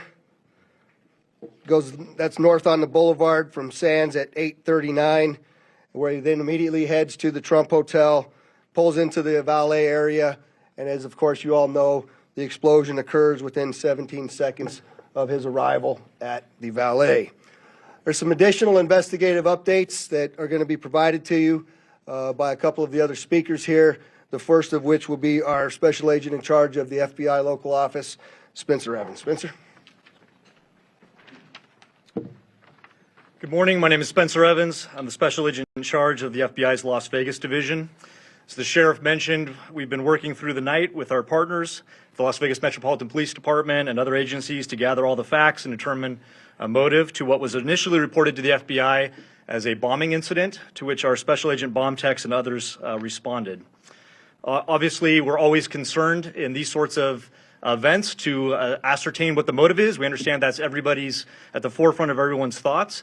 And so looking into exactly what the motivation is remains our number one priority. This is why the FBI's Joint Terrorism Task Force has been brought into play. The Joint Terrorism Task Force, most important part of that acronym is joint. It is done in concert with our partners, which are comprised of more than a dozen investigative agencies here throughout the state of Nevada. We've been working hand in glove, side by side, tirelessly to determine, is there any ongoing threat to the public, to identify the subject, to determine any potential connection to other events going on in the world, most notably in New Orleans, and then obviously to determine if there's anything else that we need to be tracking down. At this time, as the sheriff's pointed out, we feel that the subject has been identified, although not conclusively, waiting for DNA evidence on that front.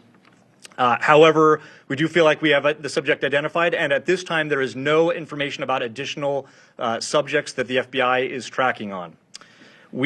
Our resources, as I mentioned, that have been deployed in support of this event include Special Agent Bomb Techs, our evidence response team, which is processing crime scenes, side by side with the forensics folks from Las Vegas Metropolitan Police Department, our investigators, our intelligence analysts, and then outside of the FBI Las Vegas field office, we have investigative leads that are being conducted by FBI field offices, both internationally and domestically as well.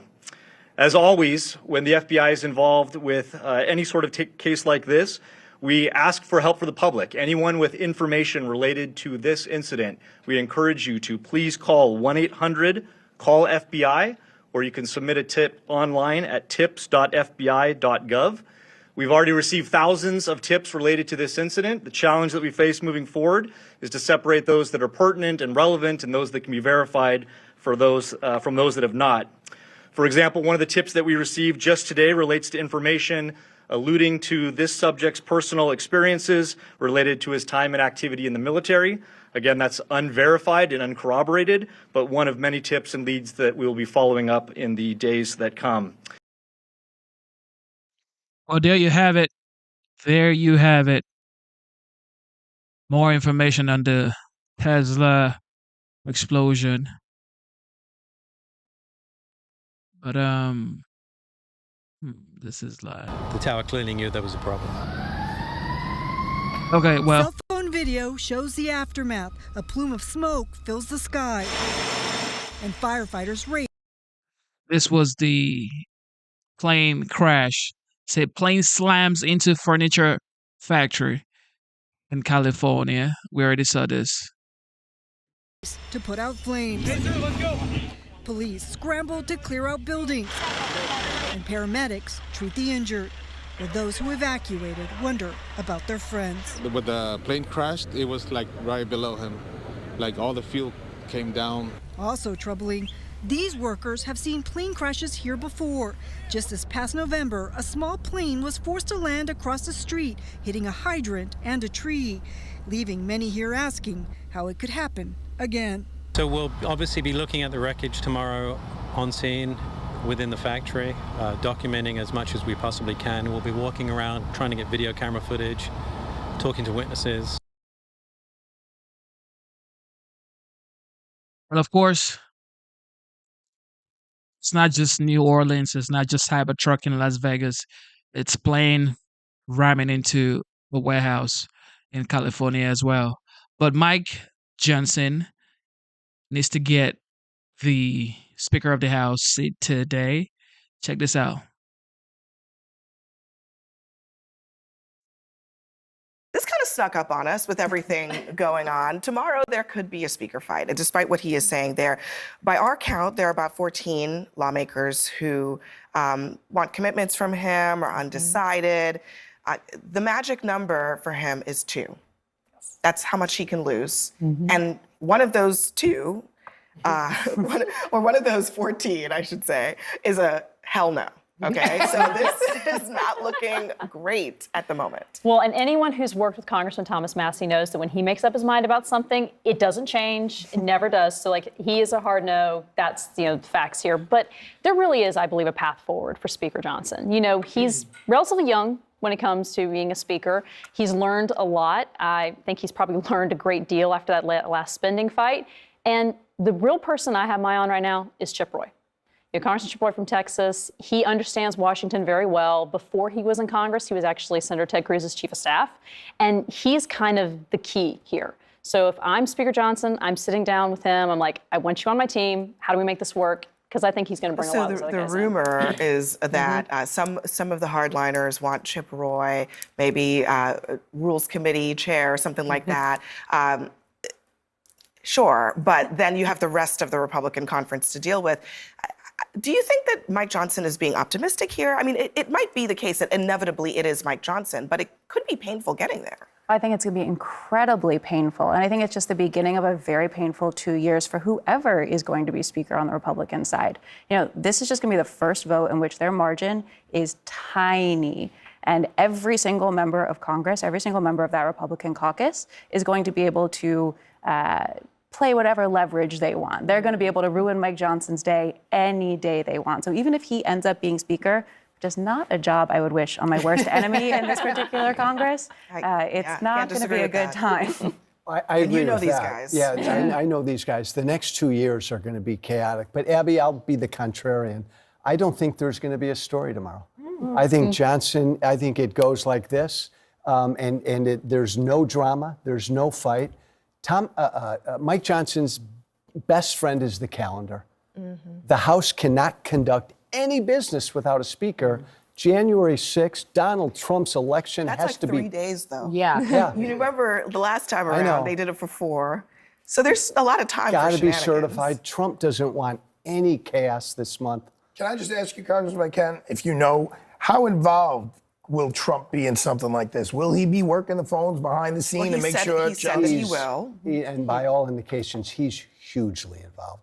Do you guys remember? I mean, I think we have the picture. This is, I'll call it iconic. Marjorie Taylor Greene holding up the phone. Literally shoving a cell phone in the face.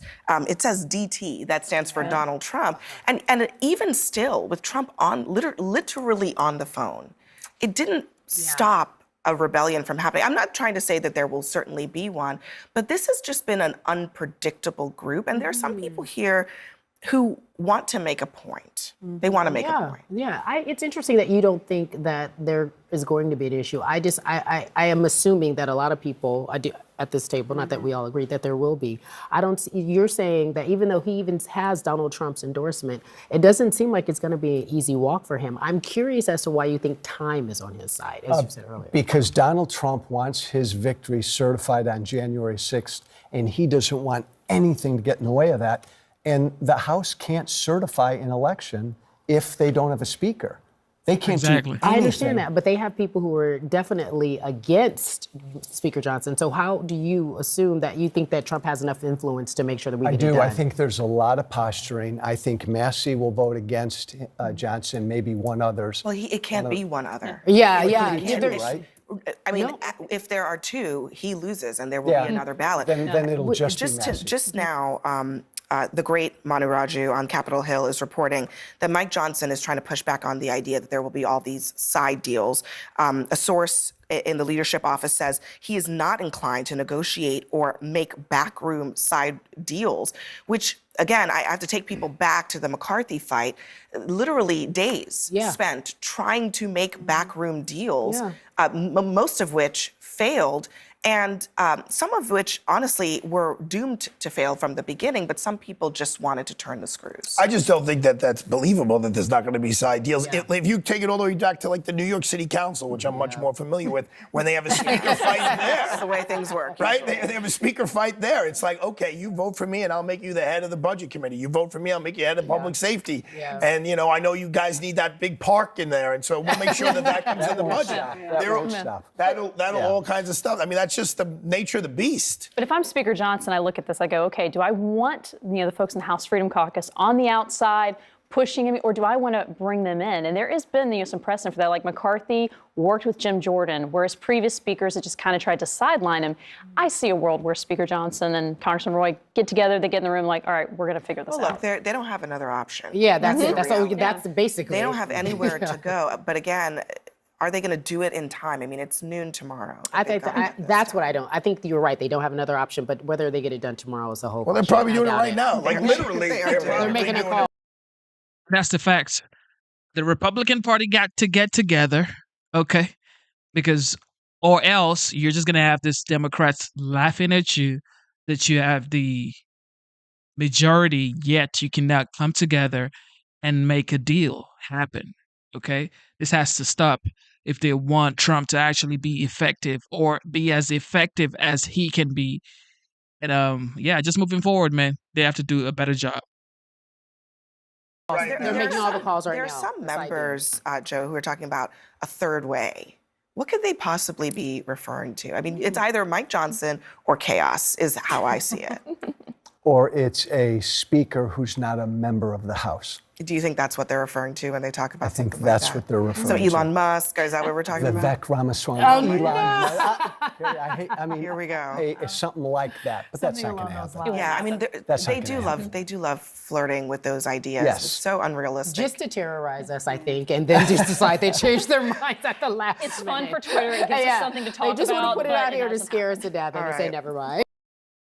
I mean, if Vivek becomes the Speaker of the House, obviously Elon Musk, I mean, he doesn't have time to do it. But if Vivek becomes the Speaker of the House, it's going to be something, for sure. It's all about Mike Johnson, y'all. It's all about Mike House Johnson. Speaker Mike Johnson facing a crucial election today with the first round of voting that is set to begin around 1 p.m. Eastern as he scrambles to shore up last-minute support from his Republican colleagues. Alexandria Hoff in Washington with more. Big day, Alex. Yeah, it is. Yeah, good morning to you. Speaker Johnson has said that he has spoken with every Republican who is not. I mean, why would he be scrambling to get supports from his people? This is what I do not understand about it. Republican Party. How can you have a Speaker of the House trying to beg you guys to vote for him just because what? You want something he doesn't want to give you? So you want to jeopardize growth? You want to jeopardize potential next 4 years greatness for little things like roads? not yet committed to supporting him today, and he is hopeful that he will be reelected in the first round of voting. People are talking through process changes they want and those kinds of things, and I'm open to that, and I think tomorrow's going to go well. Better go well. Now, Johnson can only lose one vote before the election is extended. Lawmakers as a whole do not want a repeat of 2 years ago when it took 15 rounds to elect Speaker McCarthy. Failing to re-elect Johnson quickly would paralyze the House, rendering it unable to certify the election results on the 6th.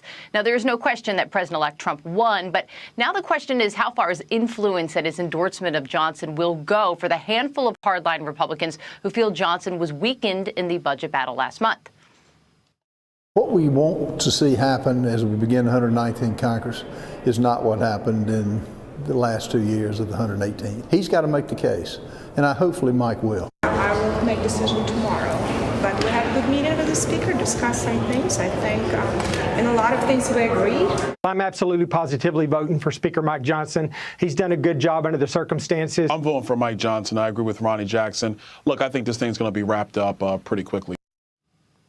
Now, the Republicans on Speaker Johnson's side don't want him making any deals or concessions with detractors because that did not work out very well for McCarthy. Ashley, Todd. Alexandria Hoff, thank you. Let's bring in Montana Congressman Ryan Zinke, and let's pick up, Congressman, where Alex left off. There are likely some last-minute deals, some horse trading that some of the potential holdouts are trying to negotiate with Mike Johnson to get some concessions. What last-minute concessions are you hearing, your ear to the ground there with your fellow colleagues, that they're trying to get from Johnson to secure their vote? Well, mostly fiscal discipline. I think the big argument was we went through and it had a 1,500-page bill. Of course, you looked at it and a lot of giveaways in that. So he took some harsh criticism. This is not my first rodeo. I've watched, the Speaker battle from Boehner. We had bigger numbers, of course. But, everyone voted in unison and that unanimous prior to getting on the floor. And then on the floor, all of a sudden, different votes came up. Same thing happened with McCarthy, 15 rounds. But I suspect with Mike, what's different is Donald J. Trump.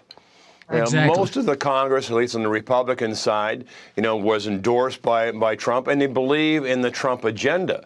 So not having a speaker in place only loses time, and it actually works against the Trump agenda.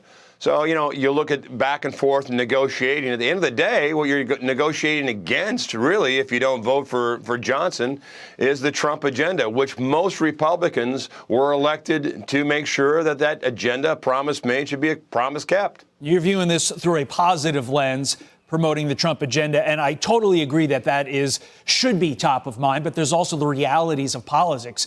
Do you think at the end of the day, Mike Johnson caves to these members that are currently potential holdouts, or do those members that are potential holdouts cave because Donald Trump's done a little bit of arm twisting, and I'm sure mentioning some potential primarying of those members was brought up a time or two? Well, it's interesting on caving. On fiscal discipline, I don't think it's a cave. I think it's a necessity. We should go back to the Constitution about how it's formed and how we fund on the House side. Funding bills are supposed to start in the House. We're supposed to do regular appropriations. We're supposed to follow Article 1, Section 9 of the Constitution. And we have not. There's 36 trillion reasons why that we need to get back to fiscal discipline. So I understand the point. But again, what is the outcome? The outcome is the only way you can achieve that is to have a Speaker of the House. The only way we can achieve going forward is have a Speaker that works with the President. While we're a second branch, there's no doubt that President Trump is enormously influential in what happens in Congress, and I'm an optimist. I think at the end of the day, we will elect a Speaker. That Speaker will be Mike Johnson, and we'll get on with the business of doing what we're supposed to be doing in Congress, was getting things done. We will see if the end of the day means actually the end of the day today, Friday. We will see. Meantime, I want to get your thoughts on this. House Republicans want the Senate to confirm Trump's national security team as soon as possible after, of course, the New Year's Day attack. Incoming Senate Majority Leader John Thune, who's going to lead the confirmations, writes the threat posed by ISIS will outlast this administration, and this is a clear example of why the Senate must get President Trump's national security team in place as quickly as possible. Congressman, do you expect the New Orleans attack to force Democrats to reconsider their potential opposition to Trump's national security nominees in order to get them in place as soon as possible and protect our nation? Well, I think the Department of Defense is probably job one. And look, Pete Hegseth, I've heard criticism he's young. Well, McNamara was young. Donald Rumsfeld was young.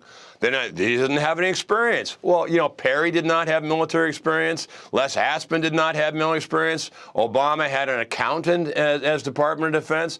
So what I like about Pete Hegseth is, you know what? The deck plates like him. The soldiers in the field, because he's one of them. And look, we fight with our soldiers, sailors, airmen, and Marines. We fight with people. And with Pete Hegseth, he's one of them and well-liked as he should be. So I'm thinking that we'll get through at least 4 or 5 on day one, as we should. Remember, you look at the team that Biden has. I mean, there's no comparison with the quality of candidates, the quality of the nominees, the quality of the people, the experience. There's no comparison.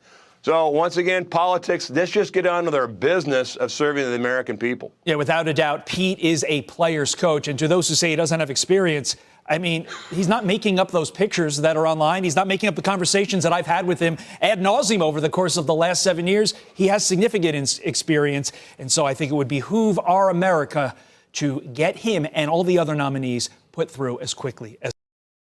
Thank you for tuning into the live show. You know what time it is. It is your boy Genesis. Thank you, thank you, thank you.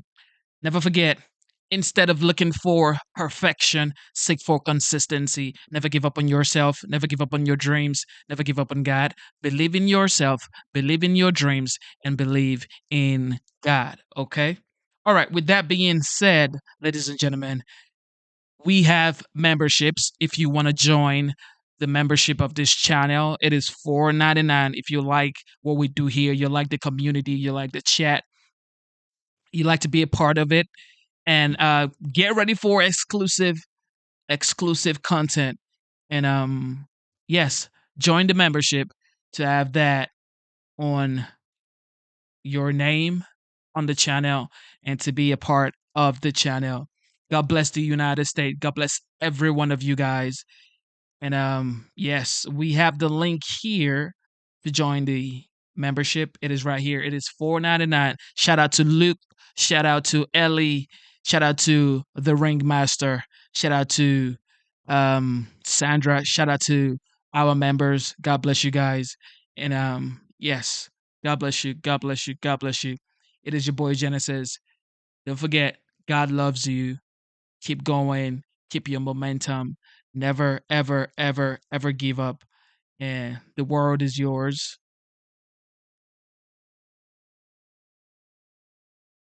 God bless everybody. God bless everybody. God bless you guys. All right. It is your boy Genesis. I am signing out. I am signing out. I will be back here. It is currently 6:48 a.m. And today's date is the 3rd of January 2025. I will be back here. I will be back here probably by 8 a.m. or maybe because I want to do it maybe like 1 hour early this morning before I start doing other stuff because I got to take my daughter out today. She's been saying we went out like 2 days ago to the games and she wants to go again today. So yeah, I want to enjoy my time with my daughter. So ladies and gentlemen, take care of your kids, take care of your family, and God bless you. I love you guys. I'm signing out.